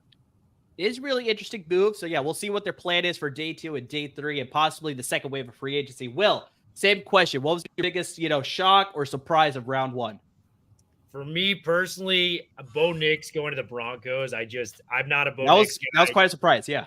I think to use him as a pick number 12, I'm not a fan of that. You could have probably traded down a little bit and got him, added a little bit more assets. He was, to me, 5 out of 5 in those first-round quarterbacks. Came from the easiest offense. And, let's be honest, SEC football is the closest to the NFL that you're going to get. I have 4 years of tape that prove that he was not very good on that Auburn team that he played for. So, yes, he was good at Oregon. A lot of checkdowns, a lot of easy passes. He had a very, very high completion percentage. That was by design. Didn't like the Bo Nix pick there. If anyone can make it work, it's Sean Payton. I know I've heard some, very loose, poor man's Drew Brees comp. But I hate the pick, and I think the Broncos are going to be picking in the bottom 3 next year when the draft comes around. Okay. I don't think he would have been there, Will. I think they had to do that. Exactly. So, Will, real quick, do you think if they had passed on Bo Nix, do you think the Raiders would have taken him with the next pick? I'm not sure about that. I think they were pretty much hung up on Michael Penix from everything that I heard. That was their guy. I agree, but do you think they would have panicked like you were saying the Broncos did? To be frank, I wouldn't have taken if the Raiders did take Nix, I think that's a dodge bullet for you because I'm just not that high on him. Wow. Okay. I'm not that high on him. I don't think he's very good. He's played 6 years of college football, and it finally took him the last 2 to get very good at it. I know Jayden Daniels had something similar to that. I'm just a realist on this one. If you're going to rebuild the team, just take the best player available. I would have liked to see them get Brock Bowers there, maybe take Fuaga, a tackle there, because lo and behold, they've got Michael Glinchey there who's breaking down off of a $60 million deal. There's a lot of options you could have gone with. You don't necessarily need a quarterback if you're giving Sean Payton the timeline he needs to be successful there. I just don't think Nix is the guy. That's my stance on it. And if he turns out great. I have nothing against the kid. I just don't see it at an NFL level compared to what other people do. Fair. Chauncey closes out here. What was your biggest shock or reaction to round one? Honestly, my biggest shock was the level of patience the rest of the teams below the top 10 had.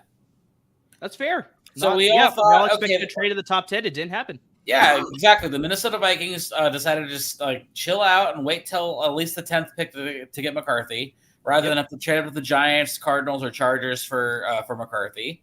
And they also got another guy in the first round out of it, so they didn't really have to sacrifice very much to get what they ultimately wanted.